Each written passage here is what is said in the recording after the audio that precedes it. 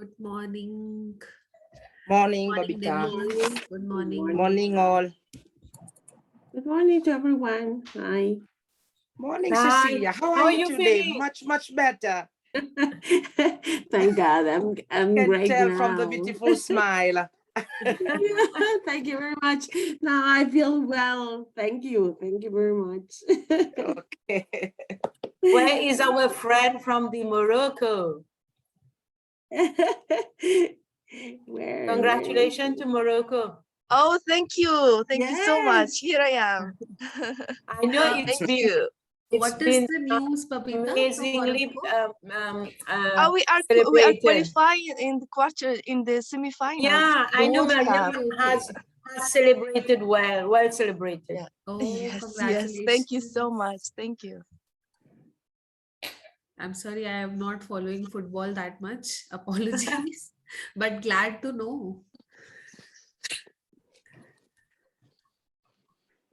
Okay, so I see our regular people on the camera have already joined, Cecilia, Denise, and Babita. And good morning to everybody else. Can you just give us a thumbs up? We are starting the week 2 after a 2-day weekend. I hope all of you are recharged, ready for the second week, which will be more power packed, I hope, with all of you. And I see Dr. Latangi joining in. Good morning, ma'am. Good morning, Ms. Tanvi, and good morning to all the Good participants. morning, ma'am. Doctor. Good morning. Morning. Right. Everyone is joining in on the Monday energy after a 2-day much needed break. Okay. Okay. I saw all of you giving thumbs up. All the participants are, charged up for the session. Okay. So to start, can you all hear me properly? Am I loud and clear? My voice is all right? Yes, it's clear. Okay. Okay. Thank you, Dr. Latangi. Yeah. So just to brush up and to start the week 2, we will first, let's just discuss the model based on which we are having the sessions, all through this workshop of taking your team from good to great. Now, research says that, I mean, all of you are leaders, and I'm sure you are effective in your job roles. But to be effective, actually, in the true sense, one needs to show concern for both the task and the people that they lead.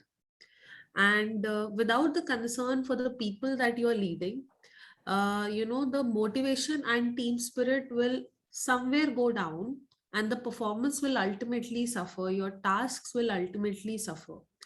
So, there needs to be concern for both the task and for the team, for the people that you are leading.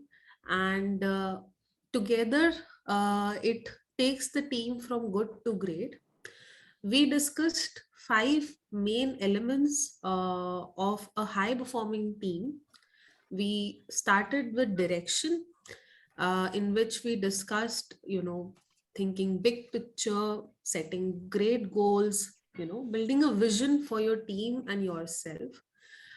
We have also discussed topics under renewal, where you learned about understanding yourself and understanding others, so that you are able to connect with your team members and recognize their as well as your potential. We also covered topics under interaction, and we discussed effective feedback, giving effective feedback, how we can engage the team and how we can engage them and give them a constructive feedback, in order to have some creative outputs and some productive deliberations over which through which your task can get done in a better manner. Now, moving on with the same theme of, impact. Now we'll go on the 4th theme called impact, and under which we will be having 2 sessions today. The first session will be taken by Dr. Latangi, who has joined us right now, and it will be on delegating effectively, which is one of the most important aspect of creating an impact on the team, so that you can just nurture their solutions mindset by delegating them appropriately and according to their potentials. And if not that, you can just find out what their potentials are. uh, Post that, we will be moving on to delivering results, which is another theme under impact, and that will be taken by our next coach for the day, Dr. Dipali. So without much ado, we will start with the first session with Dr. Latangi. Over to you, ma'am, for taking us through delegating effectively. Yes, good morning to all of you, and I hope you had a good weekend. So you're fully energized, and with that, I hope you will also participate well, like the Friday session that I had with you. So let's just go with the PPT. I'll share the.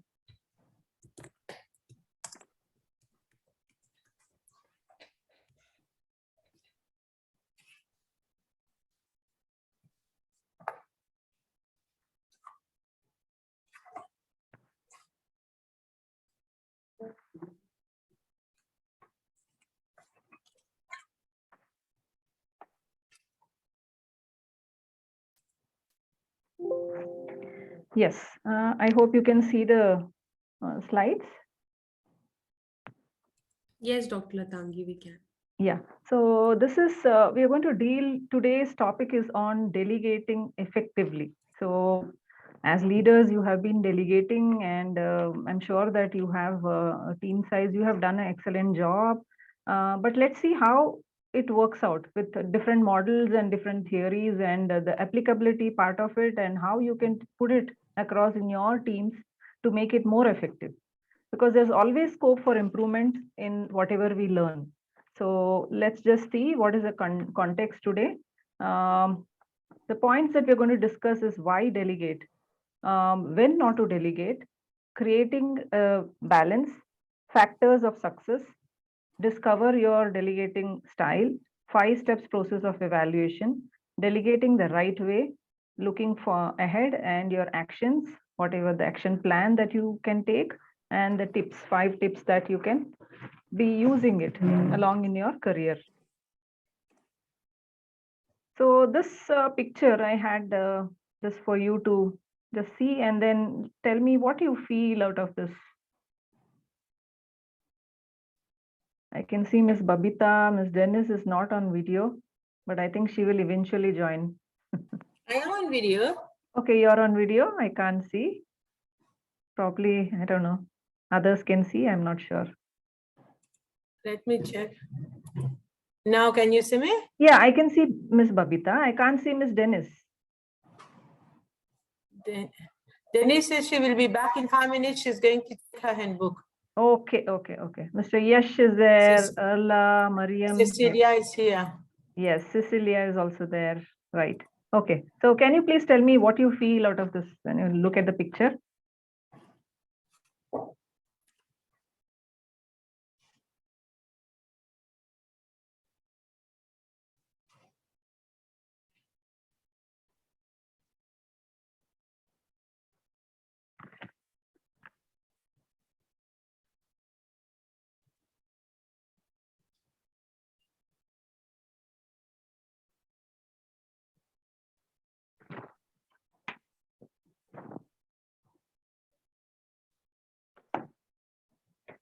Yeah, I think to start with, I can ask Miss Cecilia. Yeah, good morning. Good morning. I was writing, Dr. Latangi, that according to the picture, I can see that everyone has something to add, something to report Okay. to the team, because everyone has something to give to. Okay. They are all, you can say, maybe team players kind of a thing. Right. Thanks. Miss Babita, any critical comment? one person is with a block note blank. So we are going to write it together, what's going to be written down. Somebody has a key and somebody has a direction. So what is our key results we want and how to go there? And the other one, everyone is bringing in a piece of something to make that, to fill in that blank notebook. Okay. Okay. All right. Thanks for that. Ms. Arla, Good morning. good morning. What I see in the picture is that everyone has a unique task with the pictures with their respective hands. They are different from the other. They have a unique task to carry out to support in building the picture of their goal. Okay, so they're all having specific tasks, and there is someone who is having a book. So he is trying to figure out what they're going to do and how they're going to do. Probably, yes. Yes, Mr. Yash. And perhaps everyone has a part of a puzzle, and put together, they will form the team. Okay, so they're trying to put it together, right? Okay, so with this, there's a small caselet which I wanted you to just answer. I'll give you also a minute later once I read this and finish, so you can just think and deliberate on this.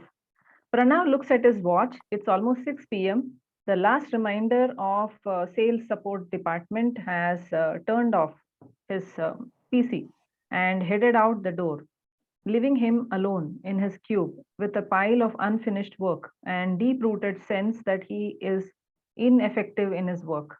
Glancing at his calendar, Pranav sees that the next day is packed with meetings and to-do items. With so much of today's business unfinished, he wonders what sort of dent he'll be able to make in tomorrow's workload. It's true that they say about a manager's work. He tells to himself, there is too much to do and too little time to do. How would you help Pranav make his, manage his workload?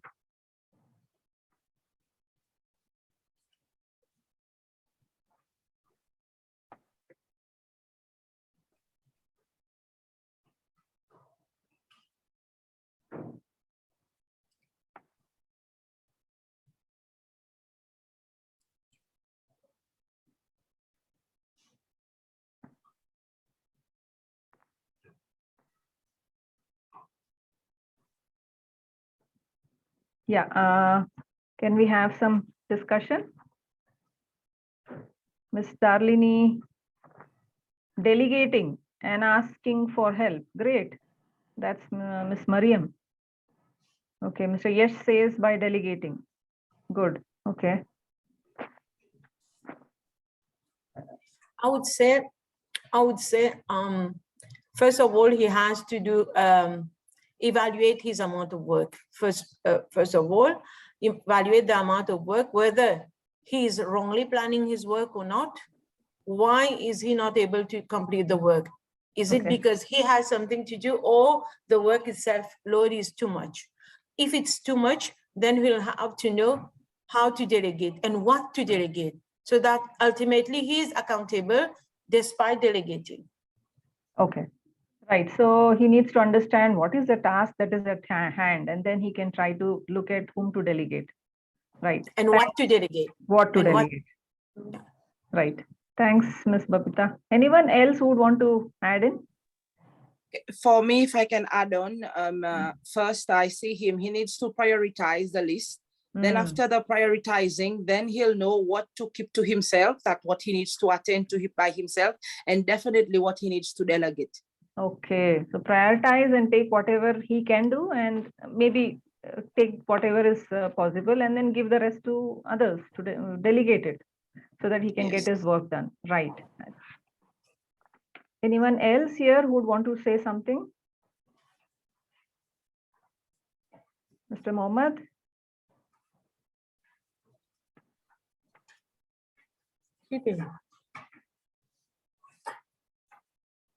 Mr. Hassan?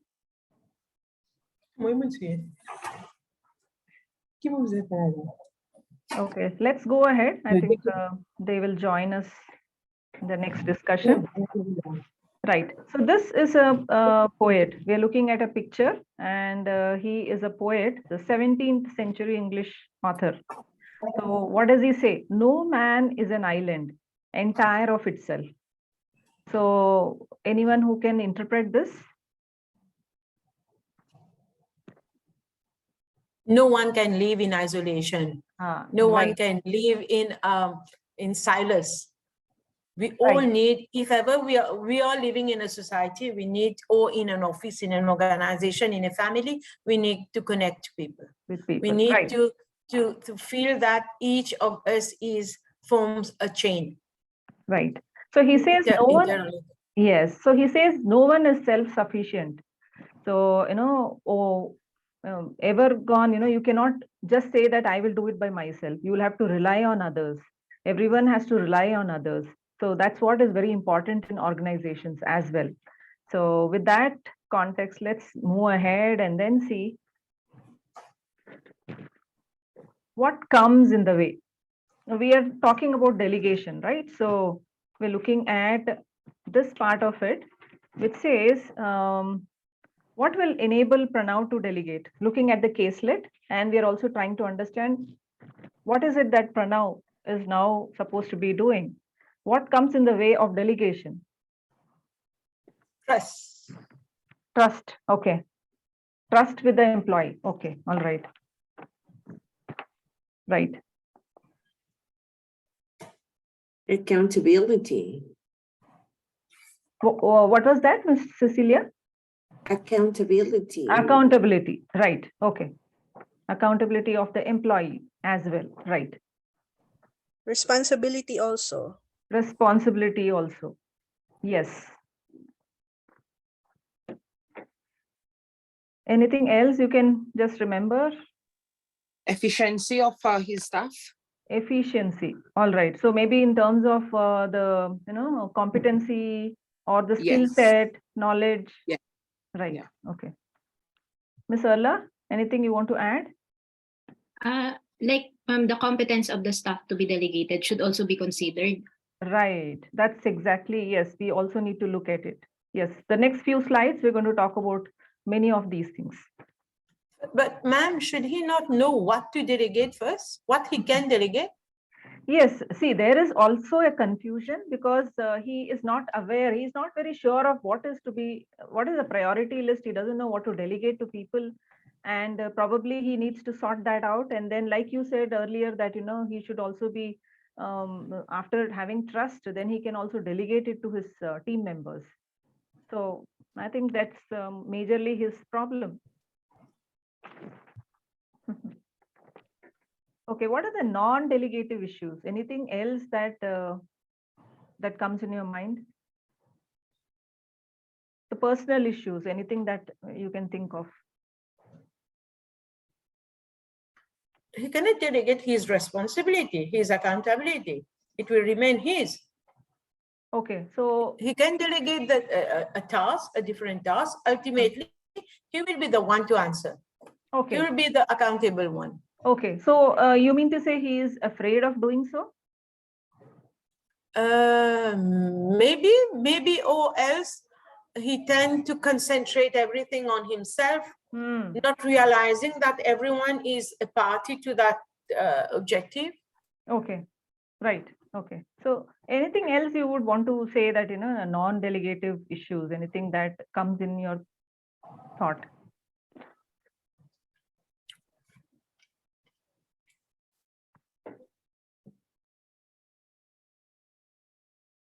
Mr. Mohammed, you're there? Today you're not active. Mr. Yash?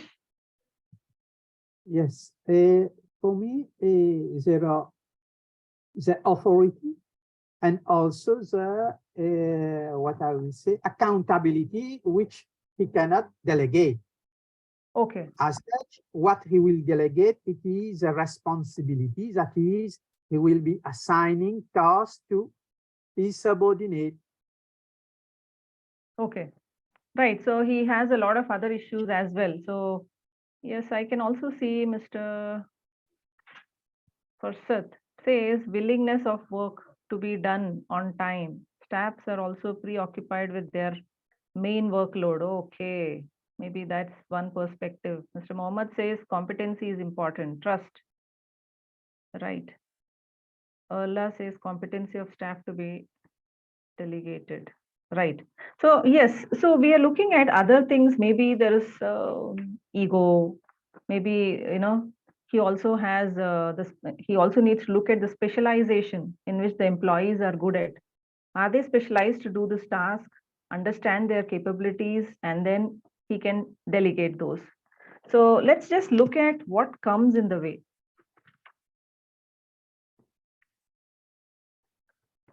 Right. So the first one, the statement that we have, the beliefs, those are the thoughts that we have, and releases, the, you know, the blocks and how to remove those blocks. So lack of time for delegation. So, and lack of confidence in the abilities of team members, fear of losing their reputation by sharing their workload, easier to do the work themselves than to delegate it. This process takes a lot of time. I have a deadline. So have you ever felt anything of this nature, or have you ever seen anybody who has this kind of a attitude?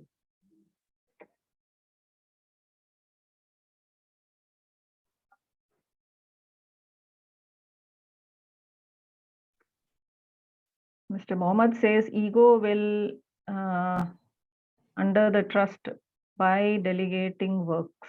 Okay.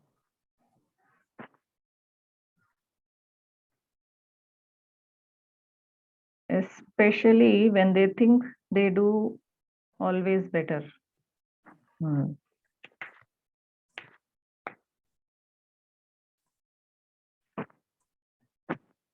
Did you ever have the situation where you faced in your team, or maybe you've seen someone else who have done this?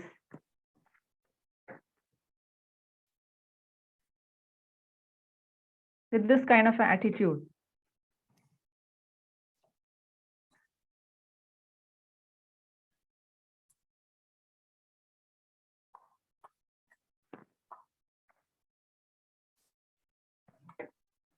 Ma'am, can I say something? Yeah, please. I think one of the things that, sorry, the dog. I'm at home right now. Oh, okay. I think one of the things that comes in way in the meeting is, just a moment, I'll just have to stop the dog from barking. Okay. Yes, anyone who would want to start it with, she will join us in some time, Darlini.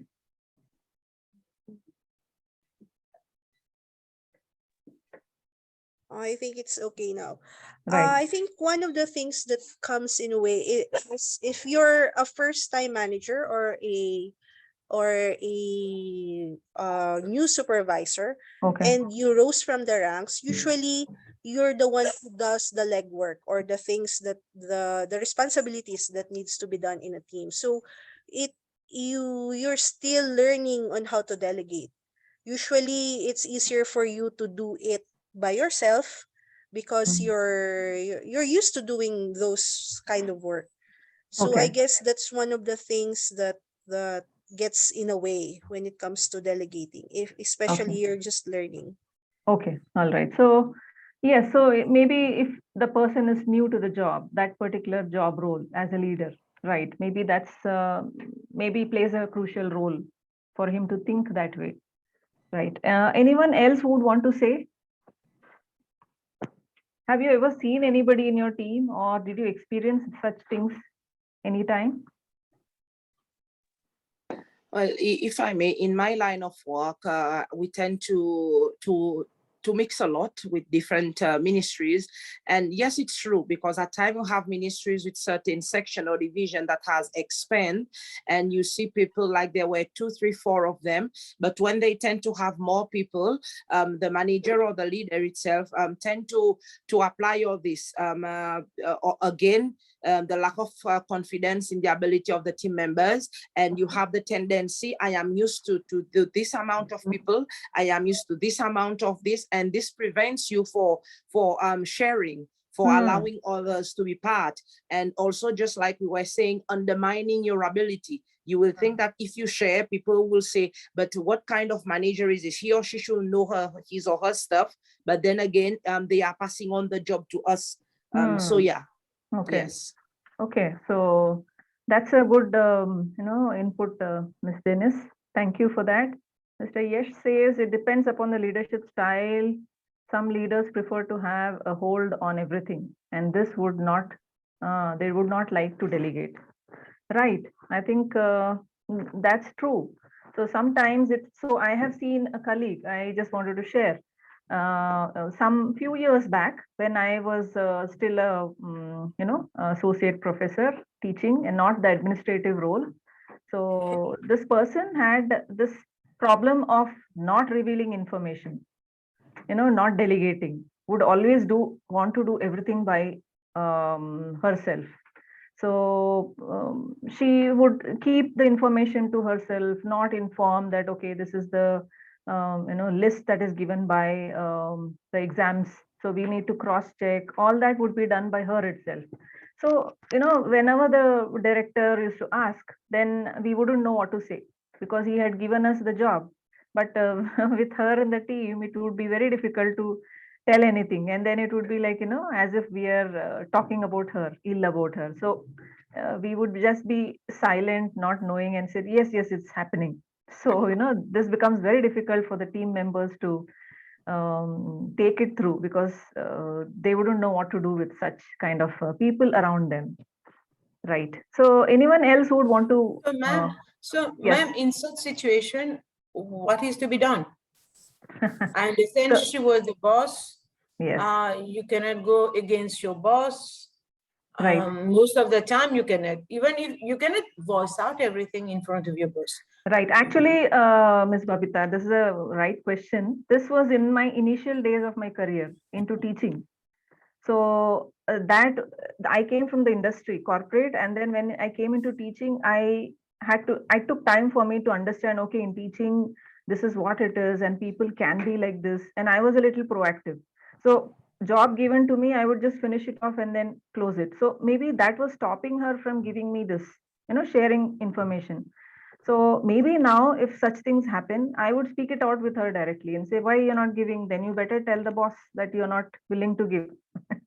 So you do it by yourself. I don't have any problem. So if you want to complete it, you can carry on, do it by yourself. But I think you need to inform him that you will take it forward. So at least that way we'll be clear of any conflicts and things like that. So now that I'm in the leadership role, I know that there are some people who can be like that. So I will counsel them accordingly. I will speak to them one-on-one, very, very delicately, not stressing on that particular point, but tell them in such a way that they get the sense of what I wanted to tell, because that way the tempo of the work should not stop. The only motive is that, by the end of the thing, we need our job to be done. So get it done in that way, because always going through other methods of being harsh may not work. It's not the people person, it's a production oriented approach. So maybe that's what I would do. So anyone who would want to add in their experience? Yes, Ms. Dennis. Yes, I just want to add on what Babita was saying, like me being the subordinate, not telling my boss, being proactive, just like you said, doctor, we need to have this ability to communicate. Yes, you are my boss, but if I am seeing something, because for me, I see that, like I always said, the big picture, the end product, it's all about the company, the ministry, or whatever organization we are representing. So if I see that this is affecting my my performance in delivering, or as a team we are not working together, I will find a way, not in a negative way to criticize, but to criticize positively, because even if as my boss, I know you need to be respected, but I think as your subordinate, I also need to be respected. And at the end of the day, if I fail, you as the boss also fail, and the organization or the ministry fails. Right. So if it is a boss, then of course you need to put it forward and say that, this is not done. Otherwise, you will not be able to complete the task. If it's not given, full information is not given to you, then the job is half done. You cannot do it. So you won't know what to do. But if it's a team member, you can always, speak to the team member and sort that issue out. So that's what it Because is. at times you have to see things both ways. It Both can ways. either I want to do it myself, or Right. my boss just wants to see me fail. So this is why I have to step up. Right. Yeah, because information is power. Right. Information is Yes. power. That's what people also, many of them feel that. Right. Right. So we're looking at, let's find out the preferred leadership style. So what is the kind of leadership style? I think you must have also understood by now to some extent what is your leadership style. So let's look at this particular model, which is talking about high on directive and high on supportive. There are two aspects to it. So as a leader, do you prefer to be directive, or do you prefer to be supportive to your team members? So you can just, look at this, and I'll just give you a minute just to, take this through. Then we'll go to the next slide, and where we can discuss about what kind of leadership style you have.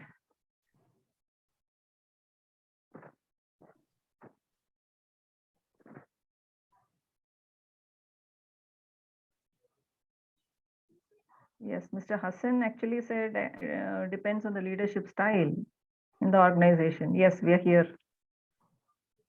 Situation will be worse, Mr. Mohammed.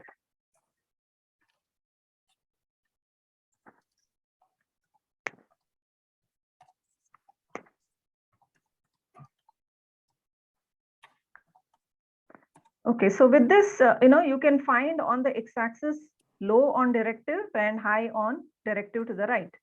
And again, y-axis, you can see low on directive down below, and on the top, it's high on supportive. So this particular aspect of supportive, how supportive are we and how directive are we? Just look at this model, which has 4 quadrants. So you can see that the first one is directing, then delegating, supporting, and coaching. These are the 4 different styles of leadership. So the first one to the red one is the direction. So, some person who believes high on directive and low on supportive is the person who is going to be directing. So now what is directing? Anything that you can understand from the previous sessions where you can correlate that with this? Whom do you direct? Probably that's a question. Or do you need this style, directing?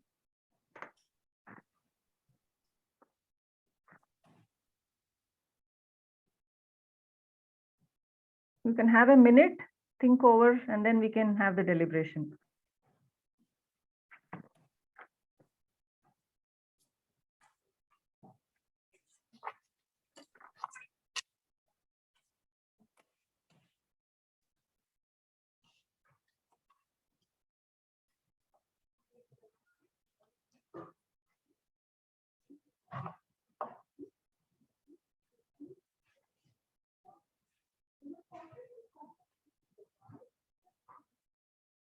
Okay, so can we have some points from you, Ms. Arla,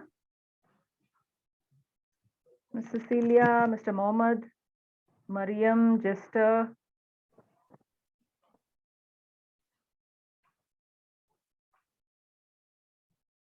Yes, Ms. Darlini, please. I think for when you say directing, you're providing or giving the directions or the instructions. Right. You're giving guidance on what needs to be done. So I think that's the general idea. Right. So whom can we direct? Whom can we direct? Who are the subordinates? No, who are those employees whom you can give directions? Like, is it for all you need to give, or? Oh, it Something- depends. It depends Okay. on the organization, how the organization Okay. is organized, meaning usually in an office, Okay. there are different departments and who is the supervisor or who is reporting to whom. So it depends. Okay. So you mean to say it depends on the organization, but right. So do you feel that this can be given to all kinds of employees No. or some specific? No, Okay. not to all. Yeah, It can depends you on the task. elaborate it? It depends on the task. Like you have to say somebody, you have to clean this pathway. This is a simple task, and you don't need much skill to do that. So you direct that person how to clean it. It has to, you clean the, you remove all the grasses, you remove this, you clean it. It has to be white and shine. So it's direct work. It's not like a lot of tasks. It doesn't involve a lot of tasks. It doesn't involve a lot of knowledge to do that Okay. work. Okay. Right. Okay. Fine. Anyone else who want to say? Depends on situation. Ms. Cecilia says. Mr. Mohammed says providing guidance to perform better. Okay. Yeah, for example, I was thinking in a case that happened to me, because there is some people that needs, for example, a new employee. An employee doesn't need, okay, you don't know him, you don't know the capacity, you are knowing now. So it has to be directing, you know. But Right. during the team's goals going on, you can see how the capacity, and sometimes, for example, you have to be directing. Sometimes you can be a companion by coaching, by ask him what is he doing, by through questions in order to know more about him. And sometimes you can be supportive and also delegating. So it depends from the moment of the team. It depends from the task too. It depends from the situation, I think. Right. Okay.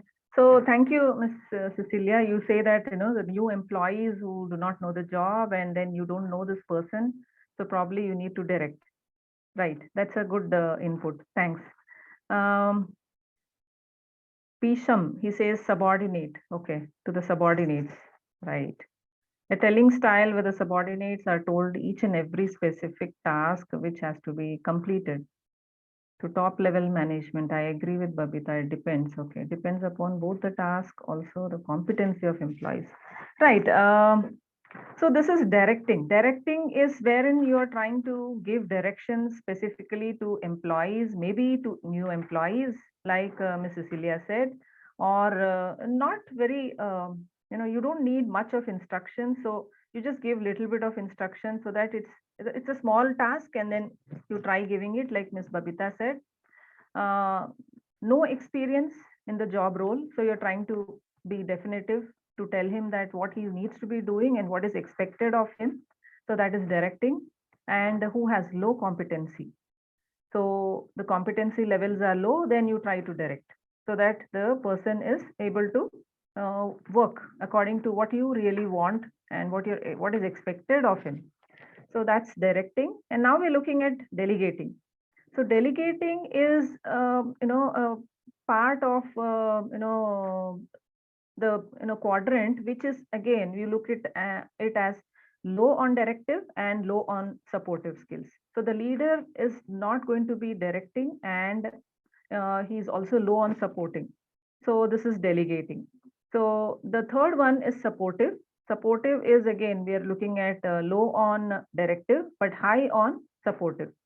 So a leader believes that he needs to support the person more, and he's less on directives. Coaching is both high on directive and high on supportive. So this is what the leader actually assumes the role of a coach. So he tries to take up the responsibility as a coach. Now let's look at each quadrant separately. We have just completed looking at direction, what who is supposed to be directed and why we should be directing. So to get the efficiency of work, that's what we did talk about. Right. So we're looking at the next one is, let's look at, I think, delegation. Then we'll go to supportive and coaching. Right. Delegation, like I told you, that it is more on low directive and high on supportive. Low on supportive. I can say it is low on supportive as well. Now, who are these people who you think can be delegated work?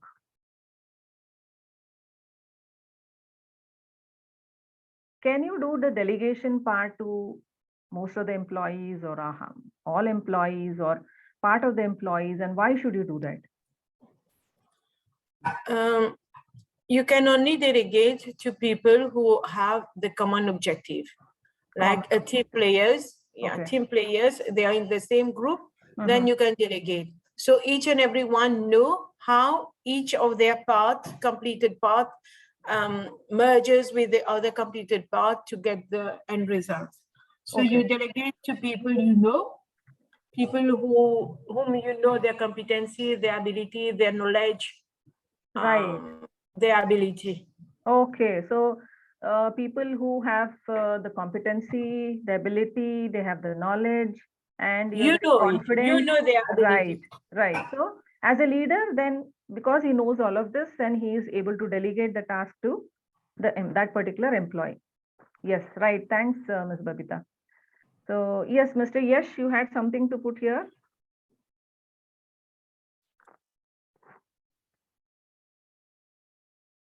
Ms. Dennis,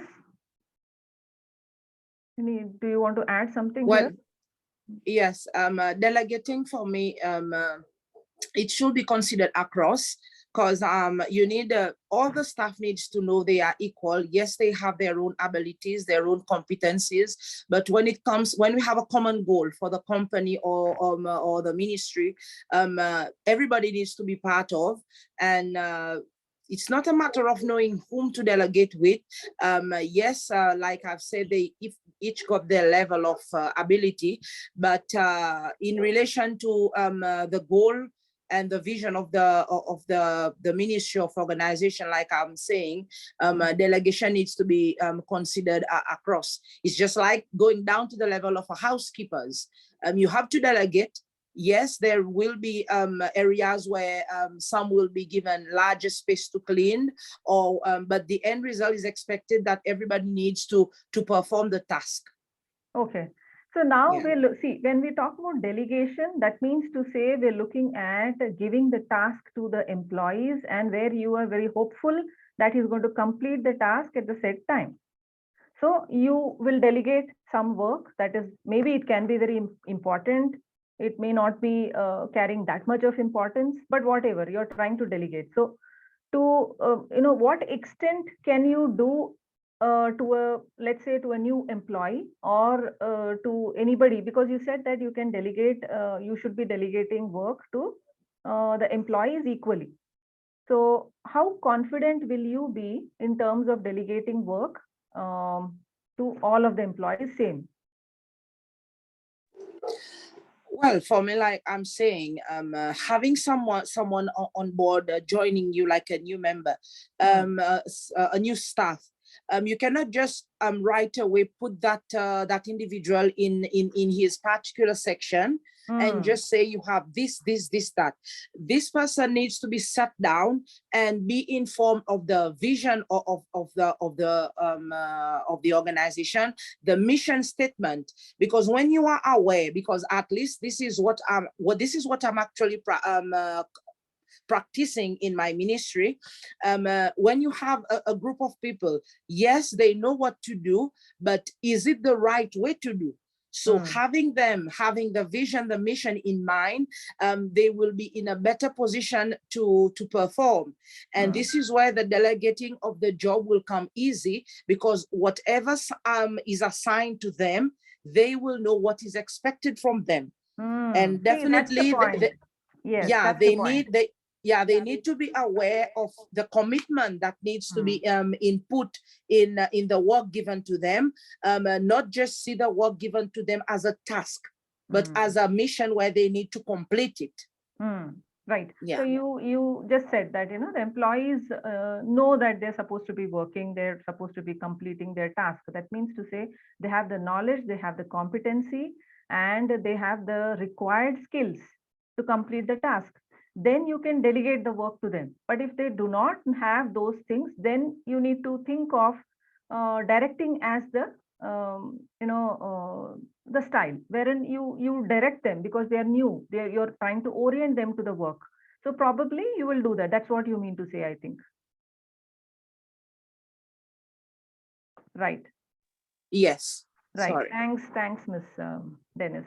Yeah, Mr. Hassan says delegating effectively serves time. Yes, saves time, helps you as a leader, and your time develops as professionals, prepare you to manage larger teams. Right. So we are also looking at delegating in terms of the competency, the skill sets, the ability, the knowledge, and the capability of the employees. If they're able to perform the job, then delegation is the best. Right. Mr. Yash says that as a leader, we always delegate tasks to our subordinates, but then we also closely monitor to ensure that tasks are correct, completed. Yes, then Mr. Mohammed, for the new employees, we should give them direction, right? Mr. Yes says, while delegating, we need to know the capabilities and professional abilities of the staff, right? That's what we are actually saying. So delegation is where the employee is already known, he knows the job, he knows the skill set, he has a required knowledge, capabilities and all that, and then we go ahead with this kind of delegation. Right, we are looking at the next quadrant, that is a supportive. Now supportive is something which is like we also know, it is low on high on direction and high on supportive. So the leader takes the role of being directive and he's also being supportive. So can you tell me where and what kind of employees can you use this kind of a style? Ms. Cecilia, any inputs from you?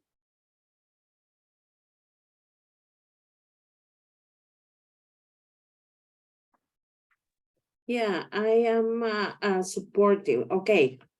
Yeah.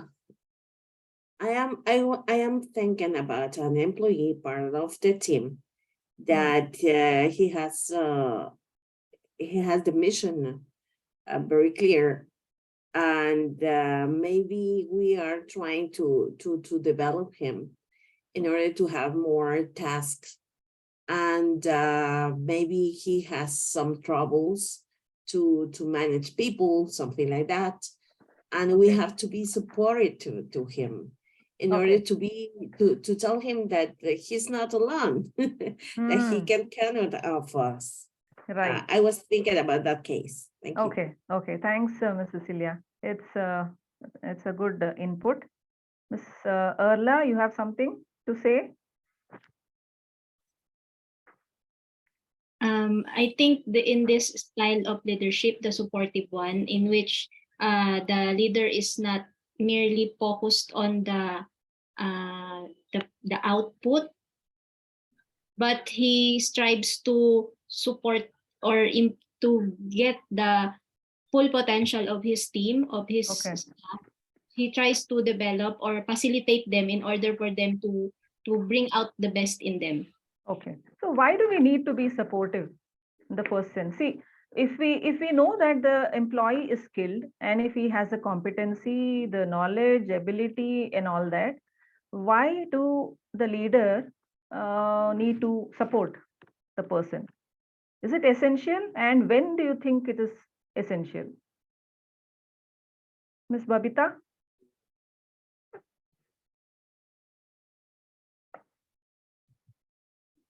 Ma'am, perhaps when we have research work to be carried out in order to complete the work. So also the member is a high performing staff. We need to as if supports the staff by I will say a close monitoring and ensuring that, okay, we leave the staff, give him a leeway to have the work completed. Okay, if he is high competent, he is very high on competency, then that means to say he knows his work, so he is able to do his work. But then why should the leader support him? Is my question. Ms. Babita, any inputs from you?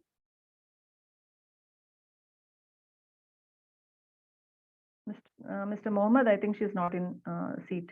Ms. Darlini?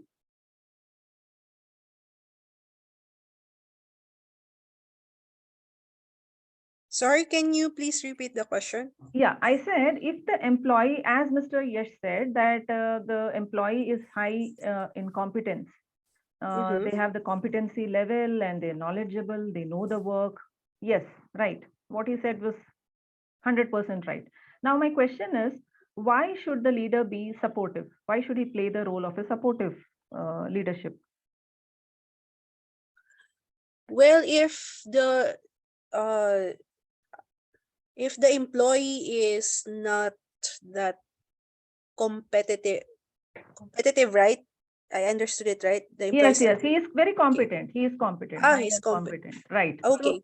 So, If the employee is competent, it's still we as a leader or as the supervisor, I think we still need to be supportive to them because it gives them more confidence and it also brings out the teamwork in an okay. organization.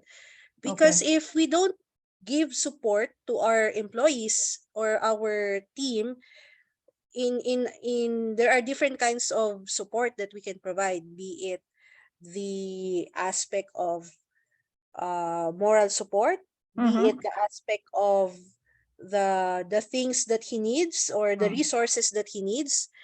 There may be instances that he or she is competent enough to do the work, but there are some resources in the office that he can't get. It needs the approval of someone, or it needs the convincing power of the supervisor, something like that. So those are the things that probably we should be supportive of our personnel or our staff. Right, right. So I think you mean to say that maybe when there is some necessity for the leader to be supportive, then he can support. So is that what you meant? Yes. It's still not only a necessity, but it's still really important for the leader to provide support. Right. Because the employee cannot do it alone, as mentioned earlier, that no one is an island. So we have to really work together to accomplish the goal that we need to do. Right, right. I think one thing is very interesting here, Mr. Farsad Nasir. He says, when a member got stuck on something, a leader should support. Right. Can you elaborate on this, Mr. Farsad? Yeah, I can see Ms. Dennis also raising her hand. Yes, I want to add on what Babita and Darlene was just saying. Like Babita is saying, we cannot work in isolation, and Darlene also stressed on no man is an island. It's true, because as a leader we have to be supportive in the sense that we recognize and acknowledge teamwork, and we recognize and acknowledge the effort being put in by that individual. And yes, supportive, it's a must as a leader, because it's not only about valuing your that individual, it also shows the interest and the need to show the staff that he or she can improve, can go further, can in 5 years time be the next leader. Why not? Okay, right. So maybe to help him do a better job more effectively, and then to see that maybe he is grooming to become a leader tomorrow. Okay, thanks, Ms. Dennis. So yes, Mr. Mohammed says resource will not support perform effectively. will make support perform effectively. Right. So, yes. So can we say that like someone that being supportive brings in your own development as well as development of the staff? Right. So I would say that, when you need to be supportive, if at all, see, he has high on competency, he has a skill, he has his ability and everything. But then there is something which is actually stopping him from performing. Maybe he's inconsistent in performing. His performance as a, if you look at a scale, he is inconsistent. There is something which is actually, not helping him to perform better. Maybe his mood swings, maybe his attitude, maybe anything else that is, stopping him from doing it. So maybe there you can play a supportive role, because you're trying to help this person who is not very consistent in his job, in his performance, and there you're trying to be supportive. So he needs to check in between, because such people will need in between check and say, okay, is everything all right? Do you need something?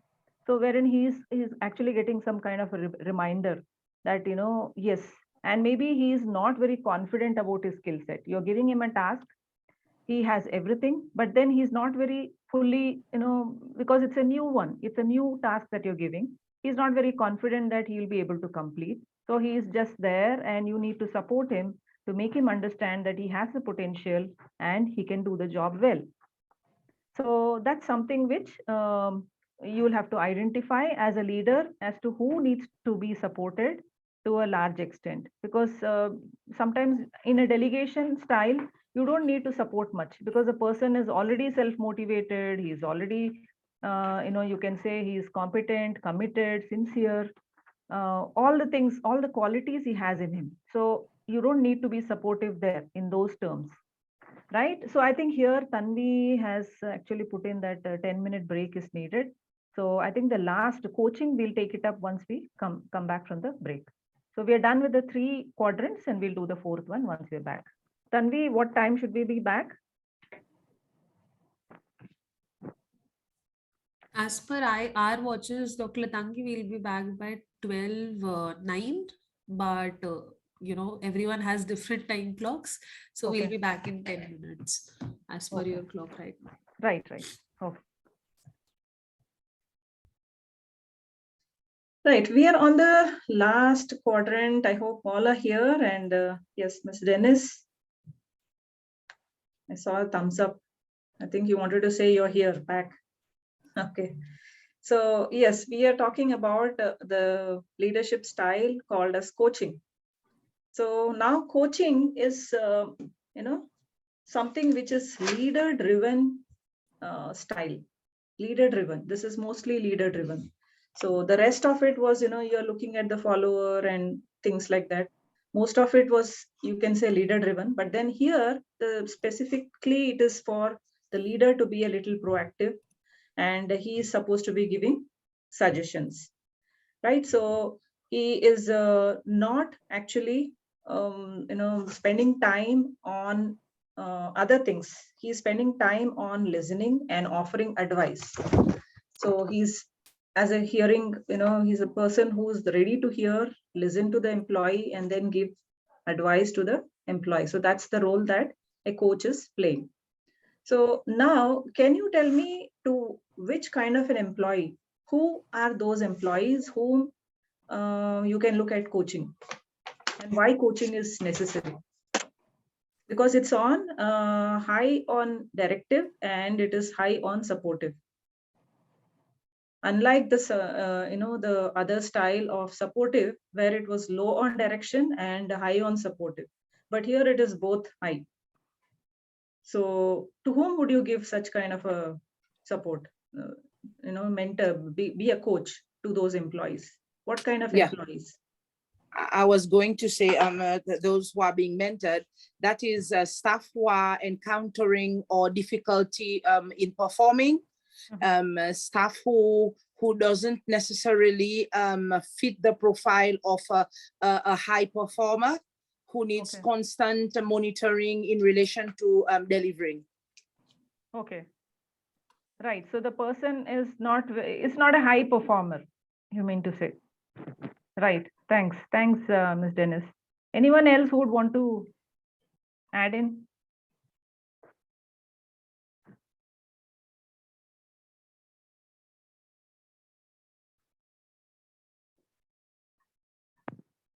New recruit.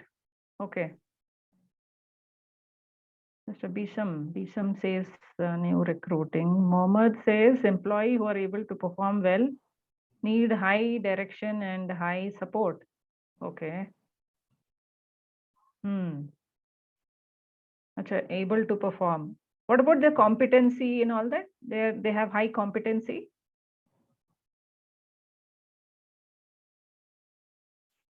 Coach boosts confidence, improve work performance. Okay, thanks, Mr. Hassan. Yes, the role of a coach is mostly to be, to help the employee in confidence boosting, to improve the morale, improve the performance. Yes, that's the main role, and that's why he's called a coach. So now we're looking at who are those employees whom the leader can, coach. So Ms. Dennis said he is low on competence. Okay. Yes, Mr. Yash, please. Yes. For me, I think the person needs to be a high performing with all the qualities and qualifications, competencies. But what is important is to empower the person. Okay, empower the person. Right, Yeah. he's high on competence. Yeah. Okay, right. So yes, he is not very confident in what he's doing. He may be high on performance, he is good. So what you need to do as a coach is to look at such employees and try to give them suggestions and build in the trust factor with them, so that you are as a team, you are as a person whom he can completely depend on to speak to, and then get guidance and support, so that you help him perform better. So as a coach, that is the role that the leader can play. Yes, Mr. Yash, again, I can see your hands raised.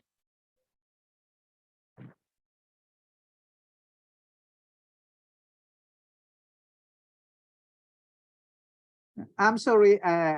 Okay, that was a before. Right. Okay. Anyone who wanted to add in as to when you can be a coach? Ms. Babita, I think you're thinking. Unmute yourself.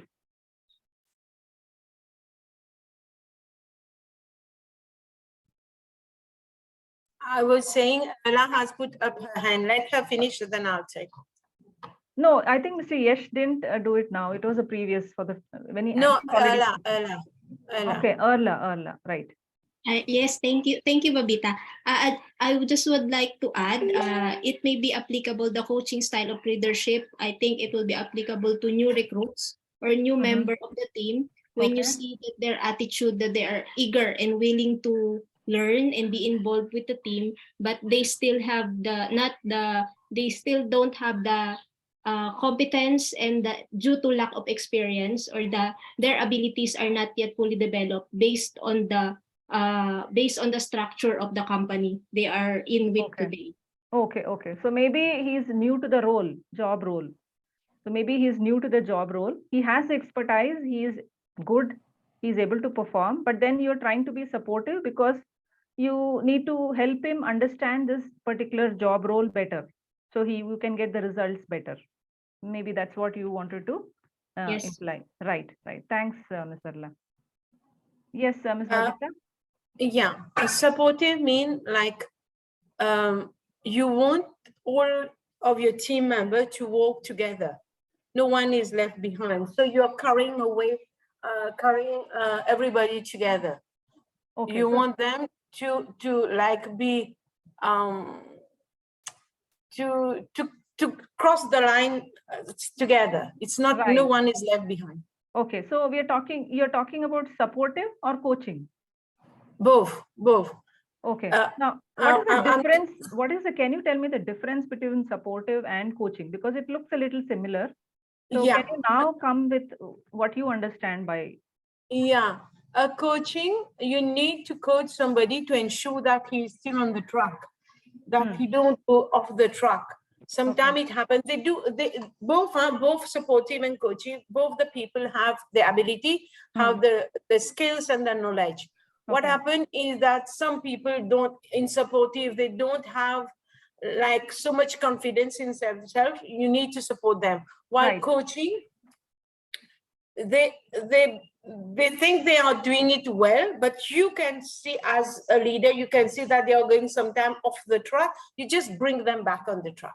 Right. So they're not very confident. You have observed that they are able to do it. They have the capabilities, but they're still not very confident. Yes, something lacking. So you need to check on them and listen to them and give them advice wherever it is needed. So you also give them time, because as a coach, you need to give them time. It's not that some time you give and then later on you're busy with some work, and also it has to be a constant endurance. So you need to be looking at them constantly. Or Ms. Erla said that, you know, if the person is joining, he's given a new task or a new role.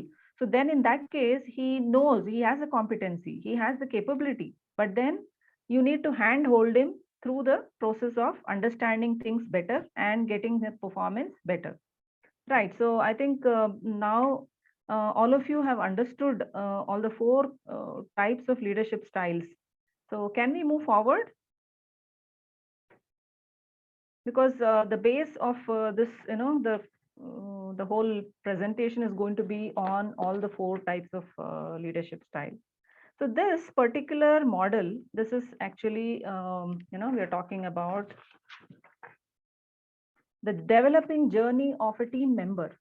Now we're talking about the team member. Now, what kind of team members you can actually, you know, look at and categorize them, and where do you need to put in your efforts and where you don't need to put in your efforts.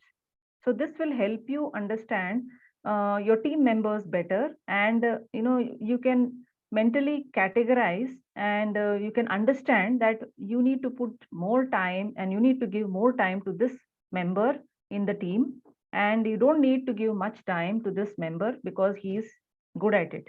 So he is good with his competency and all that. So let's just look at this model. You can, this is a you know, arrow, it has a fishbone kind of a model, wherein you can see Neo to the right, developing, where, you know, the employee is in the developing stage, and to the left it is a developed stage where the employee is completely, you can put him in the developed category. So Neo is the first stage, the second one is the intermediate, third one is expert, and the fourth to the extreme left is pro. So let's look at Neo. Neo is are those employees whom you can categorize them with low competency and high commitment. They have high commitment. They want to do the job. When you give them a job, they really have the willingness to do it, but they are low on competence. So you can put them into the Neo category, right? So, and I wanted to ask you this question as to what kind of a leader will you be here? What kind of a leadership style that you wish to play here? Let's have this model both together. So now you can map it up. So now that you know the leadership styles and we have the employees development stages down below. So can you tell me what kind of a leadership role that you can play in terms of the Neo? You can just take a minute and then we will talk about it.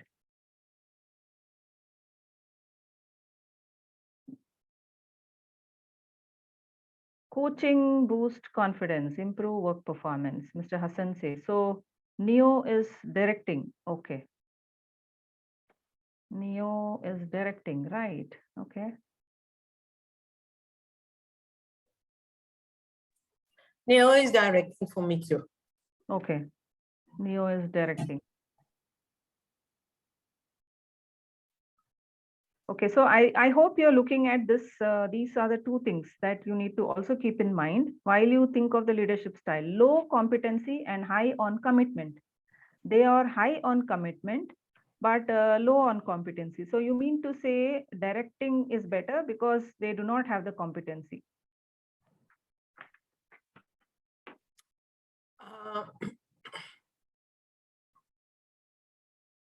No, because no much skill is needed to do that part of work. No much skill is needed, but here he is low on competency. Dr. Latandra. Yeah. I just like to have a clarification. In Right. our handbook, the color red is directing, while what you are saying. Right. No, there is a typo error. I had changed it in other places. If you see, no, I had put it here, but this particular one slide has slightly, yes, it's directing, right? What you said is right. So yes, when we look at directing, we were talking about what? As a leader, we said that this person needs to be given more information, and he also, because he's a new employee, for example, and then we need to look at him as a person whom we need to direct and give him instructions so that he carries things forward, right? And a new job role, new employee to the organization. So that's where we're talking about it. Now, in this category of neo, we are talking about low competency and high commitment. So do you think direction will be the better one? Or do you think maybe coaching and maybe supportive? Which is the thing that you feel? Now, coaching, what it does, what supporting does. Coaching is there more on high on directive and high on supportive. So they are both high. So they want to actually take the role of being directive and as well as supporting. Yeah, I was a little confused because of the colors, Right. No, we'll take only this. No, we'll take only this. More on supportive. Yeah, supportive. Yeah. Right. I think I can just do the change here. If you give me a minute, I will do this. Just happened that, I missed this part. I think this is a picture. So No, it can be changed, I think. no, we'll just keep it here. We have to analyze that. Yes, so we'll just keep it here. So I'm not going with the other one, it will confuse you. So the neo is, now what do you want to give? You want to take up the role of a coach? No, I don't think so, because, it's low competence. He wants to, right? Yeah, it's so, low. But a coach, no, if you remember the coach, what is a coach? Coach is a person who is high on directive and high on supportive. So Yes, he's correct. also going to be directing, he's also going to be supportive. Right? But directing, that means he's only going to be directing. He's not going to be much supportive. He will only give instructions. He's only going to tell the employee, okay, this is what you're supposed to be doing. You need to actually make a report. These are the columns that you need to make, and these are the things that you need to enter. And by the end of the day, you're going to give it here, and you need to call this person up and remind him, send a mail. This is what he's going to give instructions. Now, yes, Mr. Yash has raised his hands. Yes, ma'am. Just, Yes. I want to make a difference between coaching and counseling. So perhaps when someone is low in competence, what is more appropriate is that there is counseling. Okay? Right. Because when we talk of coaching, for me, most of the time, I'll look at a coach in a football match. Right. Okay. Right. Yeah. What a coach does, he just empower the player on the field, so that the player he can, because he already has the competence. Right. He already is skillful in whatever he does. Right. So what is the role of the coach is simply as if to empower the player so that he plays better. Right. So you mean to say that direction is better here? Yeah, in this particular case where low incompetence.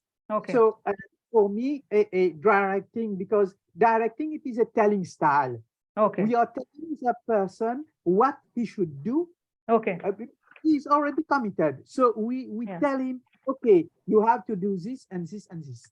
Okay? Right. Right. It's the point that I wanted to make. Okay. Thanks, Mr. Yash. Thank you.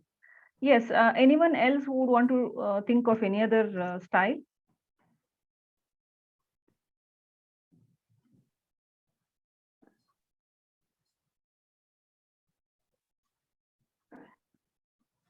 Yes, I also would want to add in with Mr. What Yash said in terms of coach. So coach he plays a role where the employee has a competence and he is not very confident. He is trying to boost the morale and the confidence by listening to him and giving him advice where it is needed, give him suggestions. Yes, that's a coach. Okay, so I think a majority of you wanted to go with directing. Is that so? Ms. Dennis, anything else you had? No, I was thinking earlier, like I've said, I was thinking more or less like supportive. Okay, supportive. Yeah. Right. So it is more directing and more supportive, right? Both the roles. So Yeah. as a leader, then you're going to take the supportive role because he's also going to give him support and he's also going to give him direction. Yeah. Right. Okay.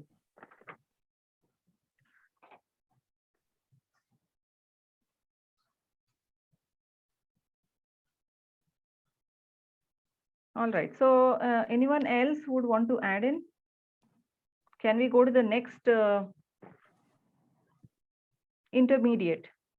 So now what is, yeah.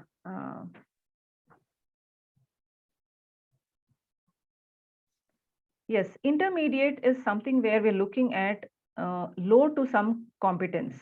So, you know, he has low in some competence and low in commitment also.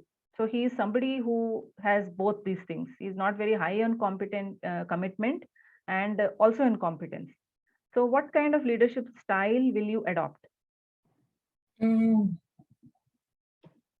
Low in competence and low in commitment. No, variable commitment. Competence and commitment, both he is low. Then I'll go for directing. Okay, directing, right. Okay, because you can give him instructions and yeah, because he's not a committed person. You'll have to continuously direct him, be on his back for him to do. Right. I think I can see many of you giving in here. Yash directing, Mohammed also says directing, then Mr. Hassan says supportive and directing. I think for this only, if I'm right. Okay, Ms. Erla is also saying directing. Right. I think majority of us agree that, you know, when the person has low competency and even low on commitment, then you need to be directing. So because directing with that, you will have to, you know, you can actually give him the instructions properly, ask him to do this and monitor him frequently. Yes, Ms. Darlene also says directing. Dennis directing, right. So the third, you know, kind of employee that we're talking about is expert, who has high competency and variable commitment. Now, why do you think the person who has high competency should be, you know, the commitment levels are variable? Any you know, add-ins you would want to give? He doesn't. Maybe he doesn't identify himself with the goals. Okay, he doesn't identify. Yash says, I think coaching for this particular. I think you're talking about expert, right, Mr. Yash? Yes, for expert. Okay. So why is he having low commitment? I think Ms. Dennis was saying that maybe he is not very confident. Maybe that may be the reason. Okay. So anyone else who can say why there is a variable commitment levels in this employee?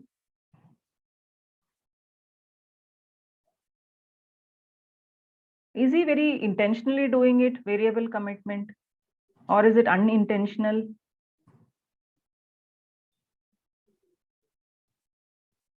Again, Mr. Mohammed said coaching. Okay. Let's just look at why aspect of this commitment. You know, this employee who's actually like this, is there a reason for this, or there is no reason?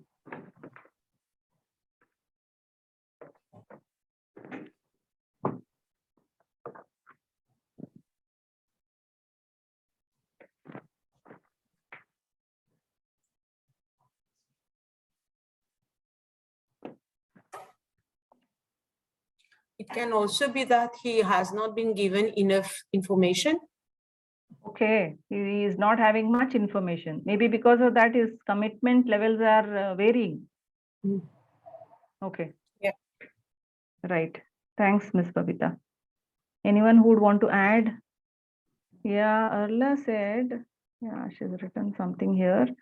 Unintentional, having a variable commitment may be due to some issues, problems, personal or professional. Okay, all right.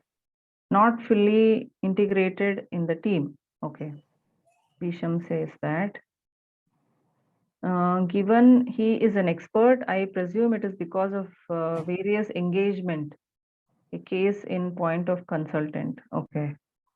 So maybe he's engaged, he's having a lot of work, maybe because of that. Directing. Okay, here I think many of you have come up with directing. No, coaching was something which Mr. Zilla, can you, Ms. Zelia, right? Can you please elaborate on this? Why directing?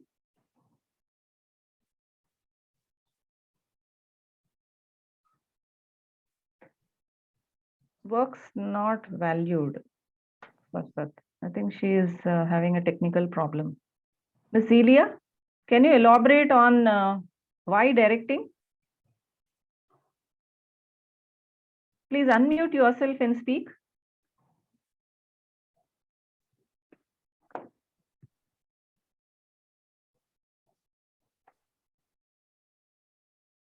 I think she is busy. Okay. Right. I think many of you have gone with coaching. Anyone with directing? Only one.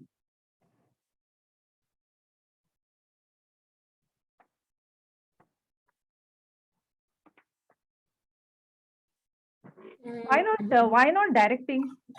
Any particular thing? Because do you feel that since he's an expert, high competency and variable commitment levels, maybe, you know, you can also think of, I was also thinking of a person who is an expert, but you know, some people are, you can say, dreamers. They have some kind of, you know, mood swings. They are good when they have the mood. They are, you know, they can do their best. And sometimes they're not. And so their commitment levels sometimes are varying. Can you think of such a person? You look at a writer. Writer is an expert. He's an expert in his own subject, but you can't expect him to write all through the same way. So what happens is he needs his mood. He needs to, you can see a lot of writers who go to different locations, beautiful exotic locations. Sometimes they're at home and they do a very good writing. Sometimes they go to different locations to really feel and then write. So it depends on their mood. It's not that they don't want to do it, but then it is just that they have that you know, thing in their mind. So what leadership style will be good for them? For them, then I think it's a directing, because you know, they have this mood swing. So they're experts. You can see even scientists. Scientists are there, they're experts.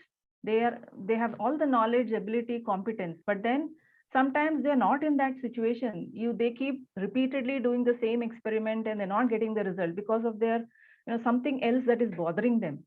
So maybe they're just complacent. They just stay like that for some time, some days, and then they again come back charged and then they do it. So maybe their directing is better. Just speak to them, build up the trust factor, understand them, maybe, you know, try to, you know, tell them that this is what you're supposed to be, what happened. And, you know, you can be a supportive person, or maybe in some cases you can be a directing person also. Then for Neo, directing won't fit properly. Right. Right. That's why I think some of you gave in coaching also. Some of you I've Yeah. seen they've given coaching also as the leadership style, because coaching is, again, when you look at the model, let me show you the model. Coaching is high on directive. That means you're trying to give them more directions also, and high on support. As a coach of a team, when Mr. Yash said that, I can relate to a coach of a football player. So football coach. So what he does is he also gives them instruction on the way the game has to be played. Because if they are, he's going to have team members of different backgrounds.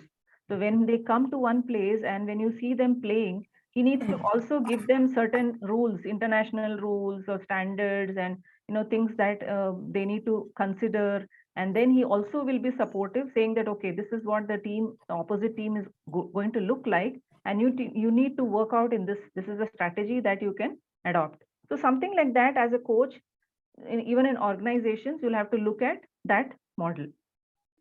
So Neo, yes, I think what you said is right. So the coach kind of a style will be more beneficial. And when you're looking at an expert who is having variable commitment levels because of many situations, then maybe you're looking at directing, or you can look at supportive style of leadership. Now we have the last one, which is called as a pro. Now he has high on competence and he is high on commitment, both the things. So what kind of a leadership style will you adopt out of the 4?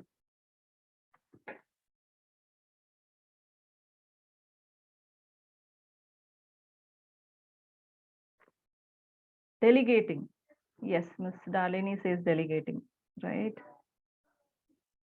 Yes, says delegating.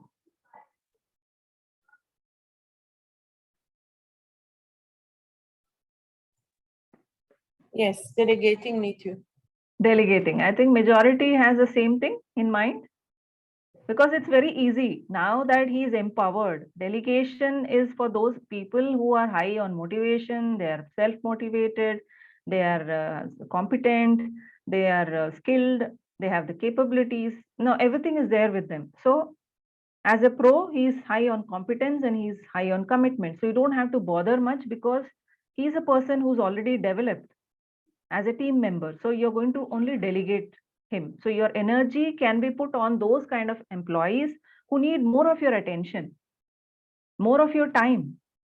You need not spend all your time on all employees. If you can categorize them into those areas where you need to really work out with them, sit, spend some time, listen to them, understand them, build up the trust, and give them direction, give them coaching or supportive. So you can decide on what kind of role you need to play with those kind of employees, right? So yes, we're looking at this.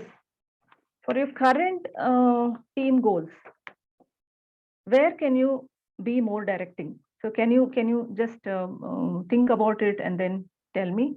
There are 4 different questions. Where can you be more coaching, supporting, and delegating? Now, how do you take up this kind of a thing in your organization? Mr. Yash. I think that we have to notice and to know our team in order to see. Right, exactly. Yes. Yes. It depends, but the thing that I say to everyone in my consultants is you have to know your team. Team. Exactly. Okay, that is a very important thing in order to see what applies to each one. Right. So you can be more effective. Right. Thanks, Ms. Cecilia. I think, yes, that's a major thing that you should keep in mind, that you should know your team well. Ms. Arla, depends on the composition of the team. Right. Rightly said.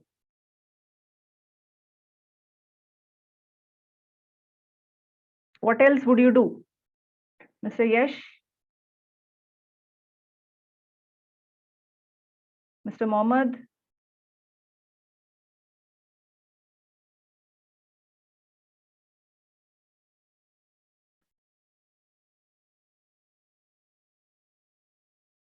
Anyone who wants to add? What else will you think of?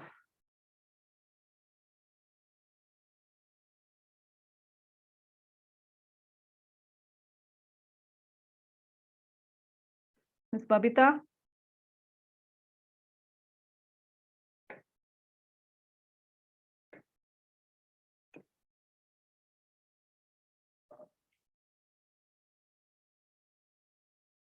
Would you want to add something here, Ms. Dennis?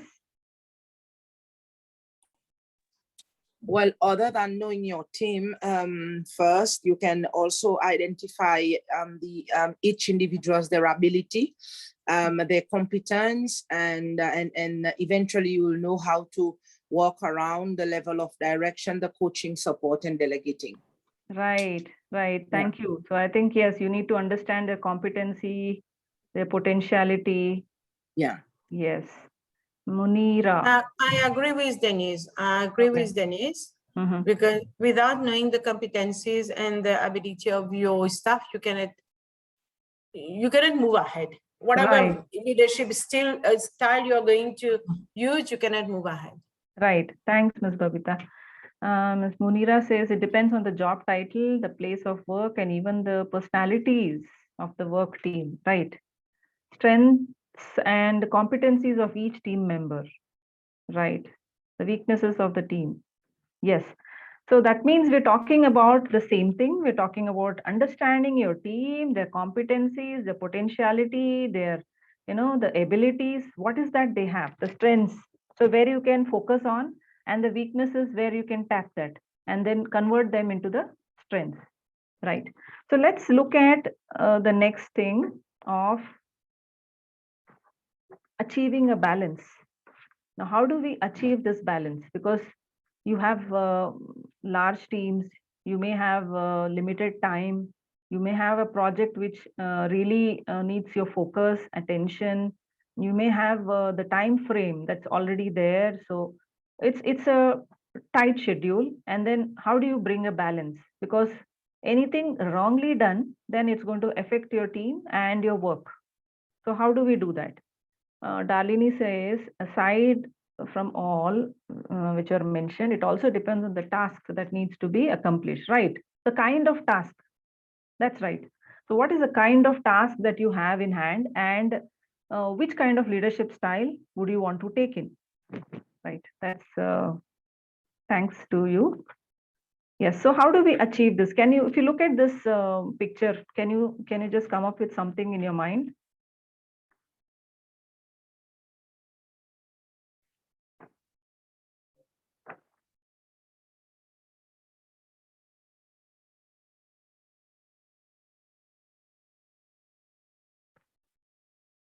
Harmonizing routine, right? Yes. Yeah, please tell me. I think if we're trying to achieve balance in everything, we take into consideration all the things that were mentioned a while ago. Right. So the task, the strength, the weaknesses, everything, because that's how we are going to assess on how we're going to balance or what are we going to do.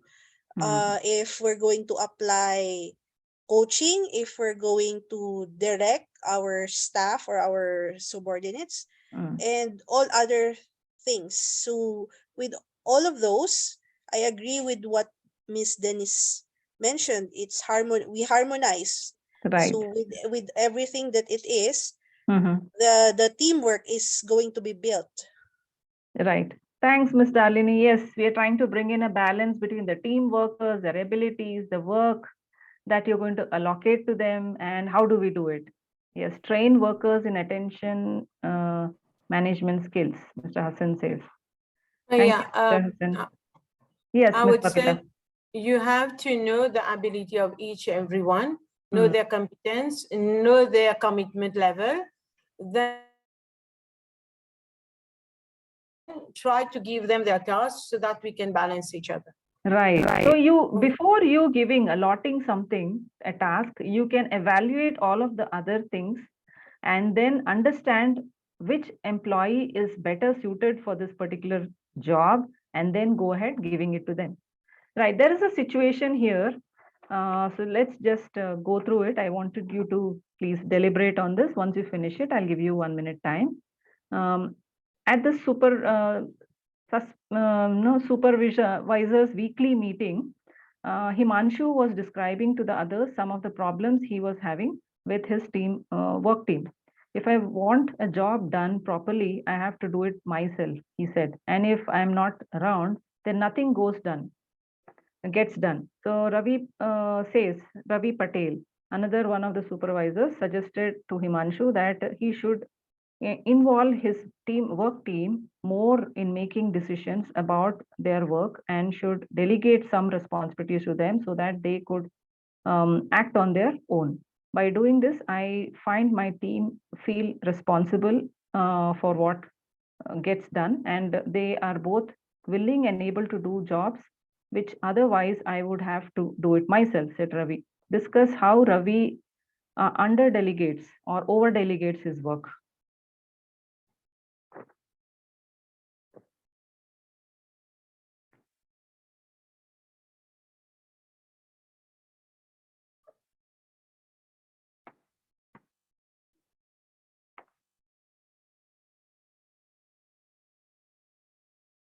So there's a supervisors weekly meeting, and that's where these two personalities are coming in. Himanshu is one, Ravi is the second one. So Himanshu has a problem, he's trying to state it out, and Ravi gives a solution. So now, after you reading it, like what is the solution that you give to Ravi?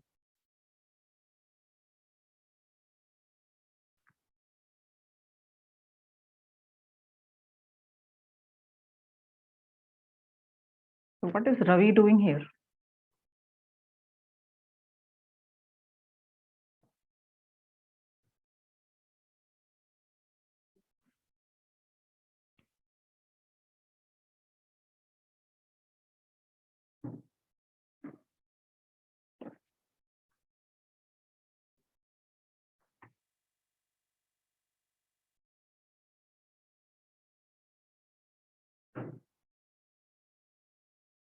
Can we have some discussion?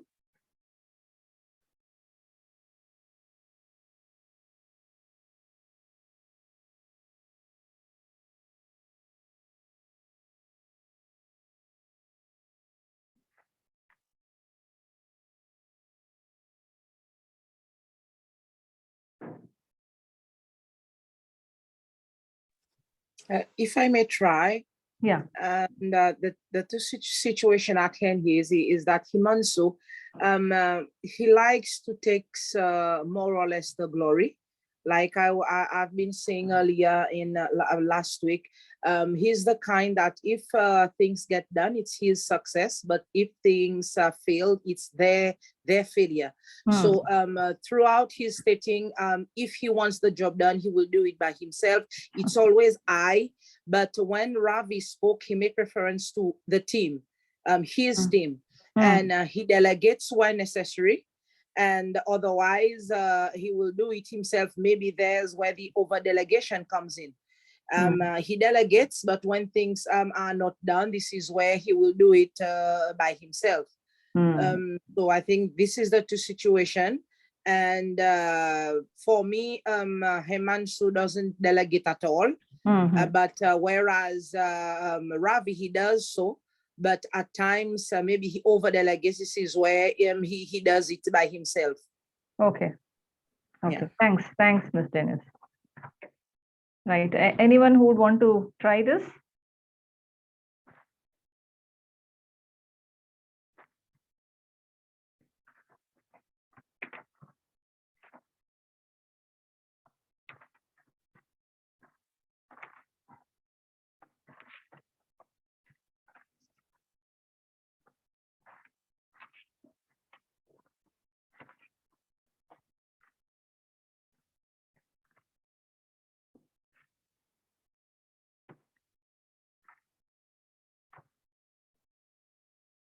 Anyone who would want to try this?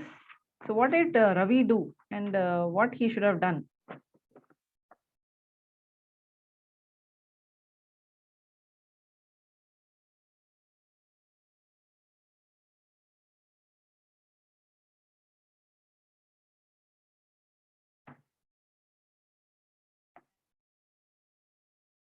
Yash says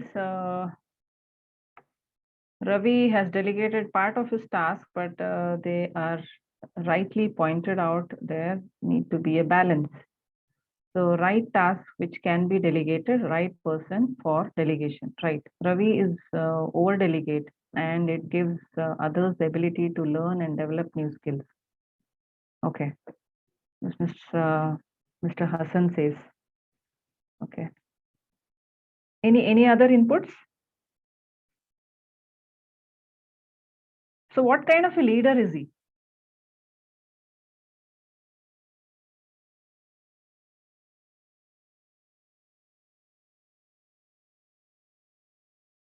Mr. Celia? I'm thinking about it. Give I me more see. time. Right.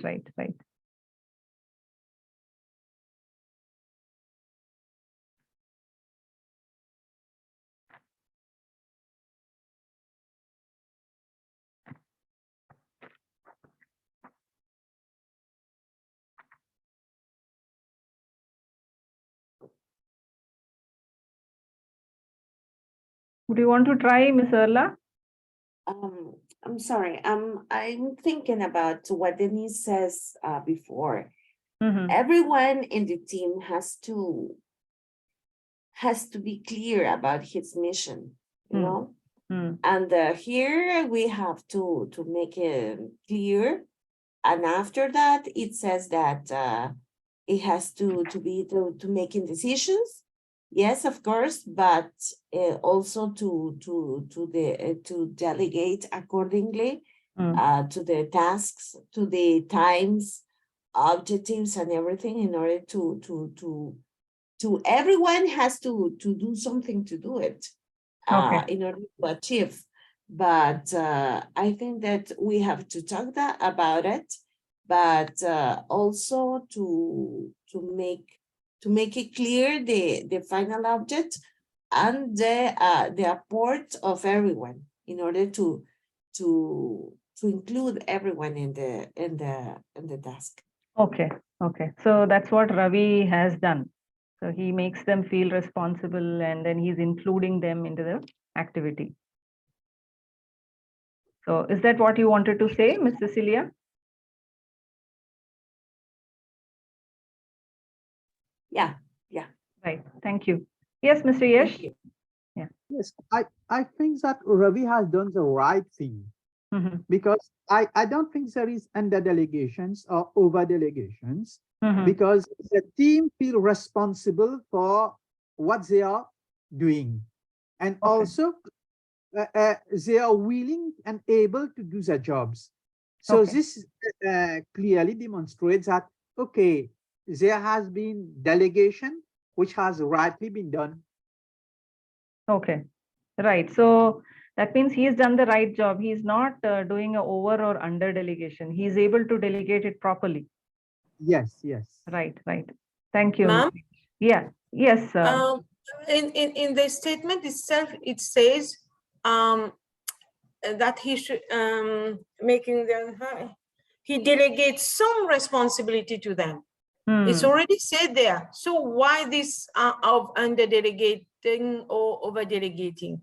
Because it's already said in the statement that he has delegated some responsibility. Mean that he is already aware what he can delegate and what he cannot, and what amount of like when he's giving this. The way he's doing, he's neither over or no under delegating for me.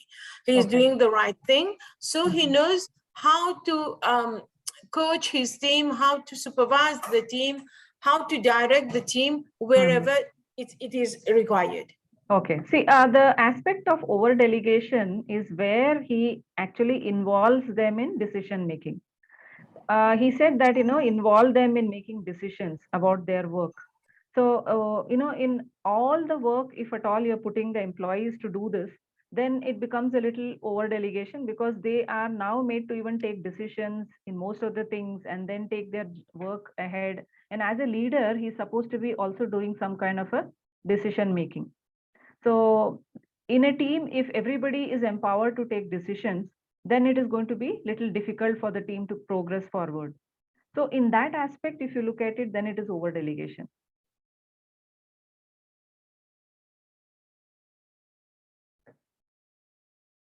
So leaving that apart, I think, yes, he is, trying to give them the chance to work, and then in the right way, giving them responsibilities, and the team is also happy, motivated to do the job. So that way, yes, he is delegating the employees properly.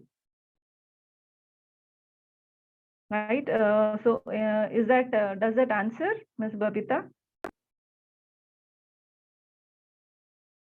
Yes, ma'am. I'll just be back to you. I'll just be back to you. Give me a few minutes. Yeah. Yes. Thank you. Right. So going to the next.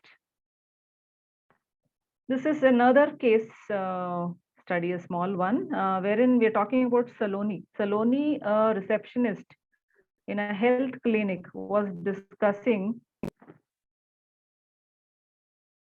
yes, with her colleagues, a new way of index filing, which her office manager had introduced. It's a total disaster, she said.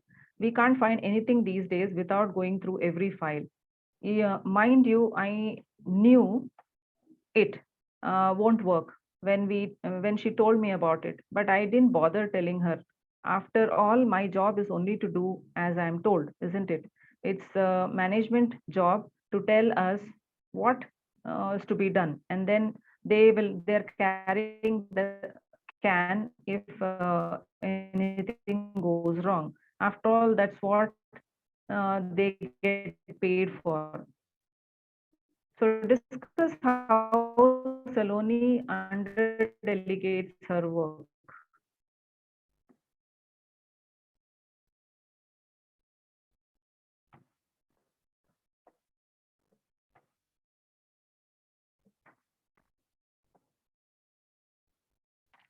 Can take a minute to just think over and then.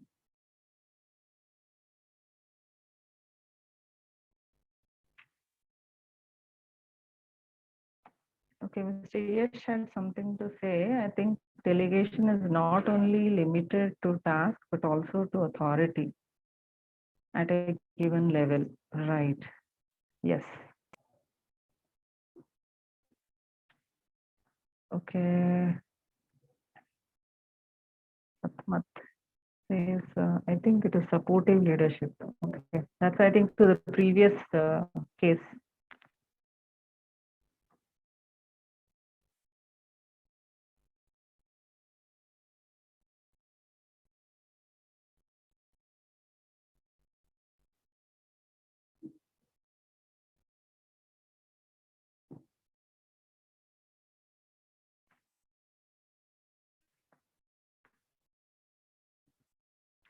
Can you give me a thumbs up if you're ready? Can I try on this situation? Yes. Yeah, please, Ms. Darlini. I think something's wrong with the staff. Because if you care about the work or the company, then you would probably provide feedback on the manager that, oh, this may not work, or this may something like that. That you have to, even though there are ideas that the manager provided or directed, but one should also provide the feedback necessary. Otherwise, it will affect the job of everyone, as mentioned here, that they can find anything these days without going through every file. She knew that it wouldn't work, but still, she did not bother informing the manager. Probably she needs some coaching on this aspect, that there are things that it's like an open communication and providing feedback, probably. I haven't got the idea how this relates to Right. Thanks, Ms. Darlini. So what kind of a employee is she? What? Okay. So what kind of employee can you categorize her? You know, those, that fish model, that bone model, right? The neo, moderate, expert. I don't think Pro. she's a neophyte. Probably she's on the second one.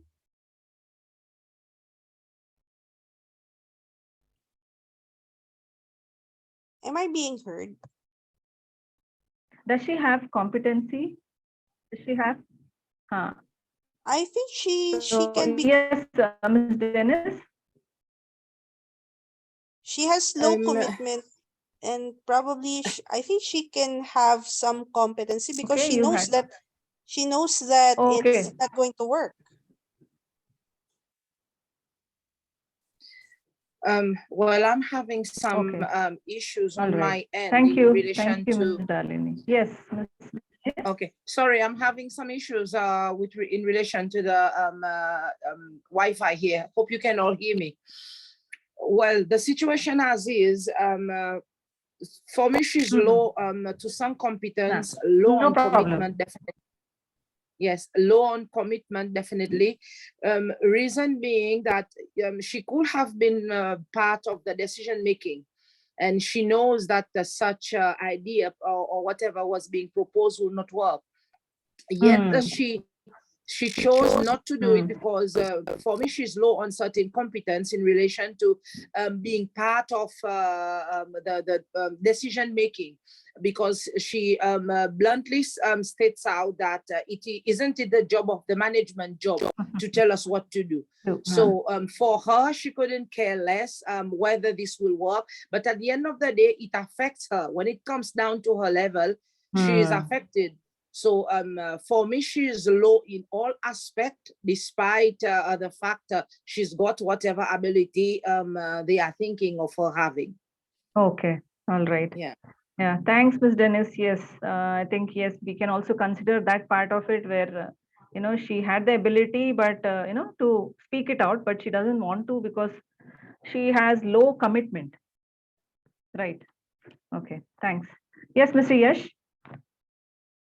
Yes, I think there is a problem regarding change management in the organization, because they want to bring in changes, and yet they are not working as a team.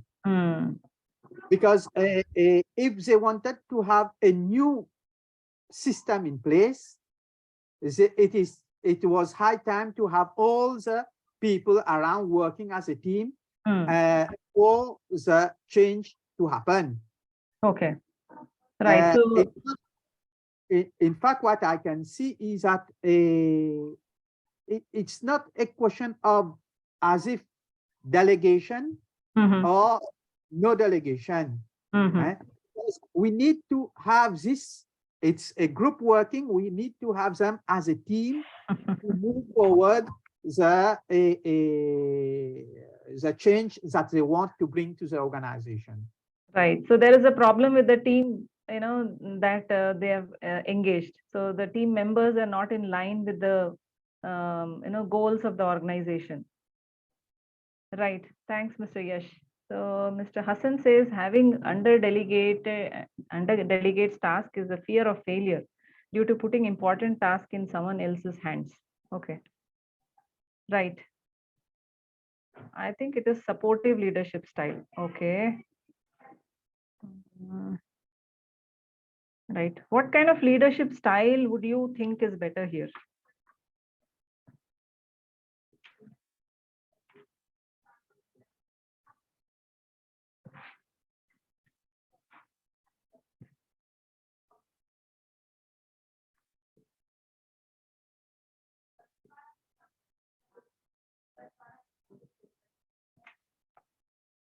So as a leader, what would you do in this situation to Saloni's issue?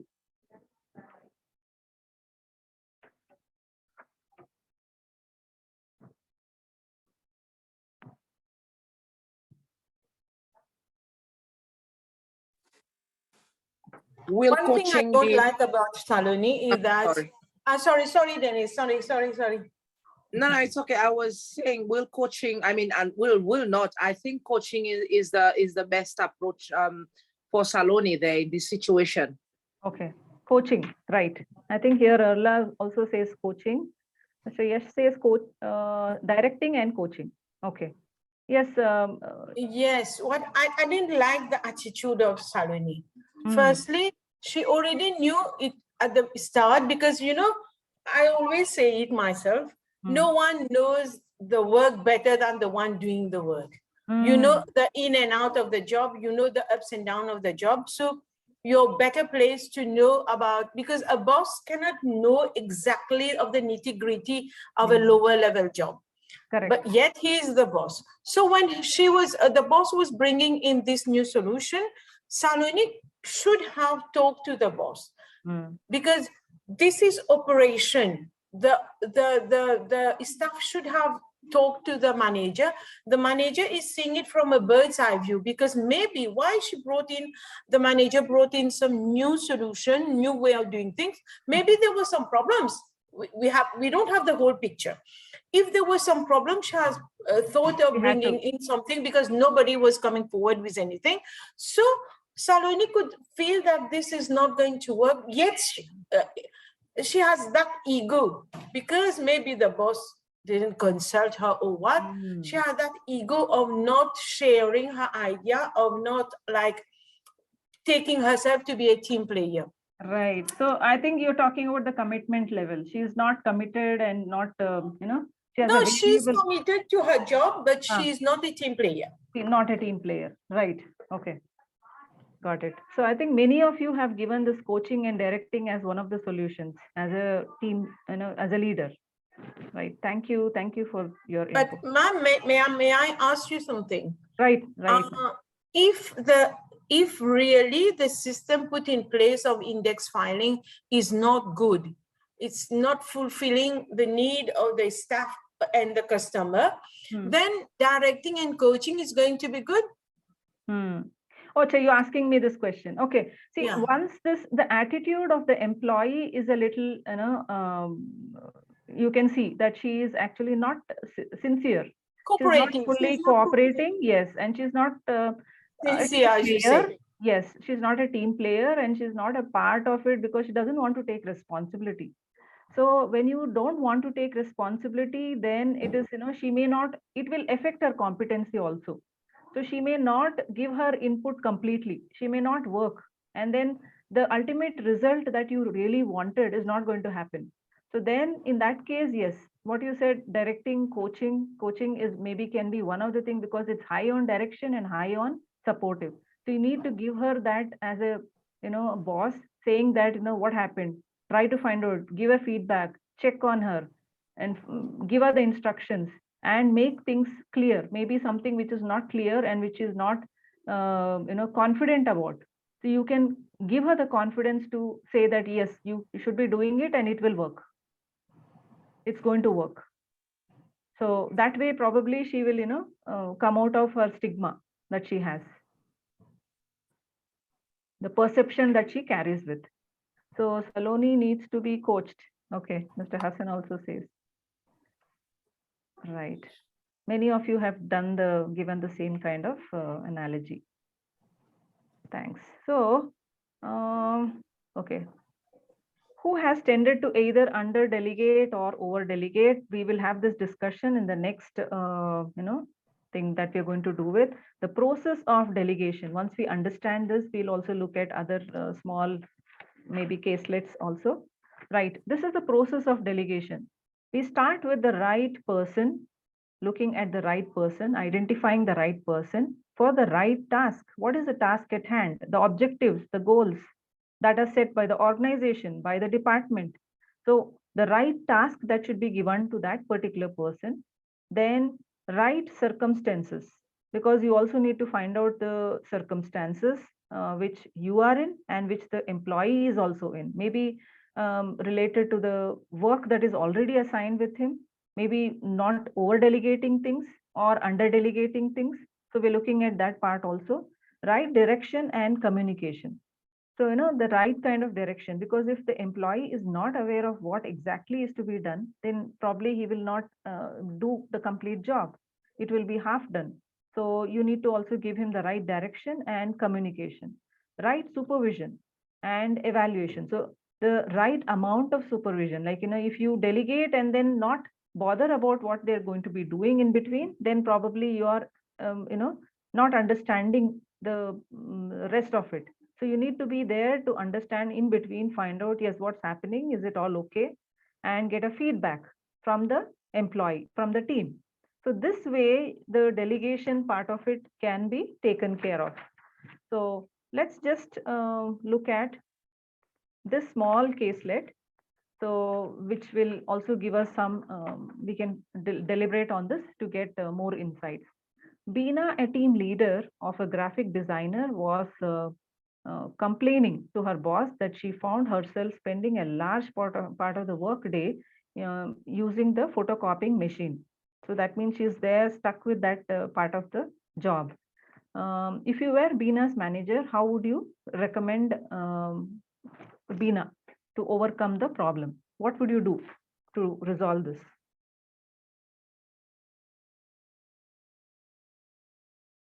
Because she is a team leader of a graphic designer.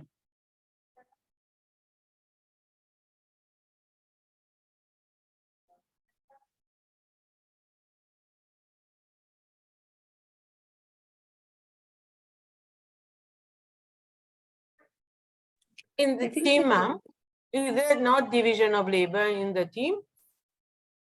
The team leader is going to use photocopying machine. Okay.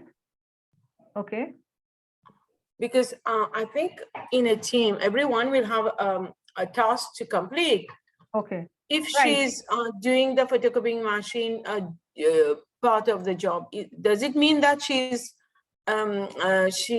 not well staffed, not well manned, the unit is not well manned, or is she the only one doing it? Or there are different people doing the same job, but as a team leader, she's feeling that she's doing that part of the job. I don't know. We don't have so maybe, so maybe she's not delegating it properly, no? So maybe she's not delegating things properly, and maybe it's not the right way of doing it. Because if she's spending most of her time in photocopying machine, when will she do the graphic designing? Because she's team leader. So she needs to actually understand who is a person who can be given this task. And if you are the Beena's manager, then what other inputs, what other solution will you bring in? If I may add. Yes, Ms. Darlene. Yeah. I think she should be coached. I do agree with Ms. Babita on what she said, that probably she's not delegating, and as a leader, she should be able to know the or assign task to the team members, so that she won't be having a difficult time, as mentioned in the situation that she's spending more time in the photocopying machine. And I think photocopying is not major work for a team leader of a graphics designer. So probably she should be able to see or understand what the skills of her team, so that she'll be able to provide or to assign work and monitor the task if it's being accomplished or not. Okay. Yeah, thank you. So I think, she needs to understand her team better and then delegate things properly. So that's what she is lacking actually. Right. So anyone else who would want to add in here? Well, for me, I I'm think sorry, she needs go. No, thank you. For me, I think she needs to swap post title. Just making some fun, because if you are a graphic designer, you have a level of abilities, and being a leader, being near photocopier machine a whole day, or what do you do if you're spending a large part? So as it's a he or she, Beena? It's a she. So as her there's boss, a mistake there. There's a mistake, Dennis. Yeah. So as her boss, I think she will need to be made aware that she's a team leader now, and she needs to delegate, like we were saying earlier, to know her staff and how to really move forward in order to leave the photocopier machine alone and concentrate more on the graphic design. Right, thank you. Yes, so as a graphic designer, probably it is integrated that in the photocopying, whatever photocopies that she may be using that for her work. So then she needs to think and identify the right time and right person for this so that she can get it done before, and then she can use that for her work to be progressing. Right, thank you, Ms. Dennis. Yeah, I think Ms. Cecilia was trying to speak. Yeah, I would tell the same.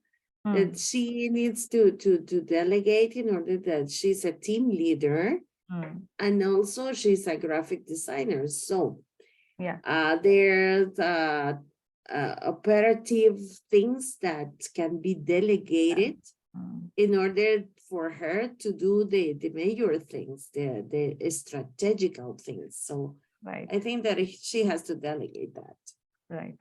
Thank you, Ms. Cecilia. Yes, so the right person for the job needs to be identified. Delegation, delegate the duty. Yes, many of you have told that delegation is a problem with her and she needs to actually use that power to bring in the results. Right, so let's just look at the next. Select who is the right person to do the job. Now, these are the things that we have already discussed about it, but let's just go through once again. Experience, expertise, skills, and attitude. Briefing and supporting needs, level of risk that you're actually taking, because if you're giving the job to a person who's new to this, then that's a kind of risk that the challenge that you're going to have. Urgency, what is the level of urgency of that particular task, and consequences of missing deadlines.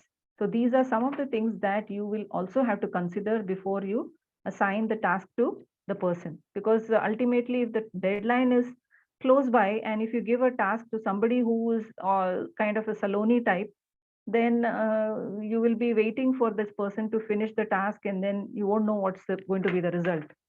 So let's look at this particular small caselet. Just give you this.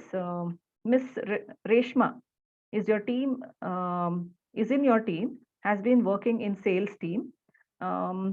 Right. And then what happens to her is you find that most of her time is spent on telecalling. At times she feels overwhelmed while calling the clients.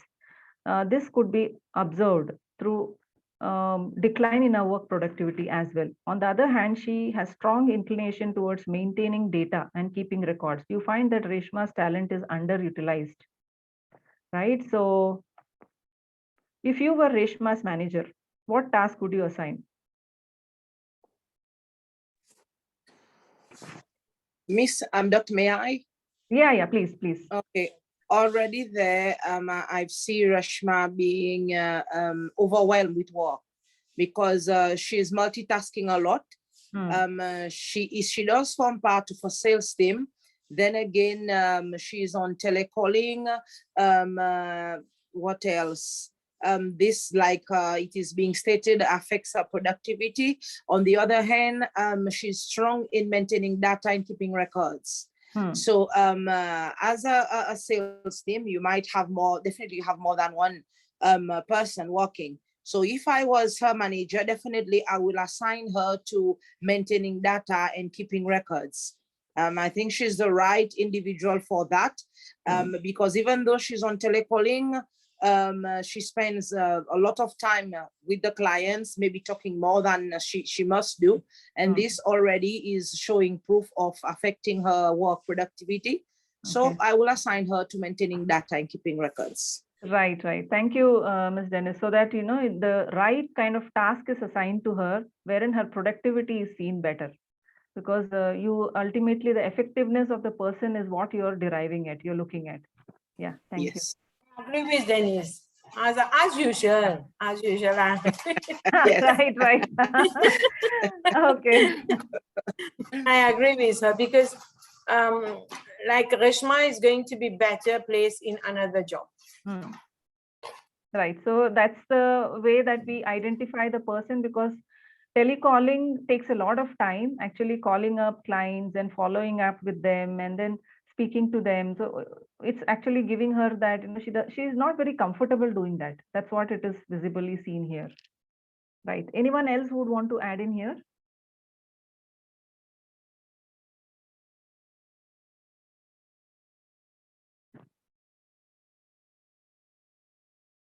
I think more majority of you will agree to what was told, that, you know, delegating the right kind of task, allotting the right kind of task to the person will give better results.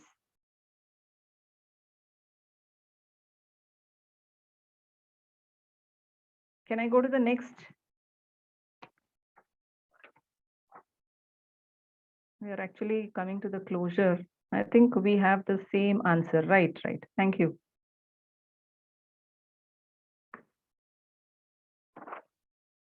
Right. So we're looking at, yes, the right direction and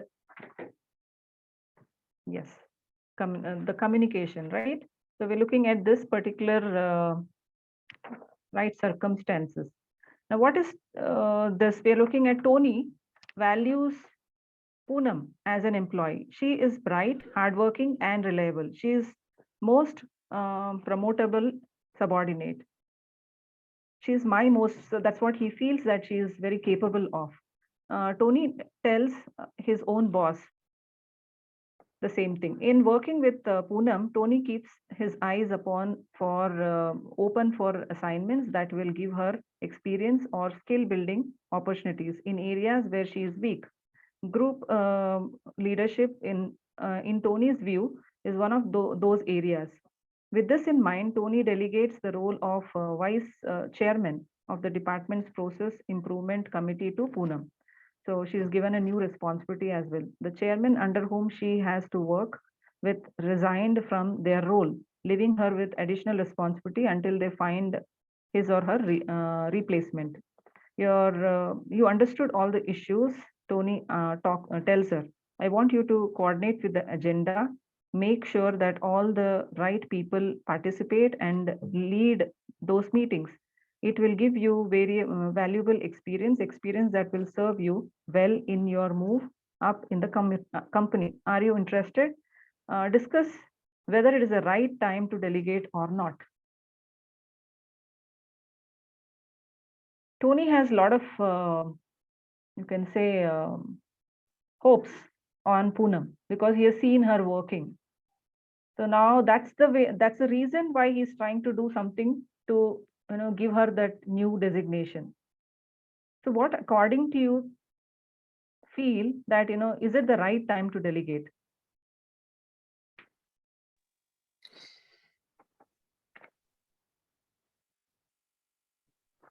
For me, Poonam, she is a potential employee for promotion, like stated, but I see Tony more or less imposing on her rather than having this two-way communication. Yes, she is bright.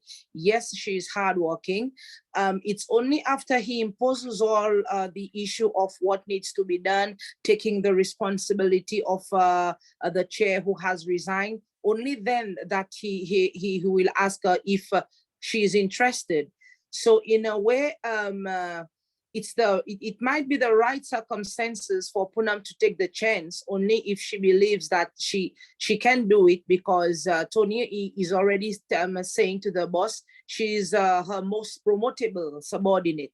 So he sees good, not some. He sees good in her, and but Tony is sort of putting a lot on her, giving her assignments that will give her experience or skill building opportunities in areas where she is weak. It's already a lot, but it's an opportunity for Poonam, depending of what the answer might be for her. Right. So if you look at this, can you relate anything here? Maybe the expertise is needed. She needs to actually, maybe she has the skills, maybe the expertise, exposure. She's getting now the exposure, but then maybe she's not ready for that kind of an exposure. Yes. Right. So maybe going to say same. Right. Yeah, I was going to say same. Why? Let me tell you, because like Poonam is a good employee. she's doing well. Right. But that doesn't mean that you should overburden her with work. You're already giving her assistant chair. Now the chair is no more here. She's going to do a new job. Above that, you're putting on her additional higher level job. How will she manage? Like this, when we do like this with employees, they tend to get demotivated. Like they feel that there is more work for good work. Right. It's not that people are appreciating the way she works, but like, because she works well, she's getting more job. More job. Right. Right. Because Tony is going to be like, okay, Poonam is capable, but Tony is not thinking that for Poonam to do that work, it's more than what she's able to do. Correct. Right. Right. Yes. So thanks, Miss Babita, for that. Yeah. Anyone else who would want to add?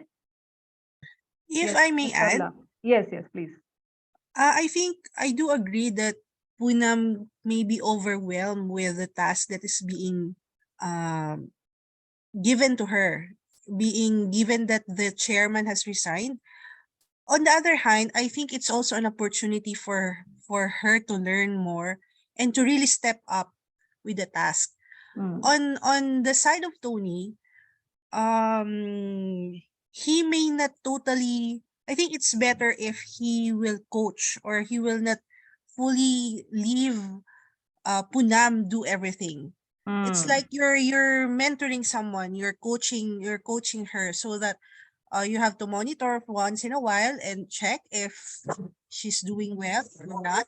And if she's losing track, then you can remind her that, oh, you may have forgotten this, or maybe it's better that you coordinate something like this. You provide guidance so that she'll be able to learn, and the next time around she knows what to do.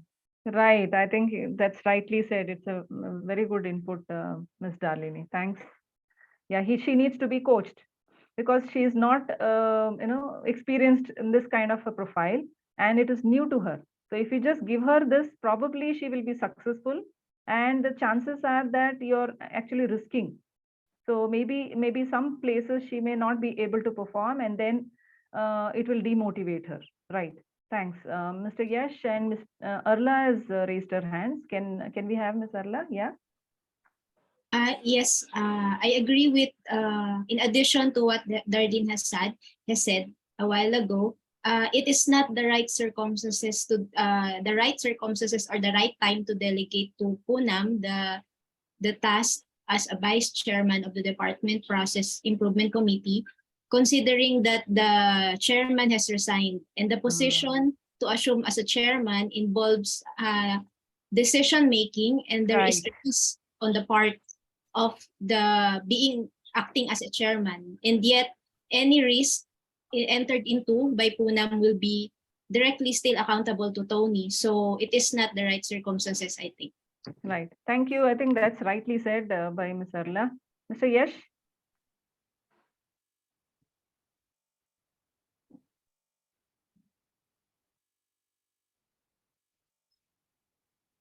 Yeah, Ms. Dennis?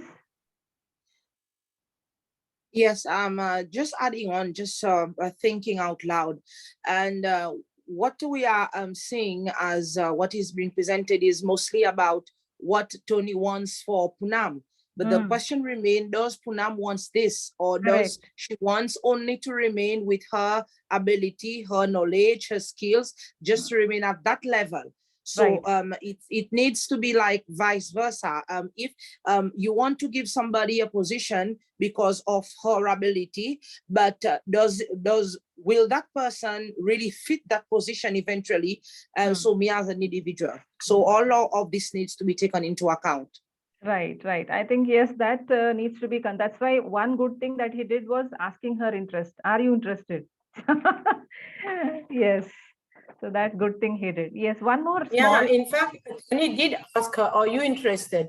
But given that Tony is used to be praising Poonam, she'll get difficulty in saying, no, I'm not interested. Otherwise, it's not easy to go and your boss always praise you. And now when he's giving you a job, you're going to say, no. It's not easy. Not easy. Yes, it's not easy. Right.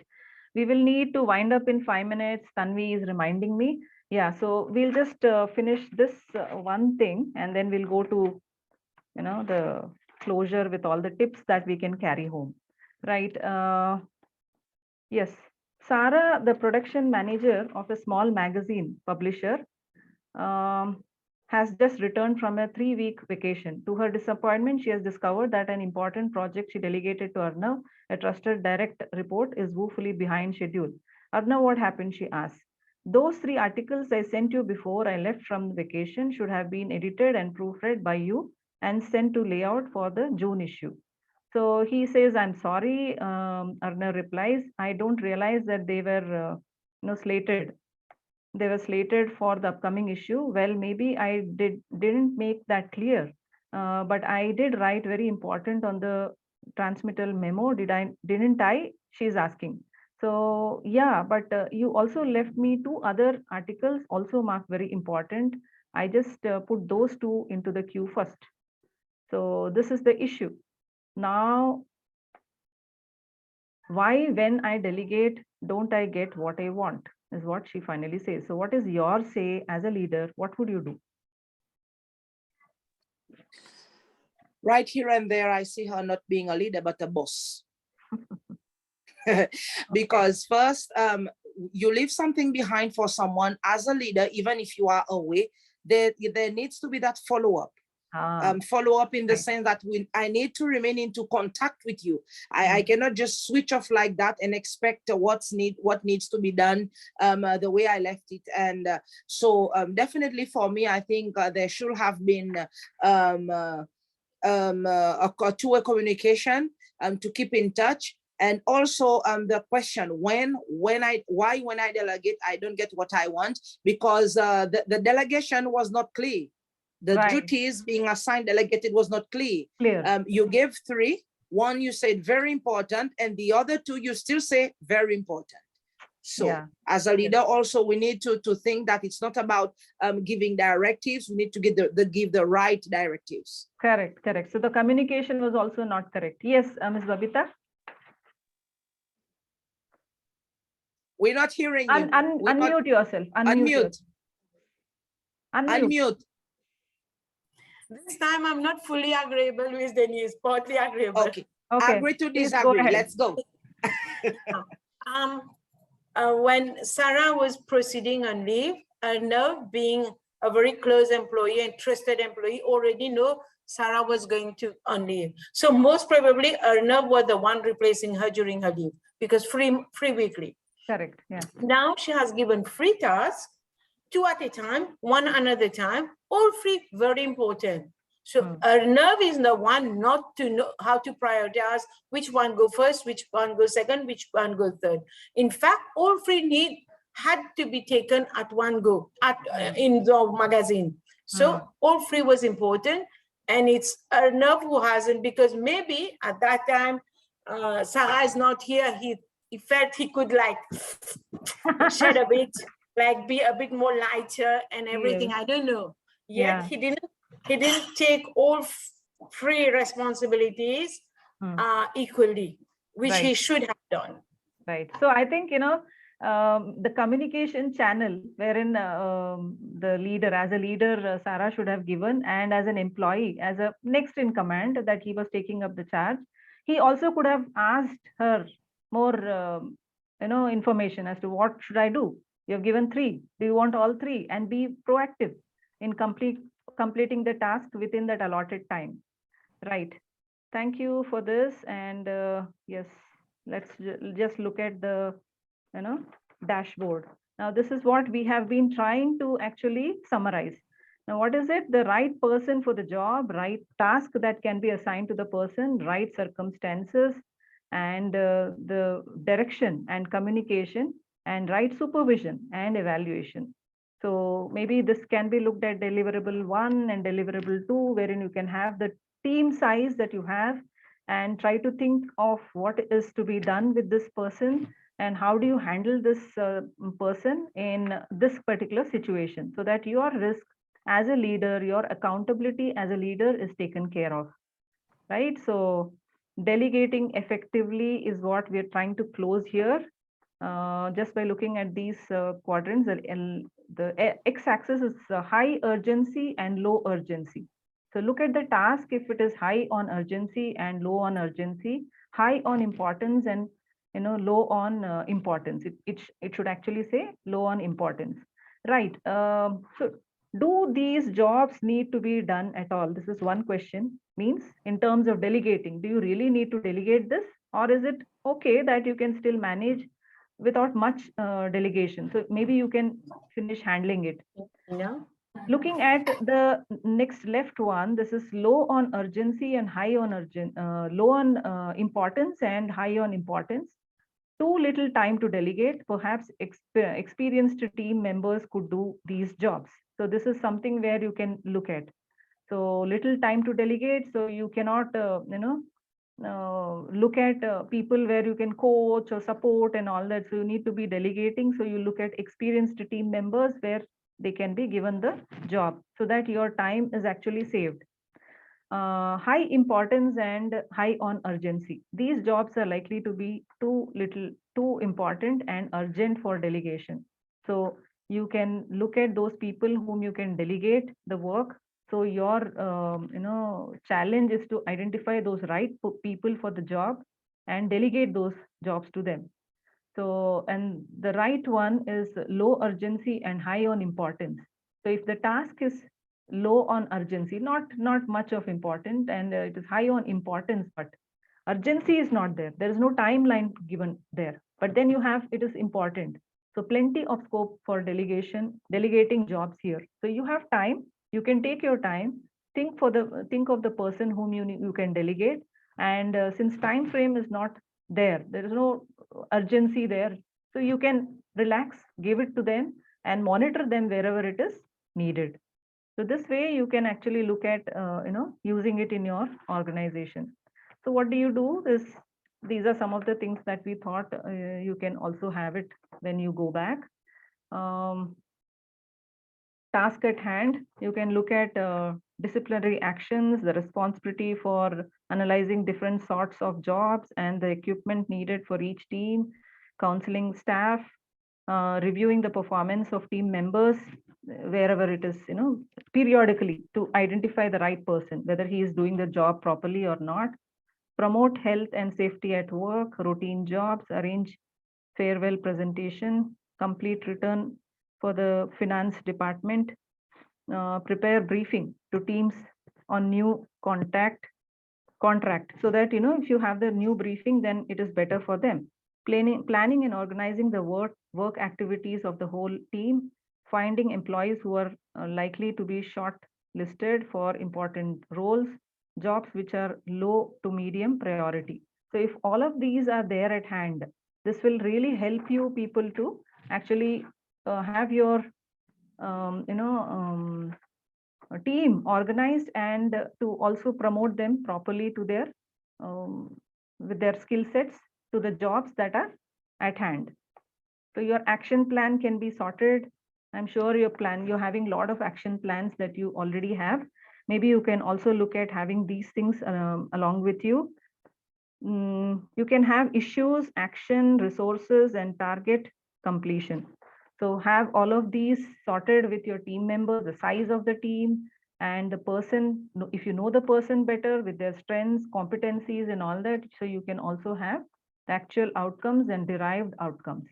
So what did you really ultimately desired outcomes? Did you get the result, and what should be done for the next action plan? So these things can be actually looked at. I'm sorry, I'm just quickly finishing this because we are just short on time. So I just want some few things from you, like what is your takeaway from this session?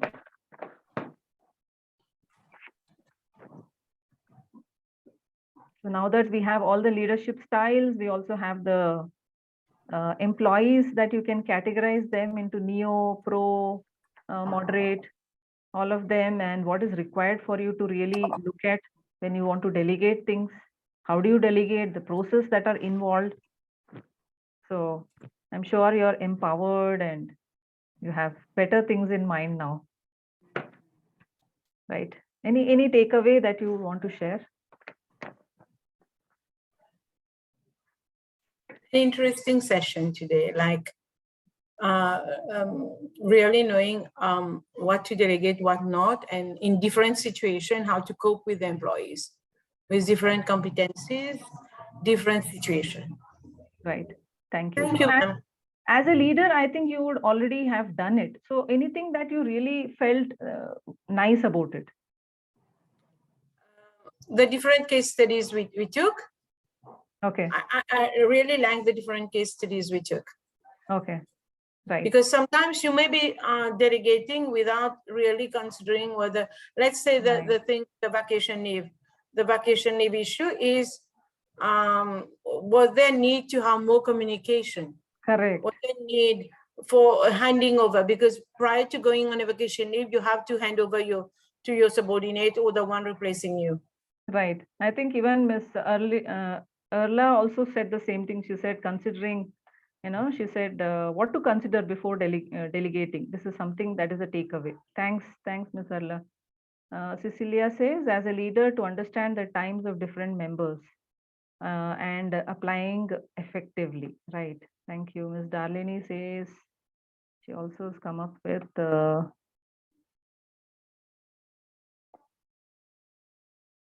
yes, more confident in knowing where, what, and when to apply necessary decision and the people to choose. To be careful from what to delegate and what not to delegate. Right. Thanks, Dr. Mr. Yash. Right. Thank you so much for the interest that you showed and being so such a wonderful, team here. Participating, though you're all leaders, but you really wanted to see what other things that you could always use in your work. So I think that was a great thing, and thank you. Yes, Ms. Tanvi, over to you. Yes, thank you, Dr. Latangi, and thank you all the participants. Once again, this was a very interactive workshop. And thanks to you and our coach, Dr. Latangi, you have been, I think they took a lot of insights from delegating effectively, Dr. Latangi, and thank you for taking them through this journey. Thank you. Yeah, thank you very much. Thank you. Thank you. See you again tomorrow. See you. Yes. Yeah, see you. Thank you. Bye. Bye-bye. Yeah.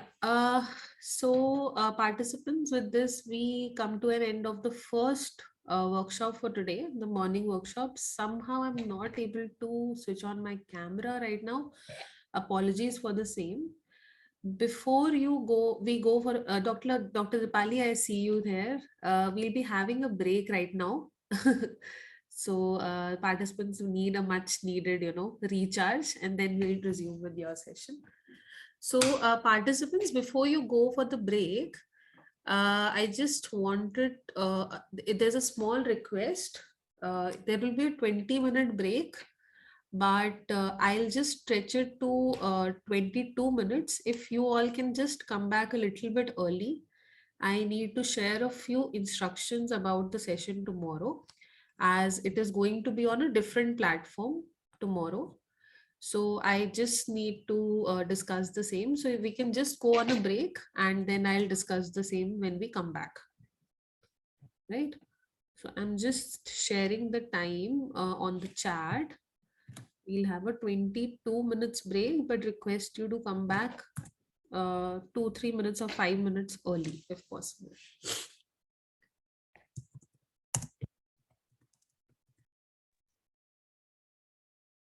Hello, everyone. Can you just confirm who all are back? Hello, I'm here. Okay, Babita, thanks. Who else is back? I'm here too. Darlene, Denise. Okay. Okay. Back to Thanks. Me too. Thanks. Okay, Cecilia is also back. And okay. I see chats. Yash is back. Ola is back. Zella is back. All right. So, I'm sorry, my video is still having some issues. While I sort it out, I'll just quickly brief you. I have just sent a link on the chat. Can you see that? I'll just send it again. Yeah. Do you see this now? Yes. Yes. Yes. Okay, okay. So, as per the as you know that this workshop is being conducted by the Ministry of External Affairs here in India, and as per their mandate, 25% of the workshop has to be conducted on their internal platform, on the government's internal workshop platform called Bharat VC. So this is the link to that Bharat VC platform. Now we are going to have the sessions on 13th, 15th, and the valedictory session, which will be on Friday, on this link itself. Okay. And I will be sending this link to you on your WhatsApp group as well as on your email as well. So the only difference in between this link and Zoom is that first thing is, if you guys are joining from your phone, you will have to download a app from your Play Store called Bharat VC. Okay, this is the app name. In case you want to join from phone, this is the app that you will have to have in your phone. And if you are logged in from your laptops or from your systems, you just have to click on this URL. The conference ID should be already visible on your screen. Your name you'll have to put. You just put in your name in the username column, and in the password you will put this 396905. That's it, and you will be logged in. So this is the trial run for this. Once we'll have today at 4 p.m. Post all the sessions are over, and the main the final version of it, when we'll have the whole session on this platform, that will happen tomorrow. So we'll do that tomorrow onwards, right? Day after, again we'll be back on Zoom, because we have an activity planned for you that cannot be done on Bharat VC. But tomorrow's session will be completely on Bharat VC. So we are just going to do a trial run today so that we can just know what all issues you guys are facing, and so that tomorrow we are in a better shape to resolve that. That's it. And if possible, some of you can just click on this URL and just be a little bit comfortable with what the platform is like. We are not going to have any session today on it, but just to know about how it works and everything, you can just explore. That's it. That's all I wanted to inform you. We'll have something at 4 p.m. Whoever can stay back, we'll have a trial run at 4. I see Dr. Dipali, you have already joined in. Are you there? Yeah, I'm there. Yes. So we can just continue with your Dr. Dipali is here with us, participants. She's an AITD coach, and she'll be taking you through the session on delivering results. And I'll just give it over to Dr. Dipali to take the rest of the introduction of the session with you guys. And Dr. Dipali, I must say that our participants are very interactive, and I am sure that you're going to have fun. Wow, that's great. That's great. Yeah. Do I have the rights of sharing screen? Yes, you should be having, or else I'll just ask our IT team, Mobin, for help. You can just try once and then we'll see. Ma'am, you have right. You can share. Okay. Fine.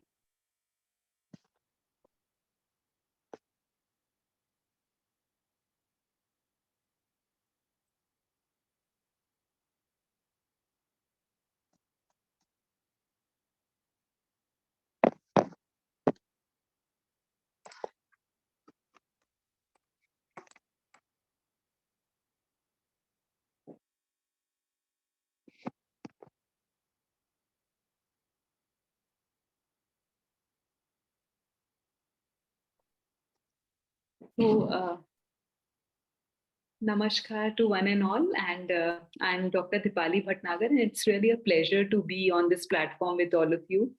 And Good afternoon. though I can only witness, she opened up the camera, and I'm equally thrilled and excited to see everybody's camera on. So just in case, okay, hi Babita, that's your name. Hi, So, ma'am. hi. So really nice to see all lovely faces. Can we have more pouring in? If others can also join. So how was the journey till now? Did you enjoy it? Did you had a fruitful learning throughout? Like morning you've been into. Yes, very much so. Wow, that's really nice to hear. Yeah, indeed, very, very enriching classes we are having. Oh wow, that's great, and I hope okay. Wow, I can see others as well. Era Dias, I could see, and Ceci, is that Ceci? How should I call it? And Yash. Wow, that's great. I should put on a grid view, and later on I would like to click your that case. It's really nice to have you all. So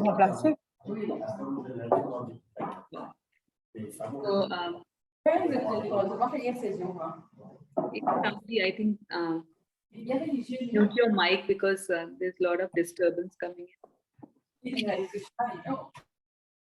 Yeah. Okay. So moving further, this part of the workshop is about delivering results, which again is a very impactful topic.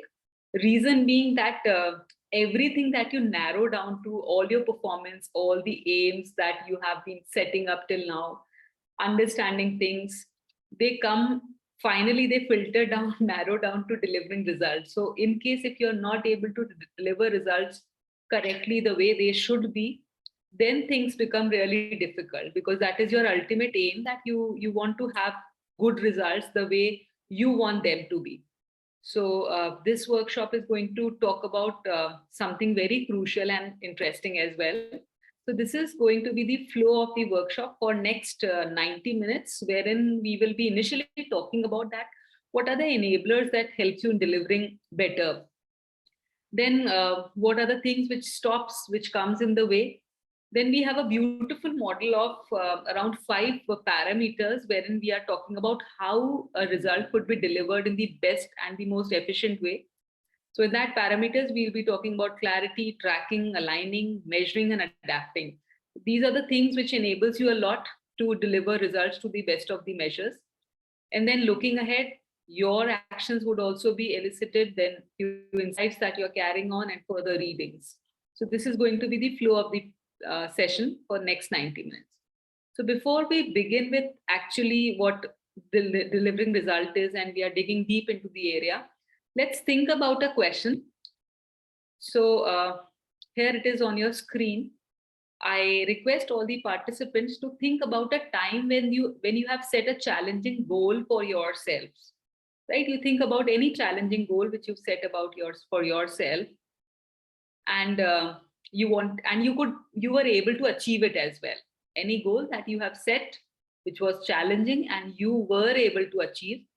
It could be a personal goal, it could be a professional goal, any kind of goal that you had in your mind and you were able to successfully attain it.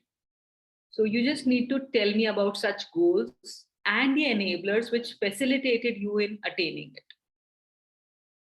So you have a choice. You can unmute yourself, speak up about your goals, or you can write in the chat box. So whatever you are comfortable with, you are most welcome to do. So I'm giving you just 2 minutes to collect your thoughts and submit your inputs.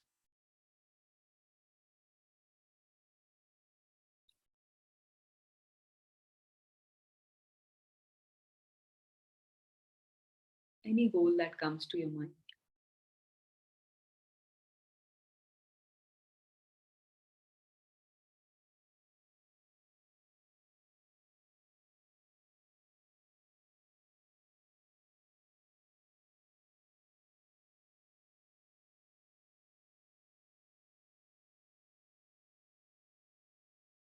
Okay, I just saw Dice saying that she want to close her video because she's having some bandwidth issues. That's perfectly fine, guys. That's okay. You can contribute through chat also or unmute yourself.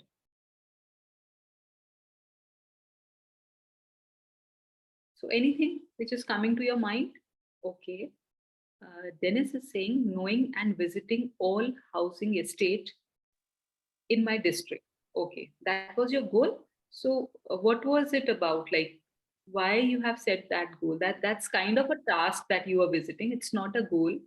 So there must have been certain goal behind it. Why you are visiting those houses, those housing Well, estates. yeah, for me, it was about knowing the number of people, the gender, the age, the percentage, the highest range within the age. So that was my goal. Okay. So maybe you were conducting some survey with certain objective, right? Yeah. Was it so? Okay. So you were basically visiting different houses and you were just gathering and documenting the kind of the structure or statistics of the population, that how many, what gender they are, what is the number, yeah, how many people there are there in the family. So that was not actually the goal. The goal was to, something else. The goal was about maybe there must be some objective behind this study. You must, if you're visiting people, there must be some objective. Maybe the objective was to assess that the population composition in particular country, maybe for a product launch or something. No, not necessarily.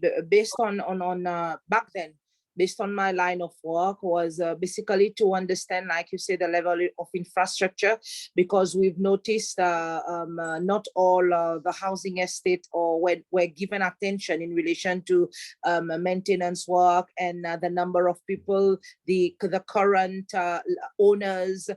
They were, because these houses have been there for so and so many years.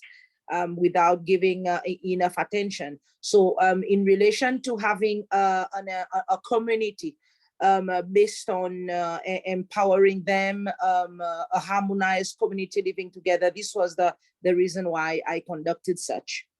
Oh, wow. Wonderful. Wonderful. So now here you are coming up with the goal. The task that you did was definitely visiting them and documenting that what was the structure. Yeah. But the goal was later on stated by you that you wanted to know that because they were quite old communities, and you wanted to know that whether their infrastructure is right in place or not, or do they require any updates with that, or are there any gaps basically related to the infrastructure? So that was your challenging goal. And were you able to achieve it? Yes, I was able, because I was consistent, determined, and focused. Oh, wow. So you're coming up with the suggestions as well. You're coming up with the enablers as well. Being consistent, being focused, being what else? Consistent, determined, and focus. Yeah. Determined. That's right. the three main reason. Yeah.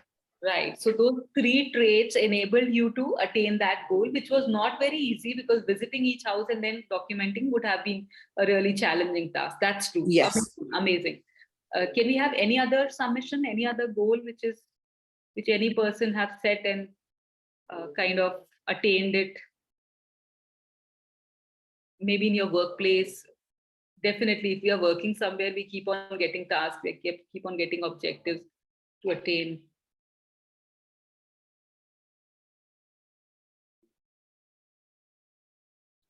Okay. I think Babita is also about to say something. She's also ready to contribute. Maybe something is coming to her mind as well. Nothing?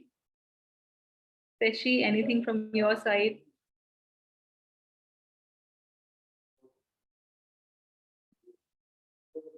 Okay, anyways. So thank you so much, Dennis, for contributing. Now let's see the purpose why I was asking you about any time where you have set up a challenging goal and you were able to achieve it. The reason was that I wanted you to introspect that what are the enablers which help us in delivering better result in attaining our goals. So let's walk through the next slide, wherein we have a beautiful model of how the goals can be attained and what are the things which enable.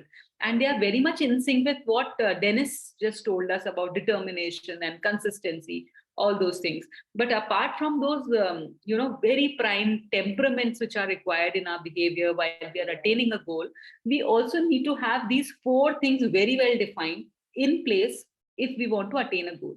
So for example, let me take a very simple goal, which is relatable to everybody, because like taking a professional goal might vary from person to person because you might be into different professions. So let's take a personal goal, and my personal goal could be that I want to lose weight, right?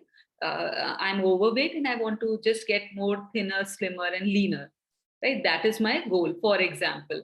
Now again, what all things enables me to deliver the best results is, firstly, we need to gain clarity about things. We need to track progress. We need to align the team and we need to measure indicators.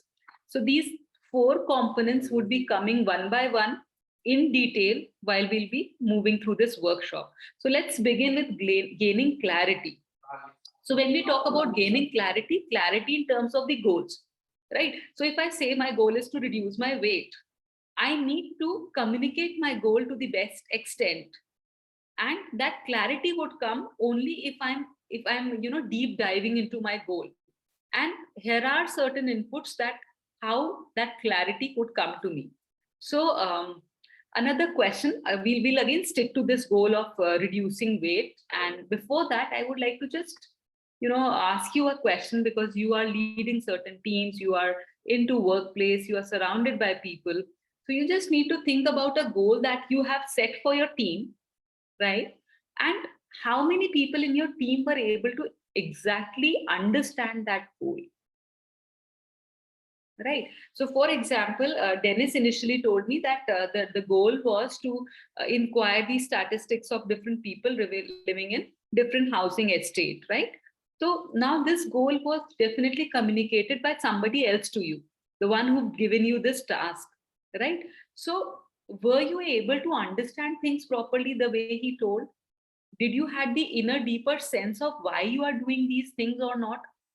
If you had it, that means you had clarity over the goal. If not, then it is difficult.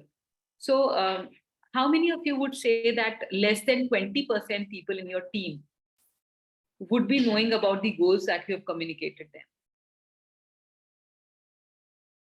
Okay, and we have certain, we are also having certain inputs from Deline, and that is continuous coordination and collaboration with concerned stakeholders. Very correctly said.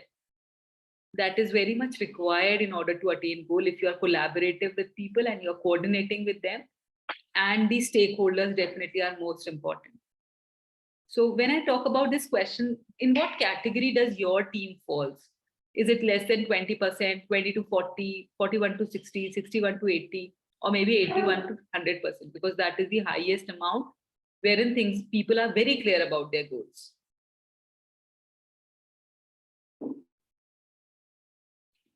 And research insights they provide, they say that the category lies between less than 20% people, like less than 20% people in your team actually know what the goal is. It is difficult for people to understand what the goal is. And if they are not having a clarity over it, definitely they cannot, relate to it. They cannot work for it. So here we would be relating and going back to the concept of big picture. You've heard about that in your previous sessions when we were talking about the big picture. So that means you are having a view from the top, that helicopter view is there. You know what thing is there and what we need to do in order to attain that bigger objective. So clarity is very much required when you are setting up a goal. So now here there are 2 statements of a goal. The first one says, I would like to own a venture someday, right? And the second one says, I would like to own a venture by the time I'm 40, which caters to the e-commerce industry and has an initial employee strength of 30. I would like to have a team of 100 people over a period of 2 years and a great office space and a good client repo. So there are 2 goals which are stated in different manner. Which one would you prefer? First one is A, second one is B. If you can B type. for me. B for me. Okay, B for you, and for others, if they can write down in the chat box. B for me. Okay, Ella again B. Delin B. Okay, great. So all of you are coming to one consensus that definitely it's going to be. Okay, Yash also says, as it is very specific, very true, Yash.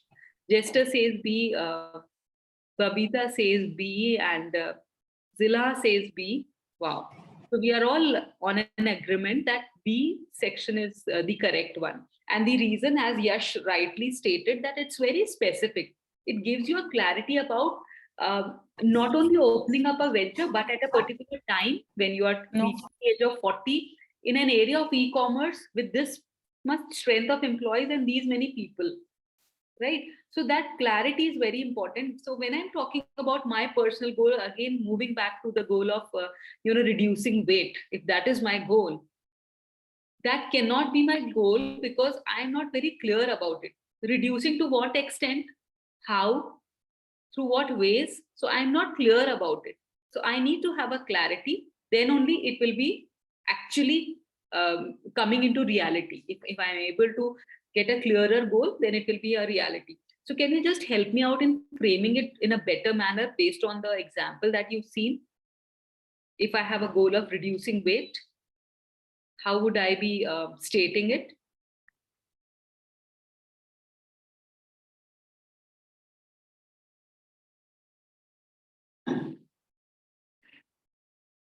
Because this statement itself is not complete and won't help me in attaining, better results. Okay, so let's ponder upon. Let me just try. The aim is to lose weight by June 2023. Great. And I want to lose like 10 kgs. Okay.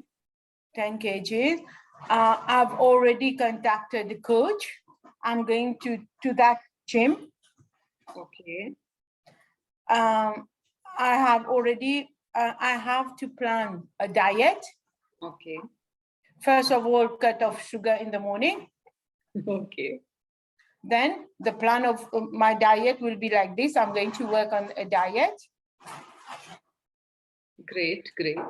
So that was enough of clarity on the goal. Now it sounds something reasonable. Now it sounds something attainable.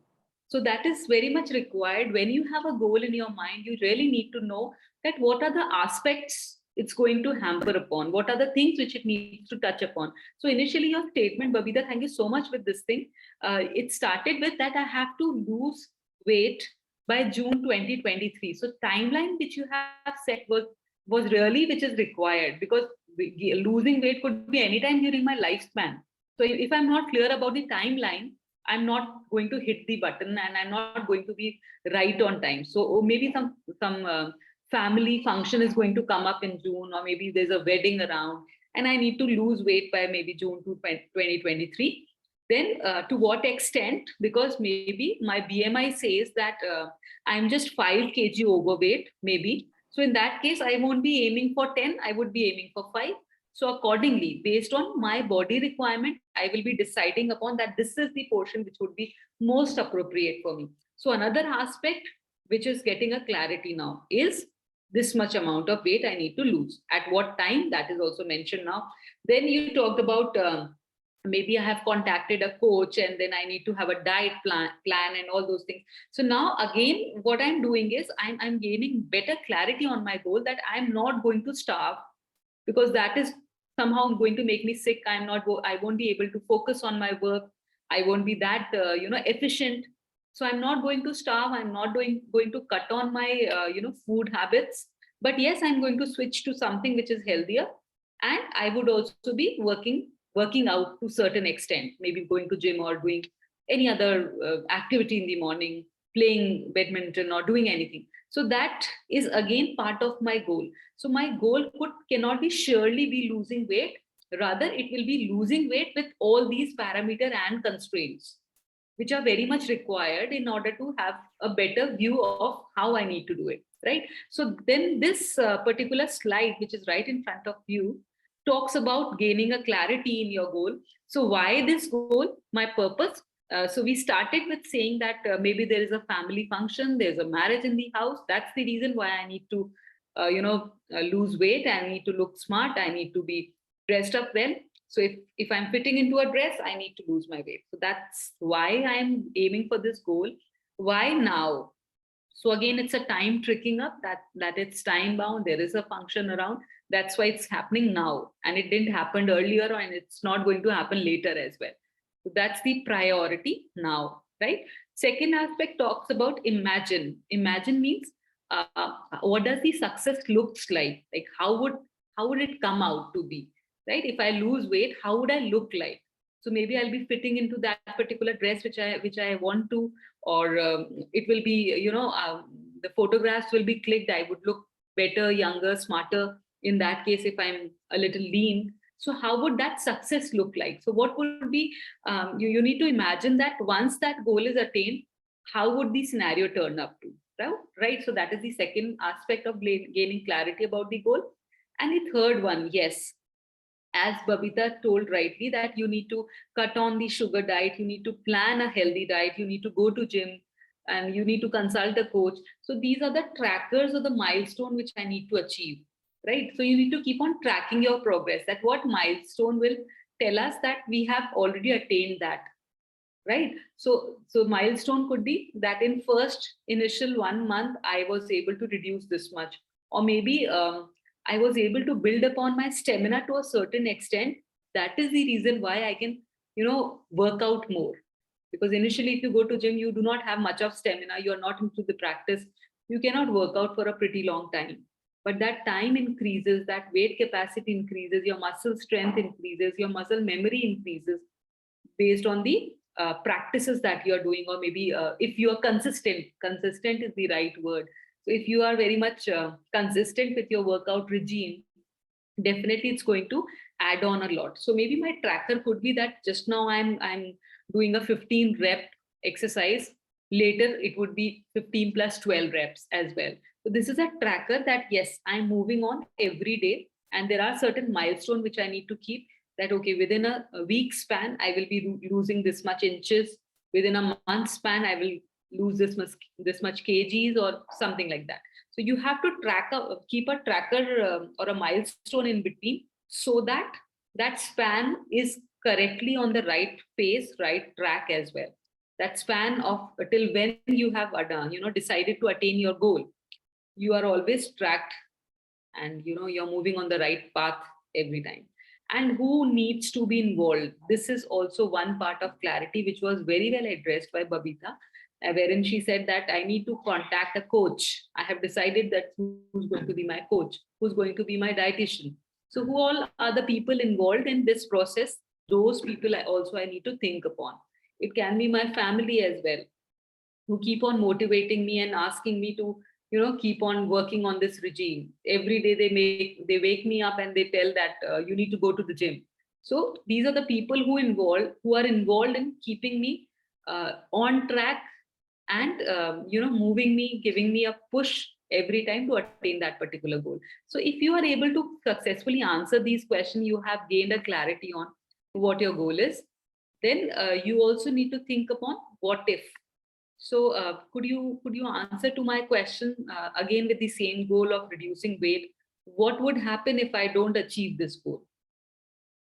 What could be the circumstances? What could be the problem areas if I do not do it? Motivating. Okay. Right. Anything else? Frustration. Frustration. Okay, because I have been working hard on it. That might be also one of the repercussion of not attaining this goal. Or maybe I may have certain health issues because I'm getting overweight. There could be any other thing. So if I happen to know that what would be the negative side of not attaining it, I will be even more conscious and even more focused to attain it, right? Then what is the biggest risk in achieving this goal? Just in case if I'm doing it, how am I risking myself? That is the side effect or negative effect of attaining this goal. What could be the biggest risk in this case? Less time with the family. Okay, that could be, yes, one great risk because I'm spending more in working out and focusing on myself. Very true. Another risk could be maybe because I'm, not eating well. So maybe I'm having certain other health issues due to cutting on my carbs. Yes, somebody else was also contributing. Please come up with more submissions.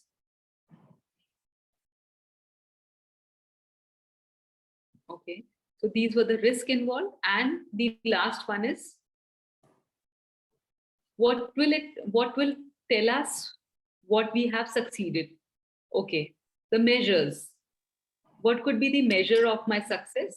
So every time that I've kept a tracker and I'm able to attain it, that is the measure, which tells me, yes, I'm on the right track. If I'm following this diet, I'm able to shed my weight. If I'm working on this regime, I'm able to do it. And that is the thing which helps me in tracking things, right? So this is, if you are able to answer these 6 set of questions, you definitely have a clarity on your goal, and that will help you to be on it quite well. So, okay. So now next, I would really like all of you, Tanvi, if you are here, if you could help me out. Yeah, I'm here, Dr. Dipali. Okay. Yes. So can we have a breakout session wherein we can ask each of them to come up with certain goals? Sure. Let's just give me one moment. I'll just ask the IT team to help with that. How many rooms do you want? I think there are 18 participants. Yeah. So 3 would be okay. 6 people in a group. Okay. And how many minutes? I think 2 minutes would be okay. Okay. So before they are set into the breakout room, I would just brief the entire group with what they are supposed to do. You will be into breakout rooms in a group of 6 people in one room, and you need to commonly decide upon one goal that you would like to attain, which would be common to all 6 of you. And once the session is done, you will be coming back to the main session, and then every group will have to tell me that what is the goal that you want to attain and various attributes of the goal. What are the attributes? The ones which we have discussed previously. That what are the risks involved, the measures, what are there, what is the purpose of attaining this goal, how would I track the progress of this goal. So these attributes you'll have to tell us based on the goal which you have decided or your group have decided. So can you go back to the other slides where we have to discuss the attributes, the different attributes back. Right. This one. Purpose. Thank you. Okay. I hope I'm clear with the task. Can we move ahead with the breakout rooms? Okay, great. Got a thumbs up from Dennis. And where are other thumbs up?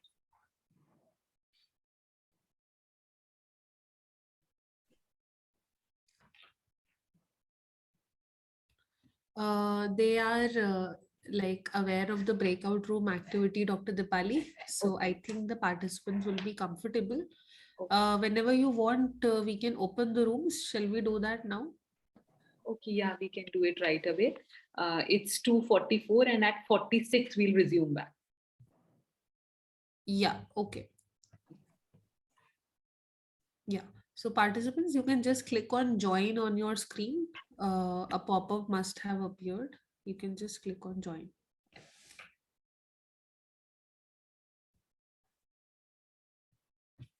Dr. Dipali, it's a 5-minute breakout room, but we can end it early. So whenever you want them to return, we can do that because they take time to settle in. That's why I asked for 5 minutes at least. Yeah.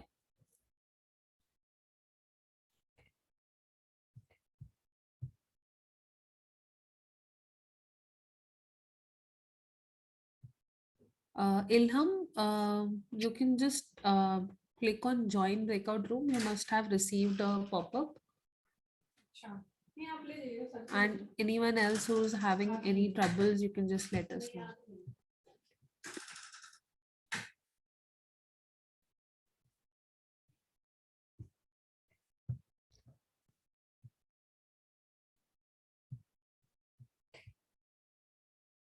And Dr. Tripali, I think you are the co-host also, so you can pop in into any of the rooms if you want. You'll just have to click on breakout rooms and you can join any of the rooms. Maybe I'm just sharing my PPT. That is the reason why. No. So this PPT anyways, they'll not be able to see on the breakout room. So I should stop sharing it for the Yeah, moment. you can stop sharing for now. Yeah.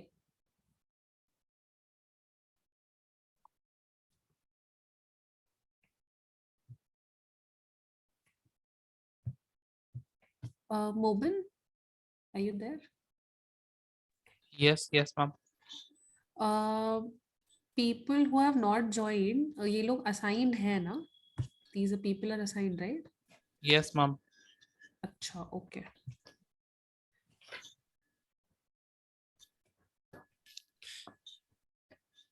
Mariam, Jester, Farida, Garang, Munira, Cecilia.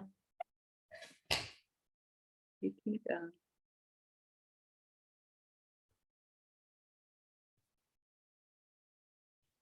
in room 1, 2 people have joined, I think so. In room 2 also 2 have joined.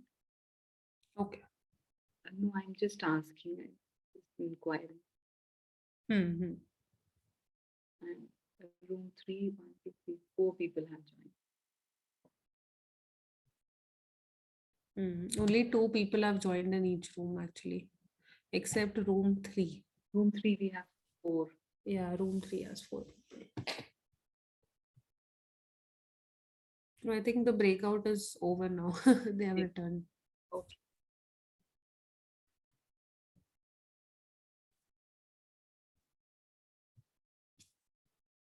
Fine. So I think we had a quick catch up of the goal. Yes, but the time was too little.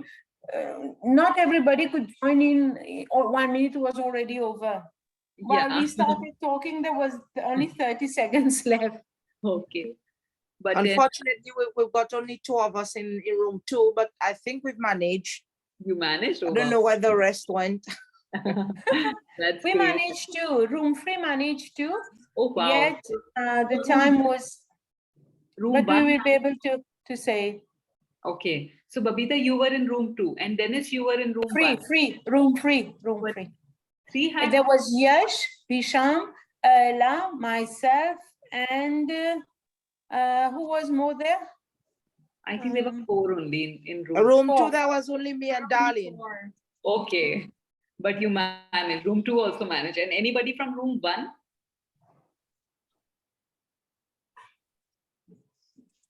Okay. Nobody from room 1. Just let me check the chat box if they have responded there.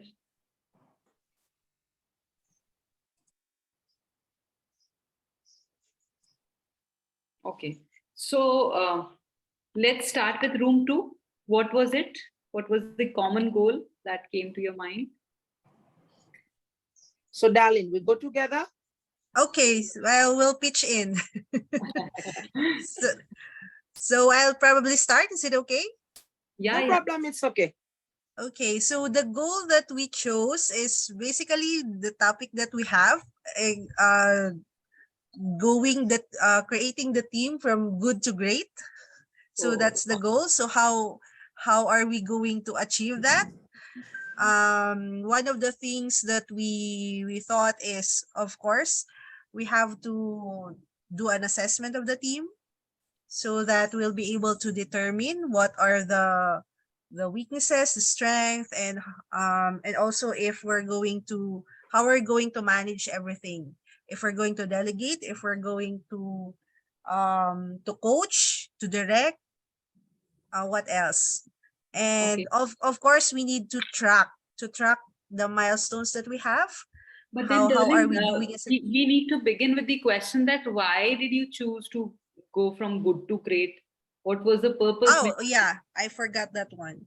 Yeah. I think we chose that part because we wanted to improve the performance, basically to be more effective and effective and efficient in the office. So more on the performance, and also what else? Maybe Dennis can pitch in. Right. That's mostly what we put down to improve the the performance, and you add on to the effectiveness, the efficiency. True. And eventually we move on to the, like you said, that we need to assess and monitor. Okay. Fine. So And that of course, the people involved are everyone in the team, from the top management and from the middle managers and down to the employees. Okay, great. And what were the trackers that you were able to identify? How are you measuring that? I think we weren't able to talk about that one. We were about to talk. Okay, that was remaining. And what will happen if you are not able to attain it?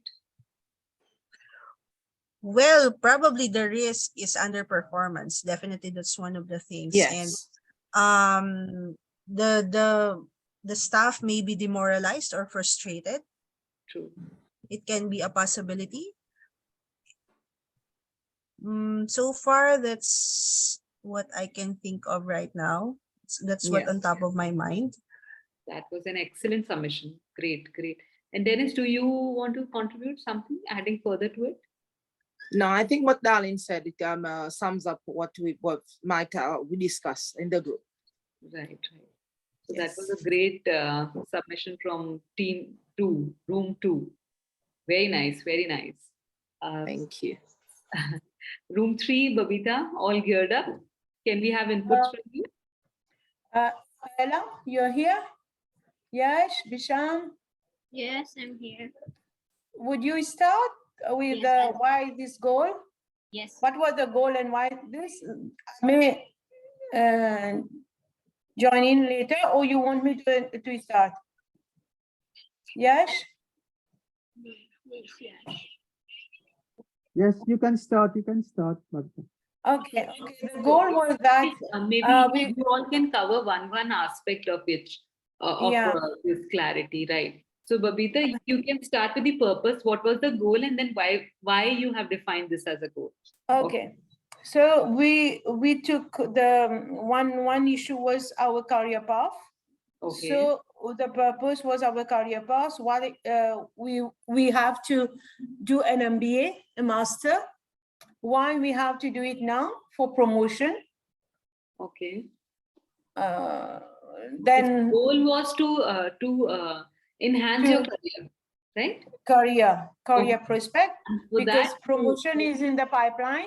We need an MBA to achieve, to be able to get that promotion. So the team, like the Friends team at office, we know there are like 6 vacancies there. So we need an MBA. We're going to do that MBA. We need a master degree. We're going to do an MBA. Why? Because we need that promotion. Okay. So the others will continue. I would like to just add a little bit over here, maybe temper it a little bit. I would say your goal is, moving ahead in your career, right? So career progression is your goal. Now, this is one of the ways that you have talked about, maybe getting an MBA. Okay, so it could be any other thing. It can be a small certification course wherein you are getting expertise in data visualization, right? Or maybe big data, not specifically only MBA. Let's talk about anything which is happening, which is adding to your career progression, right? So then it becomes quite very much in sync, because then you'll have a greater liberty of thinking into different aspects, that how would success look like? What would be the tracking measures, right? So MBA ke case mein, only for MBA, tracking measures would be difficult because that's just a course. And then every semester you are giving papers, you are passing, but that is not your goal. Your goal is career progression. And there is a high probability wherein you have done an MBA, but you do not have a hands-on knowledge of how things operate. MBA would be of no use to you. So you were right in saying that goal is career progression. And for that, this is what you are doing. Okay. Okay. So with that, we can move further. The other will continue? Yeah. Ella, what does success look like? Yes? Yeah. she's going. Ella? Yes, I think as the next aspect is imagine that the success would look like to be able to earn certification, or that's what Mom said, a career certification, gaining career progression, to be able to see and how they then having the success certification, then I think we'll be able to apply for that title and promotion. Let me pitch in between. Again, I'm telling you, your goal is to have a career progression, right? It's not doing MBA. It's not doing anything else. It's just career progression. That's your one stake goal, right? And for your career progression, you are doing several things. So now when we talk about the question that what does success look like, it's like how do you think that your career progression have happened at the end of the entire journey, whether you've taken a certification, whether you've completed an MBA, whether you have got an experience about working into different teams, that is also kind of an addition to you. So after having all these things, how would your career look like? Maybe that is the goal, your ultimate success. How does it look like? So it could be that maybe you are promoted to the next managerial level, or maybe you are getting challenging tasks which you always wanted to own and lead. So that could be the picture of success that looks like. Am I clear with this thought? Are you able to understand that? Yes, yes. That So you'll that- be given a greater responsibility and you'll be able to deliver the outputs required. True. Very nice. And moving further, what else can we discuss? Maybe the risk involved. We'll have to, the risk involved is that we have to do our office work at the same time study. Great. Time management. The risk is time management. Yeah. And it's very difficult to strike a work-life balance in such a case where you are already handling two areas. Very true. Any other risk which you can sense out? Risk of not passing the exam. Yeah, that's true. Like succeeding the course. Then Yes. you'll be demotivated because you already know that there is vacancy. There are 6 vacancies and there are 6 persons, but you need that master degree to be able to get that promotion. So everyone is doing it, the 6 of us. If one doesn't succeed, it will be for the whole team group, friend group, it is going to be demotivating because you will feel like I got it, my friend didn't get it. We were together, we started together, but yet one couldn't achieve it. True. And when you are into that student phase, then it is easier for you to do. But at this point of time, the probability of failure is also quite a bit high. So that's true. And the last one, if Yash could contribute, maybe the measures, the trackers. Well, for us, yes, ma'am. Yeah. Given that we choose to follow a postgraduate course, so there will be exams at semester level and yearly level, so that at the end of the day we can complete the course. So there are the measuring tracks wherein we are seeing that every semester we are able to clear certain set of papers and we have earned certain credits. So that is taking us ahead, right? So this is what you want to say? Mm-hmm. Okay, that's great. So many congratulations to both the rooms. Excellently, you have put across your goals and then gained a clarity into it. So I hope that next time whenever you aim for a goal, you set a goal for yourself. If you are asking to these questions, introspecting upon these questions, I'm very sure you will be in a condition to state it quite well and attain it quite easily. Okay, so moving further, that was the insight that you've taken. Now, next area which you need to focus upon is the tracker, the time which is ticking up, and you need to attain that goal into a stipulated period of time with certain amount of goals. Okay, so now here on your screen, you can see that there are on left hand side, there are certain things which you do in your day-to-day routine. And on right hand side, you have to mention the percentage of your working time in a day. So here there's a slight change. I won't ask you to write down the percentage, but I want you to rank it in the order that where do you spend the most of the time? First, is it goal communication? Second, is it planning or removing bottleneck, managing stakeholders, developing the team, assessing progress, making changes in the goals, problem solving, and improving processes? So I want you all to rate in a rank of 3 that which is of the most highest priority amongst these sets which are given, these parameters which are given. Which one do you think should have most time of yours? I mean, you should spend most of the time doing things. What is the most prior of all? First, second, third, 3 priorities you'll have to let me know. Where would you spend your highest time, second highest time, and third highest time? So maybe you can speak up or you can write in the chat box as well.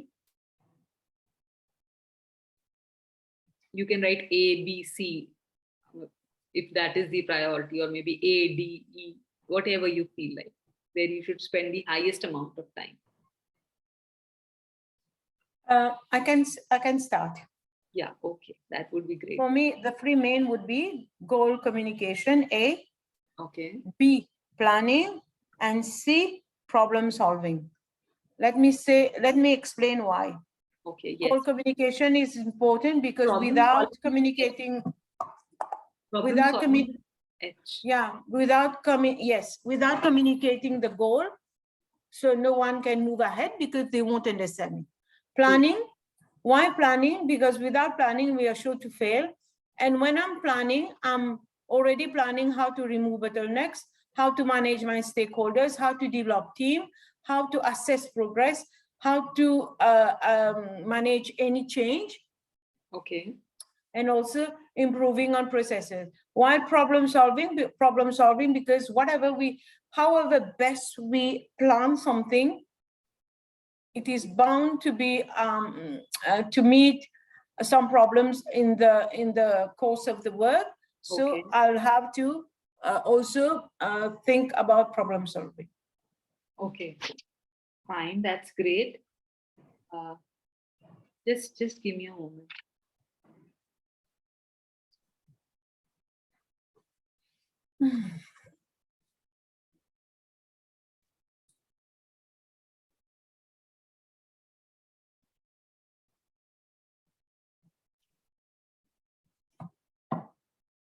Okay.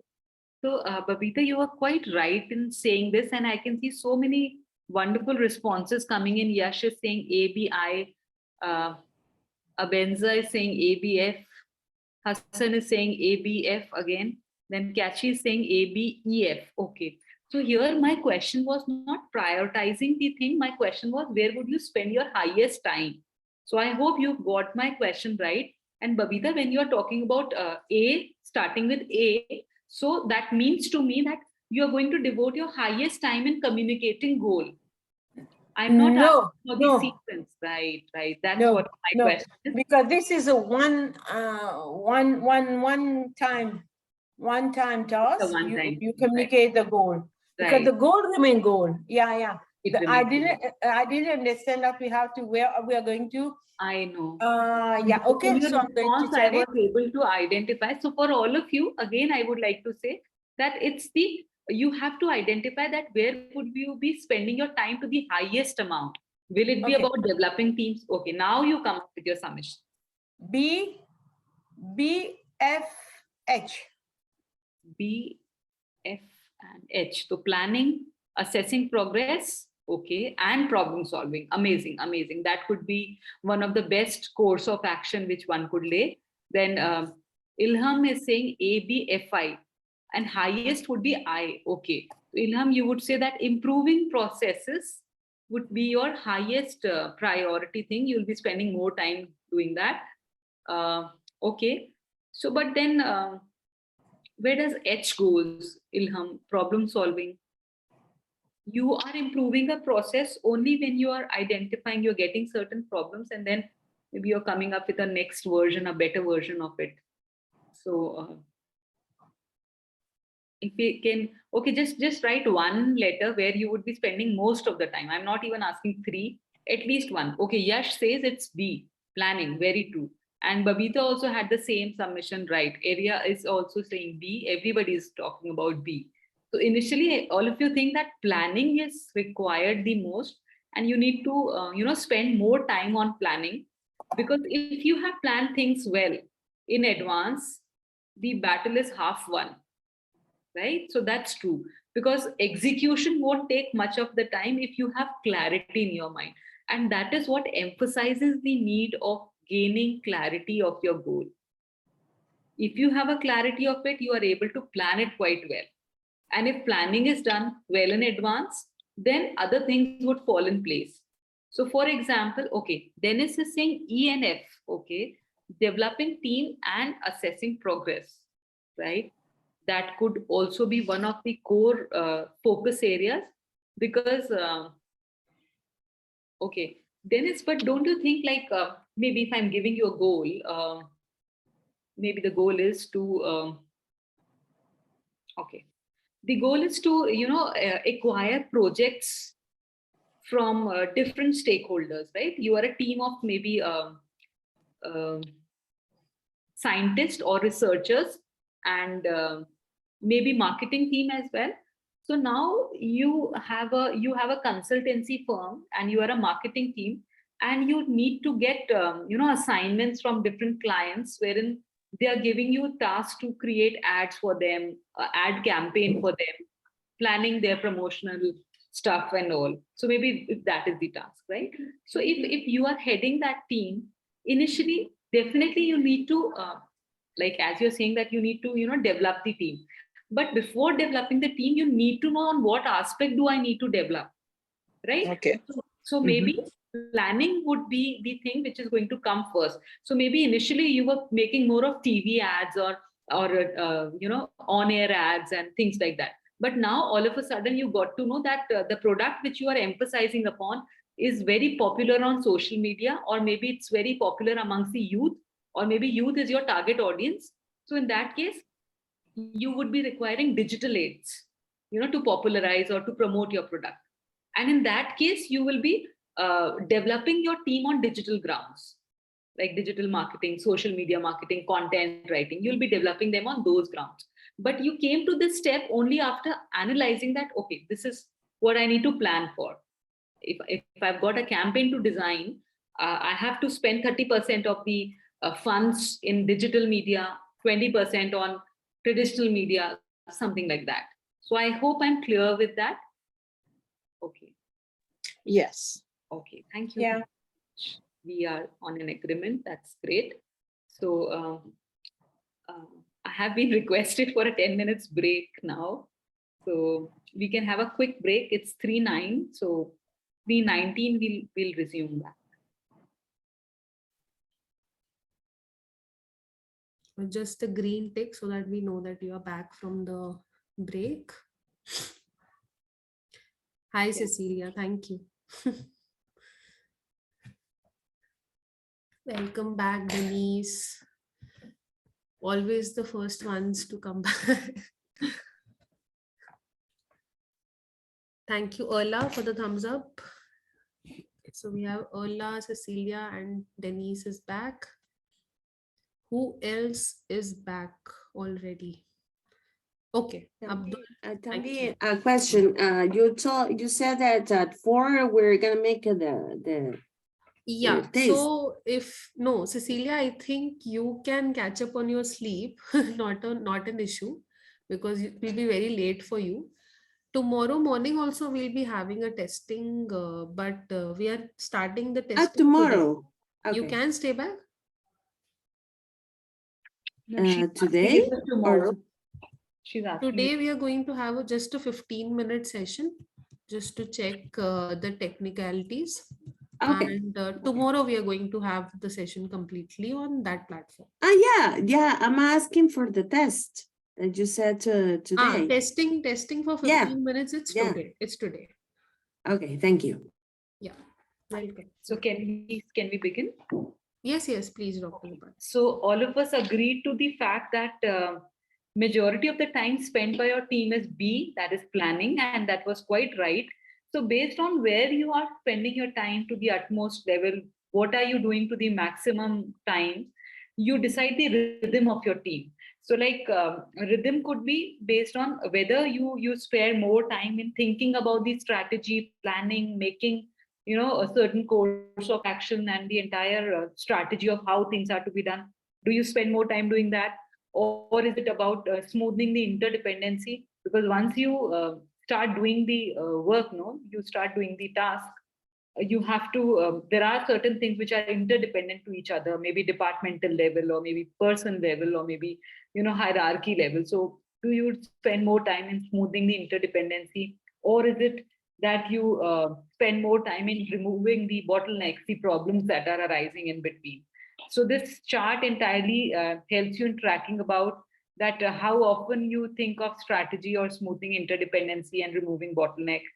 What duration do you spend doing these things, and when do you do it, how frequently you do it, and when does the need arise wherein you need to think upon the strategy? So based on these triggers, you can decide a rhythm for your team, and you can just let me know in the chat box that what do you think would be the most important focus of your team rhythm. Is it more action, less planning? Is it conscious development of people? Is it focus on lead indicators? Or is it move from information gathering to problem solving? What could it be? So say, for example, if you're spending more time in planning and thinking about the strategy, so that means your rhythm is not about the first one. It's not the action and less planning. You're more into planning, you're less into action. Because definitely you have certain span of time which is limited. So if you are spending that time more in strategizing or more in planning, that means there is less in action. Or maybe the planning is done so well that you have very well-defined directives, and because they are so well-defined that your task gets completed without any hustle or anything, which is a very rare view, scenario. Reason being that you always keep on getting hiccups in between. Things are very fickle, very dynamic. They keep on changing. So that cannot happen that you can have a standardized method to be followed every time, right? So, okay, Babita is saying that it is conscious development of people. Then, okay, Dennis is also agreeing to the same thing, that it's conscious development of people. And, that is kind of, you are sharpening the edge of your saw, because now you're developing people based, and then if they are developed, they are groomed, they are evolved, definitely they can attain the task to the utmost level. So yes, this could be the most important and crucial area while you're setting the rhythm of your team. And then Babita says, followed by move from gathering information to problem solving. That's true. Okay. So these all could be the focus areas of the rhythm of your team. And what rhythm you are going to decide depends also on the kind of task that you have got and kind of people that you are addressing to, your teammates. So based on that property also, you will be defining that what could be the rhythm of your team. Okay. So next we have an example of team rhythm, which we've already discussed. And here is like how you will be having your daily huddles or check-in meetings. Then you can have weekly review meeting, or maybe monthly strategic review meeting, quarterly strategic planning meeting, and then the annual meeting.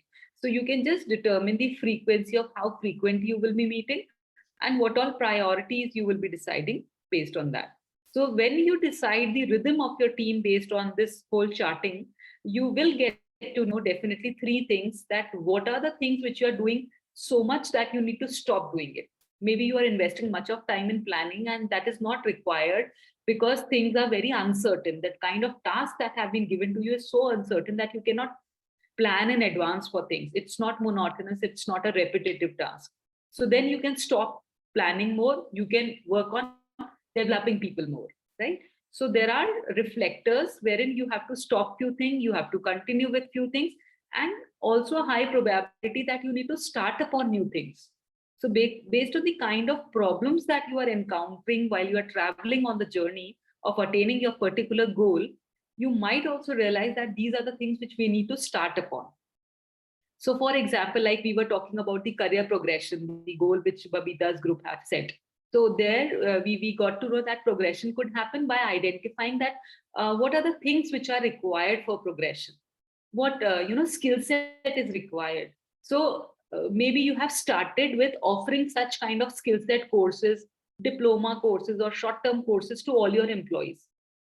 So you have asked them that you can register for these courses. We have got a tie-up with certain organization, maybe AITT, and then these people are offering you such courses. You can get yourself registered or enrolled. So you have started a new thing based on the kind of demand that was being faced to attain your goal. Are we on an agreement for this? Okay, I've got a green tick from Dennis, and that makes me more confident we're moving further. So fine. So next important, very important segment is align. I really like this diagram a lot. It's so beautiful, and it talks about the bigger picture, looking outside. So how are you going to align with the bigger picture? So for aligning your goal with the bigger picture, we have got a beautiful balanced scorecard. So before we begin with what this scorecard is, let me just give you an insight upon that, what alignment means. So alignment, when we are talking about it, is kind of, there's a symphony, there's a, harmony, there is a synergy between the goal which your organization want to attain and you as an individual want to attain, or maybe your team want to attain. So there are different levels of goal, but there is a harmony between everything. So for example, like Dennis told that my goal is to, go from good to great. Your organization want to be from good to great. So they can be great only if they are maybe hitting the charts, they are highest sellers, they are profitable, only then they are great. Maybe if that is the definition of great to them. So if that is the aim of your organization, your aim would be also, to get progression in your career, and that you can get only if you are upgrading yourself, if you're upskilling yourself. So in a way or the other, the goal of your organization is very much aligned to your personal goal. And if this happens, there is no looking back, because everybody ultimately is filtering down to one thing, and that is improvement. That is gaining more insight, getting better day by day. That is the main objective. So now what does this balanced scorecard does is, this is, an assessment sheet or a grid wherein you have to write the business objective right at the top. See, that space is empty. And I'll also show you a filled one. So you have to mention the business objective over there. And then based on that objective, you have to derive your financial objective, the customer-based objective, your process, and the people. Because these are the 4 factors which are required while you are driving the organization. These are the basic stakeholders, I should say, for an organization. So whatever organizational goal you decide upon, which you'll be writing right at the top, for against every goal, you will be having financial parameters, customer-related aspects, process-related aspects, and people-related aspects. So that you need to define over here. So let us just do one for you. Just read out this scenario. What is it? That you have recently taken over a special assignment to transform a regional FMCG company selling Ayurveda products. The board has laid down the area that you need to work on immediately. Okay, so Ayurvedic products are very popular in India, and I'm sure they must be in your places as well. So they are all herbal, natural product. So this FMCG company is a regional based company, and it is dealing in Ayurvedic product. And there is a board which have set down the area of the work, and the company has #1 position in the state. Okay, so presently in the state, they are leading in terms of market share. But the board want you to work to make the organization with the largest market share in North India. That means in a region, in a zone. In state, you are already having first position, but in that zone also, you need to grab the highest market share. That is the aim, that is the objective. So let's discuss how we will increase the market share of the company. Okay. So let's do it in the form of the balanced scorecard, which we've seen in the previous slide. And here it goes. Okay, so what is it? See, you have written the business goal right at the top, and the goal is to gain market share.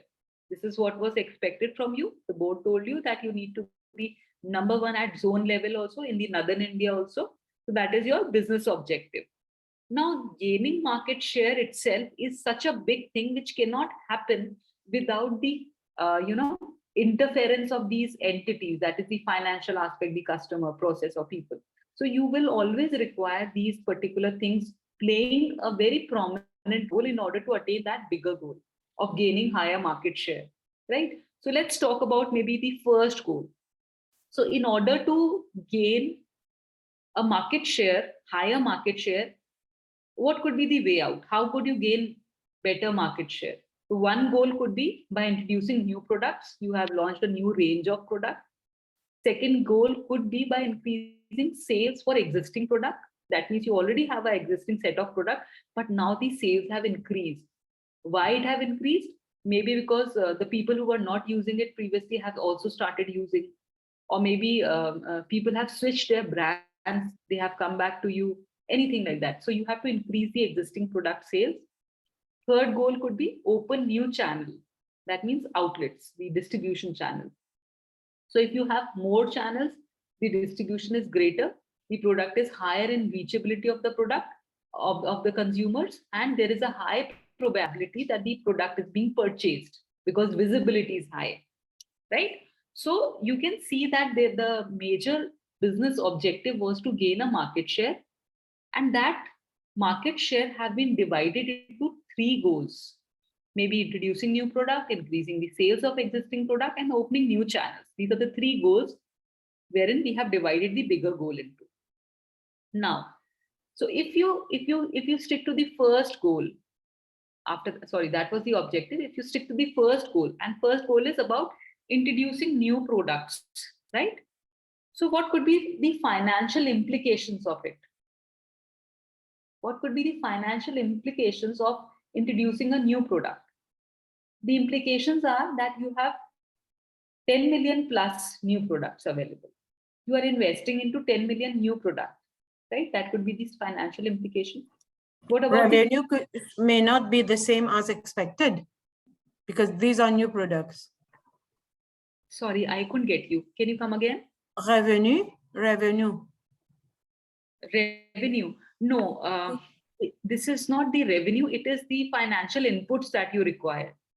You require more of financial inputs if you are increasing your product range, because you've added new product into it. So you will need money, you'll need fund. You need money, you need fund, you need these resources. So what we are doing is we have just stick to one goal, and we are just mapping that what all resources we need in order to attain that goal. So first aspect is the financial resources that we need. Second aspect is customer. Now, from customer point of view, you need to ensure that customer needs in new areas are met. What is meant by that? That means you have launched a new product, but just for the heck of launching, you cannot launch a product. It should be somewhere in the needs of the customer. There should be a deficiency lying in the market. Only then you can build upon that. Then your product will be acceptable. If it is not satisfying an unmet need, then your product won't succeed. Nobody is going to buy it. So you need to ensure that whatever new products you are launching, the goal that is introducing new product, they should match up with the needs of the customer. Rather, they should be in a capacity of meeting an unmet need of the customer. Only then you can consider those products to be successful, picked up well into the market. Right? Okay. Then comes the process that is refined to introduce product quickly. That means the process of introducing the product should be also faster. Why? Because if you heard about the product line or maybe product life cycle, if you heard about this concept, which says that every product travels a life cycle, which is a bell-shaped curve. Okay. So what happens is nowadays, due to increasing competition and a high fear of imitating your products, imitating your ideas, the product life cycle have squeezed. It have become smaller. So now you need to keep on challenging your own self and coming up with new product every time. So for example, if we talk about Apple as a brand, every year they come up with another model of iPhone. Am I right? So they keep on challenging their own self. There was no need of coming up with a newer model every year, because in that case, the older model is not being sold. That becomes redundant. But they keep on, challenging their own self. They come up with a newer model every time so that they can be ahead of time. They can be ahead of customers. So your process should be so fast that once you are out with one product, you are definitely working on the other one. So just imagine how fast the process of Apple must be, that they are able to come up with new product every year with new features, with new areas which entice the customers. Sometimes they are increasing the size of the screen. At times the RAM increases, the other time the picture quality increases, the camera quality increases. They keep on imbibing new features, which is really a tough task. So their process is so much enabled, so much empowered, that they are able to adapt and come up with a new product so fast, so quickly. So that is another challenge which you need to look after when you are introducing new product into your product line. Then talking about people are the ones who are inside the organization. That means the employees. They are again a big stakeholder. So you need to set up product development team. You need to set up a team of maybe R&D scientists or thinkers who can develop upon new designs of the product, which is better version of the previous one. And plus they are catering to an unmet need. They are offering you something which is alluring to the customer. So you need to set up a team of such people. So if I go back to our previous discussion, wherein most of you agreed on the thought that we need to develop a team. You can develop a team only if you have this kind of a culture imbibed into it. Everybody could not pick up the pace. So you will have different type of organization. One organization could be into the category of innovators who keep on changing new things, coming up with new things. Another organization could be in the category of laggards who do not keep on reviewing and renewing themselves. They are just the way they are every time. And with such organization, there is a high possibility that they may become dinosaurs. They may get extinct very soon, because they are not coming up with new things. So it's a challenging world. You cannot stay quietly and stick to things which you have been doing in the recent past. You have to come up with new things every time. And those new things should be acceptable by the customers. So that's the challenge, right? So this is a balanced scorecard or an alignment dashboard, which helps you in aligning your goals with the resources that are required. So for example, I won't stretch it to a great extent, but just a small input which I require from you all. Let's talk about goal 2, which is about increasing sales of existing product. We are not talking about new products here. We are talking about already existing product, and we are trying to enhance the sales. So can you tell me how customer plays a role in it? How customer becomes a resource in increasing the sales of existing product? If I can get one submission, that will ensure me that you understood the concept well.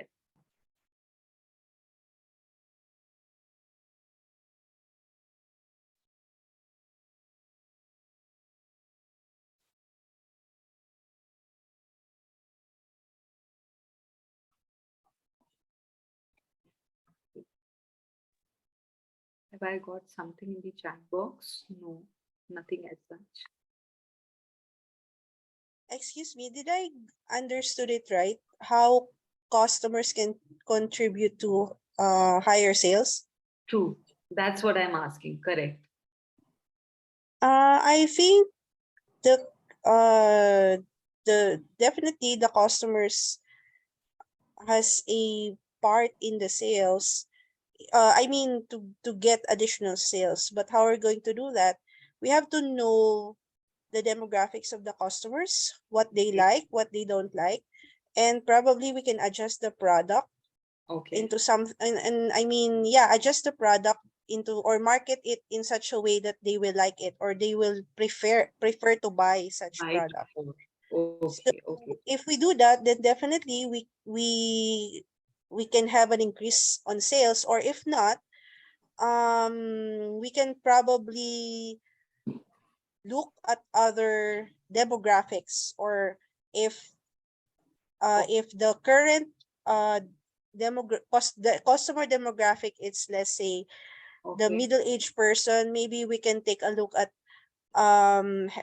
extending it to the older persons if necessary. We can tweak the product, or to the younger ones we can tweak the product, something like that. Wow, wow. That's a great submission. And in technical terms, we call it market penetration, if you heard about that. And Bhishma is also saying that taste and preference of customer followed right.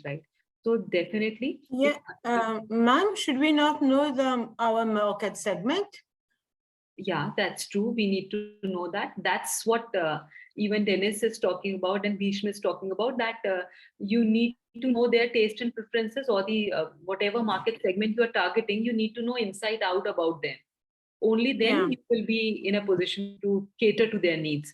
So then you can increase the sales. But one very important aspect that Dennis contributed was about market penetration, wherein she was saying that supposedly this product is liked by old age people, then now we are also trying to target them towards middle age people, right? So for example, Johnson and Johnson, have you heard about this brand, all of you? Yes. National brand, right? So what does those products cater to whom do they cater to? What is their target audience? Baby. Infant. And that to infant infants. Babies. Right. Very true. So just now we have an image that only infant babies can use J&J product, right? But recently they came up with an ad campaign wherein they were saying that even children who are 3-4 years old, or maybe toddlers, they can also use those products. They are quite safe and hygienic for them. So what were they trying to doing? Exactly what Dennis told, that you are shifting your market segment. Your product remains same. It's again the talcum powder from J&J, or a cream, or a baby diaper, or anything like that.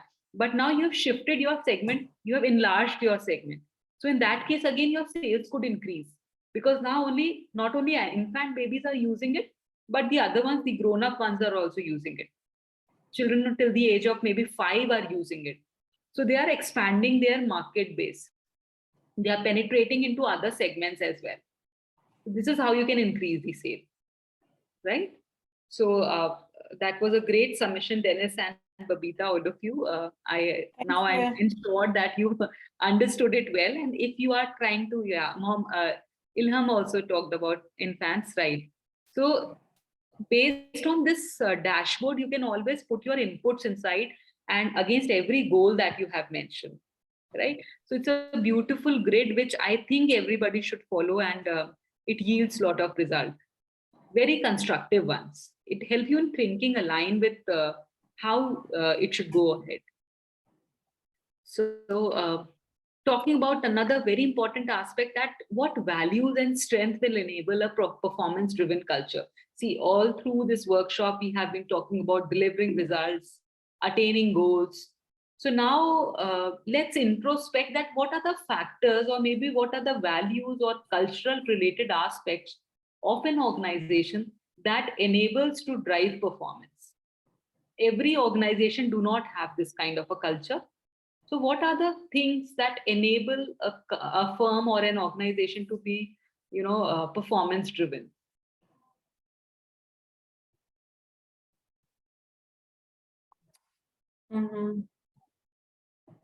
Maybe you can think of your own organization, and if you feel that it is, yes, performance driven organization, then what have breeded to such kind of a culture? Why you are pushed towards, performance?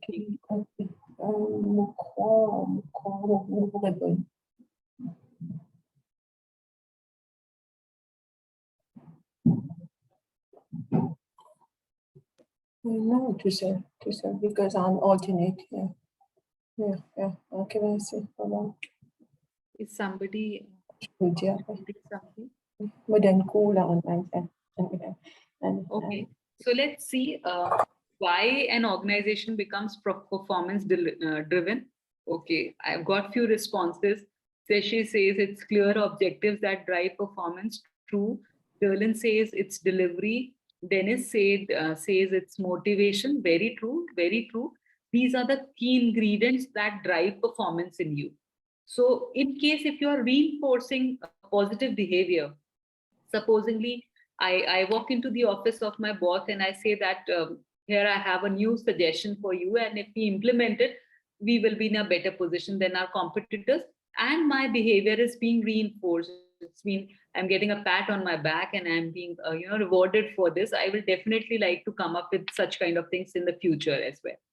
So you need to reinforce positive behavior. You need to keep on giving regular feedbacks to people. Only then they can be, in line with your goals. Then you need to link values and strengths to each activity. Whatever task you're giving to your subordinates, let them have a ownership of that task. Give them some strengths and values related to that task. That will also drive performance. Then you need to recognize role models. If somebody have done something exceptionally good with a new idea, you can recognize that person as a role model. And most of the firms are doing this. They give very fancy, designation to people, and then they award them. They have very fancy award functions happening at the end of every financial year, wherein they take people to exotic location and they praise them. They give them awards so that such kind of a behavior is reinforced. Then coaching discussion with team members and demonstrating these values and strengths. So if you are talking to them, again, you are coaching them also in the right direction. Then also you can become a performance-driven organization. So this is something really crucial, that how you can inculcate a performance-driving culture into your organization. These are the things which help you out. What can you do to strengthen these in your team? So can you suggest a few measures? Though these were the measures, that you're giving them feedback, you're recognizing their roles. This is how you can, implement this kind of a culture. Next section talks about the measures or the trackers which are there in order to attain the goal. So when we talk about the measures, there are basically two kind of indicators which helps us in identifying whether things are going on the right track or not. These are lag indicators and lead indicators. So I hope maybe you must have come across both the indicators. So lead indicators basically are the ones which are future focused. Okay, they define the high impact things of the team, that finally the result is going to look like this. This is the lead indicator, that is what you want to attain finally. And lag indicators are happening while the entire journey is taking place. So it is in middle of everything, right? And once you have done things, you cannot correct the lag indicators because they are already being passed away, while lead is leading you towards the future. So for example, I'll give you an example for this thing. Basically, you can say that lag indicators are the one which are coming in the process. While you are conducting a process, what all things you will be taking care of are lag indicators, which leads you to the ultimate result, which is the lead indicator. The final thing which you want to attain, that becomes the lead indicator. So for example, let's discuss this scenario. If you can read it on your screen, that there's a birthday party and you have to host a dinner at home, right? And you have to invite a few friends and family members over and decide on the menu for the night. So maybe that party is planned in the night. You have to host a dinner for your family members and your friends, and you have to decide a menu also. So now if this is the task, what could be the lag indicators in this task and what could be the lead indicators? If you can help me out in planning this birthday party. Denise is going to start because I know she's good at that. Good one. Can you just go back on the lag and lead so that it can be more clearer whilst we, okay? Denise, instead of, okay, you can read it out also. I'm reading it out. Lag indicators are tracking measurements of the widely important goals. And they are usually the ones you spend most of your time praying over. By the time you get a lag measure, you can't fix it. It is history. So while you're traveling the process, what all small things you are doing becomes your lag indicator. So for example, if you're planning a birthday party, in order to plan the birthday party, that is the final thing, that is the lead indicator. What all small things you are doing becomes lag indicator.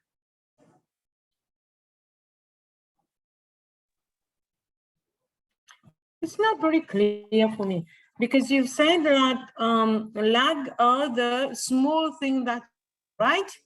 Right. Okay, so let While me lead is the measures of the most important. Most important. So let me just attempt this scenario for you, and then maybe next one you can do. That will give you a clarity of how it needs to be done. So maybe what is the lead indicator in this case? Lead indicator is to host a wonderful party, a birthday party, which everybody would remember. Okay, they are going to cherish the memories of this birthday party. It should be good. It should be memorable. That is the ultimate aim of me organizing or hosting this party. Is it fine? Is it most of the time the goal of doing a party every time?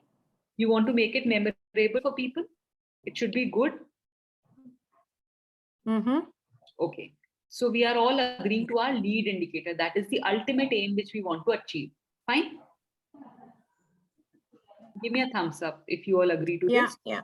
Okay, great. Yes, we are in agreement. Yeah.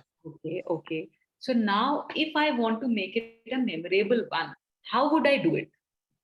What should be there in the birthday party that makes it memorable? It's good food, good organization. Great. Good cake. Okay. Very good music. Some activities. Great. Wow. So you're coming up with lag indicators. These are the ones. So while you're doing things, what all small things you take care of, which leads you to the lead indicator becomes lag indicator. So now if I deep dive into it, so for example, you talked about food, right? So maybe my birthday party also have a few children coming. So maybe they won't like that spicy food which elders like. So they might prefer French fries or pasta, and maybe the elderly people might prefer soup or something like that. Isn't it so? So that becomes my lag indicator, that what kind of dinner am I planning? What kind of menu am I planning for them? Similarly, if I talk about activities, so for one set of age of people, you would be having different type of activities. For kids, it might be different. So then if I have both the age groups coming in, I need to take care of the activities. They should be, catering to both of them, or maybe separate activities for each age group I should keep, so that everybody's engaged throughout. So can we say details is a long process in relation to the lag indicators? Yeah, kind of. Paying attention to details, like for example, the food, the spicy, which age, which one will prefer the spicy, or the kids, the fries and all? Yeah, then is both of them become lag indicator. Food itself become a lag indicator, and diving deep about what cuisine or what type of, both of them become lag indicator, because it's all adding up to making a memorable birthday party, no? So yeah, this is how it is. So let's talk about another scenario. I have one more for you. So here you have one relative son who is preparing hard for his final exams, and he's studying hard for it and dividing his time well. What could be his lead indicator? What could be his lag indicator? Let's begin with lead.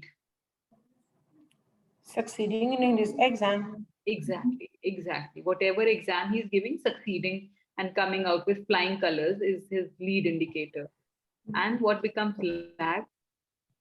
Preparing his notes for each subject. Great, amazing. Preparing. Studying. Timetable, dividing things, revising, right? All these things become your lag indicator. Now, whenever we translate such personal scenario into business scenario, again, we need to think upon the lag and lead indicator. So if you think about your team goal, whatever you want to achieve, maybe the goal was to increase the market share. So now in order to increase the market share, which is my lead indicator, what all could be my lag indicators? Okay, so market share could be increased either by adding more customers to it, or entering into new markets, or adding to my product line. So these all things become my lag indicator, which I need to take care of. Are we clear on this? Yes. Okay, moving further.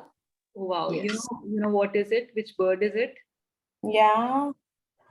Which one? Peacock. It's a peacock, and it's the national bird of India. Most Yeah. beautiful of all. So peacock tells us about adapting. That's the last aspect of the model that we are studying in delivering result. So adapting means that how agile you are, how adaptable your team is. And with this fast pace of changing world, every time you keep on having new challenges, new products coming in, new type of threats to encounter. It's very much important for any organization to be agile and adaptable in today's scenario. Otherwise, you cannot exist at all. So you have to be change ready. So now the question is, how can you make your organization agile? How can you make them adaptable? Because there's no question that you cannot be adaptable. You have to be. That's not a choice. You have to be in order to survive, right? Now, how would you embrace this kind of agility into the culture? So here is a checklist of a few questions which maybe later on you can do. You might have got this in the handout as well. So here you just need to tick upon that what kind of responses your team is giving. So your team has a relentless focus on customer, and you are seeking to add value to the customer through product, process, and organization. If it is true always, you have to trick always, or most of the time, usually, sometime, or rarely. So to every question, you have to answer on this 5-pointer scale, which is also called Likert scale. Yes, was there something? Okay. So then there are 5, 6, there are many questions related to it, 7, 8, 9, 10. So once you are done with this, you have to do it later on based on your time availability. So once you start picking it, now what you'll have to do is you have to calculate the points, the scoring, that if you are ticking always, then you have to give yourself 5 points. If you are taking most of the time, then you have to award yourself 4 points. So based on this, you can calculate a total score. And that score you have to mention on this particular axis. So maybe if you are getting a score higher than 40, that means you are having a highly agile or adaptable organization. But if you are falling somewhere less than 30, then it's a concern. It's a concern. That means your organization is very rigid. They do not have agility, and they need to be adaptable. Right? So this you can do later on when you'll be looking at the details. Now, the question is, based on the previous slide, you will get to know whether you have an agile organization or not. So the next question which comes to the mind is, what creates adaptability or agility in your organization or your team? How can you make them agile? How can you facilitate adaptability? So any suggestions? Then we'll move to the next slide because that is full of answers. First, you have to evaluate them to know what kind of coaching, what kind of leadership you need with them. Okay. To make them adapted. Then you have to cascade down the objective, cascade down the goals. And what is the strengths of our team? What is the weakness of our team? On what we should work. Okay. So you are cascading that effect, and that brings agility to the organization. Cascade down the goals so that they understand. True. They need to be agile. They need to be adaptable to changes, to changing goals, to things that affect us, so that we can achieve our objective. True. Any other submission? That's great. That's great, Babita. So these are the few, 5 components which helps in creating agility in your team. Firstly, you need to focus on customer because they are the genesis, or maybe the core point from where you are having an idea of how you need to produce things, what kind of products you want to produce. and you all submitted the same thing while you were answering in the chat box that we need to analyze that what customer requires. So you need to focus on customer needs, and they keep on changing. So then if you are looking at those changing needs, you are agile organization, you need to have a clear vision and strategy that whatever may come, but still your strategy remains same, right? Then you need to increase interdependence and openness to feedback. If there is a feedback driven culture, people can speak up their heart out, and then those inputs will help you to change. You will be in a position to be better every time. Then the organization need to be action oriented. So for example, if you've come across a new problem, a new scenario, the thing which happened during the COVID time, there was a new problem which came up. So if you are action ready, if you are retaliating to it, if you are resonating with the thoughts well, then you have an agile culture. And finally, the most important of all is collaborative leader. So you need to have a leader who's able to collaborate well with all the stakeholders and keep them on the same page. So if all are agreeing to one single thing, then that will lead to a agile organization. And I have a very beautiful submission from Derlin, which says that this is true in system development, very true. When the requirement change and when there is a feedback from end user, it should be acted upon in collaboration with the end user, very true. And that talks about the synergy or the harmony in the team. If that exists, nobody can stop you. You are highly agile and very responsive to the catering needs, to the needs of the customer, catering to the needs of the customer. So that's true. That increases agility. And this is a detailed elaboration of what we have talked in the previous slide. And here we come back again to the final diagram or final process that we have talked initially about delivering results, wherein we have gained clarity, we are tracking the process, we are aligning things, we are measuring indicator, and we are adaptive to the feedbacks. So as you walk out of the door, I'm sure you must have taken certain insight from the workshop. If yes, do try to implement them, because they are going to add a lot of value to you in your career progression, which could be one of the goals, I'm sure, about you. And this is a set of further readings which will help you in diving deep into these areas of delivering results. So that was all from my side. I'll stop sharing my screen. And thank you for being such a wonderful participant. Ilham is raising hand. I think he wants to contribute something. Ilham, if you could speak up. Yeah. Hello. I have a question. We have the most of the participants are from public service. We are given a public service. That means that they have one the measurement that we call that balance scorecard, right?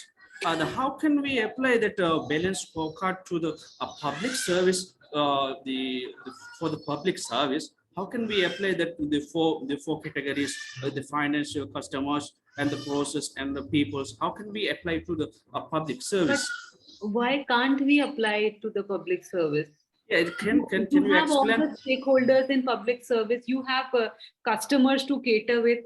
It might be the citizens of a country, but you have I know that, but it's the business sector. Then the public service, these two are the totally different. We are providing this different service. Only we are in service, not in a productivity. The productive as a business. I think the first we can go to the public service. These two are very different. Very different. Okay. So how can you explain that? Okay, Ilham, let me keep it like this. If you're talking about the public service, and as far as I am able to understand your question, it's about it's a government venture wherein government is not looking at the profit, rather it is taking care of the social aspects and things about the population, right? So even if that is the goal, there is certain goal at least. The goal might be the upliftment of the population, or giving them a better standard of living. That could be a goal. Okay, you are agreeing on that goal, right? Yeah. Okay, If that is the goal, you can have all these 4 parameters defined. Don't you require finances for improving the standard of living of people? Maybe by setting hospitals, maybe by setting up schools. So you require that. Secondly, if I talk about customers, so they are the ones who are your citizens. Yep. You need to look at what they need. So maybe they are not very digitally literate. So they require more of digital literacy. So you are catering to their need if you're providing such kind of programs to them. So we've talked about financial, we've talked about customer, similarly the process and the people. People are the trainers. So maybe if you do not have anybody in your country, you might outsource it from somewhere else, but you will get them digitally literate. So they are the people who are providing that services. And process could be maybe the way we are talking on a digital platform. So maybe we are trying to equip you with certain, things or skills which will help you in setting up a venture quite well. Right? You will be offering things so in a similar manner. Thank you. I hope I'm able to satisfy you. Yeah. Thank you. Yeah, Thank you so much, Ilham.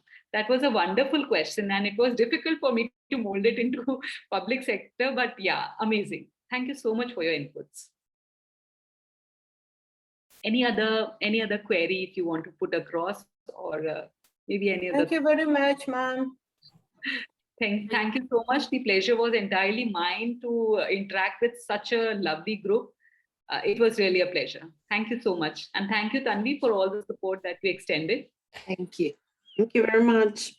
Okay. Bye-bye. Thank you, Dr. Bye. Dipali. Bye. Thank you, Dr. Dipali. I must say that all the sessions that we are going through and all the topics that we have learned all through, none of them make any sense if you are not able to deliver results. So it all comes down to delivering results, actually, be it setting goals, be it setting a big picture, be it giving effective feedback, everything comes down to delivering results. So it was a very relevant topic taken very well by Dr. Dipali. So with this, we come to the end of day 6. Thank you everyone for being a very good and participative audience as always. And I'll just be sharing the feedback link for today with all of you. Request all of you to please quickly fill that. And as discussed in the morning, those of you who can just stay back for 10 more minutes, we will be testing the Bharat VC link right now. So first you can just fill the feedback form, and then I'll be sharing the URLs for Bharat VC once again.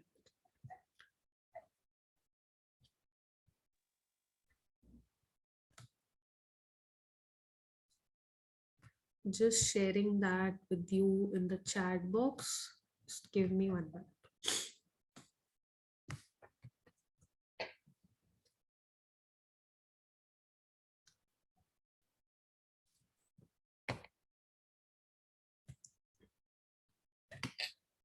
Those of you who have filled the feedback, they can just click on this link, which I have just shared, and proceed to the Bharat VC link. Amit from the digital team here at AITD is here to help me with that. And you can just join and he'll guide you there. Do we join now to this link? Yes. Okay.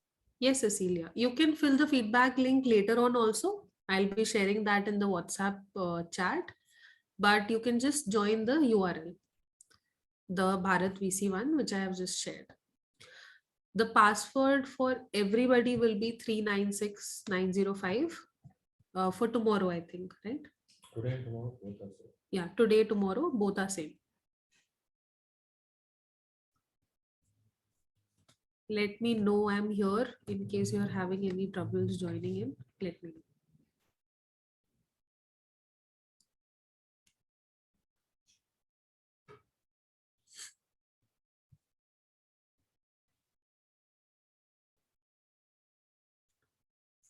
Notepad में लिखो किस किसने कर लिया And once you join there, you can just leave the Zoom platform, because both the platforms will not, work side by side very well. So once you are into that, you can just leave from here.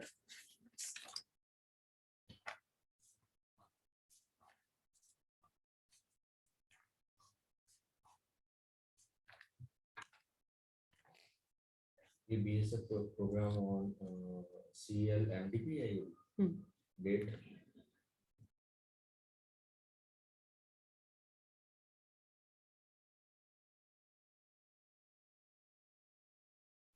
Okay, Darlene, if you have joined the other platform, you can leave Zoom. We'll be guiding you there itself.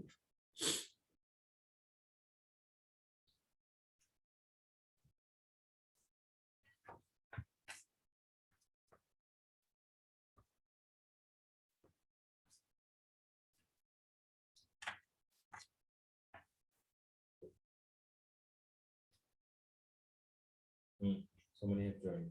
You've joined? join कर दिया? मैंने नहीं किया अभी. I'll join.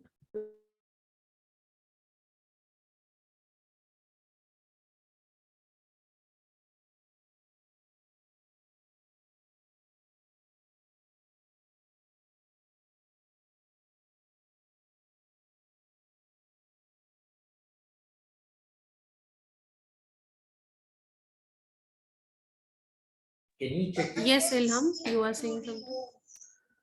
Yeah. Is this a banner page? I can do that. I'm sorry, I have to download the application or just join? So for the system, you don't have to download any You can application. also switch on your video to check things are working. Sorry? Do I have to download or just join? Because I'm waiting, but it doesn't let me get it into. I downloaded the application, but it requests email ID and password. So when I access the email ID, it doesn't give. Thanks a lot. I just note down your name and we confirm that. Give you me are 1 perfectly second. There fine might be to some able to join. background. My colleague Amit is also helping on the other platform. So Cecilia, I was saying that, are you logged in from your Thanks a lot, system, Farsad and Darlene. Cecilia? You, could Yes, able to I join uploaded the video and application. audio. Yeah. Uploaded the application, but it requests You can email give me ID call. and password. Thanks a lot for No. I am So also getting the Maria, same thanks here. a lot for And when I access email ID, it doesn't give. I am also getting the same here, requesting the yeah, ID. 1 second.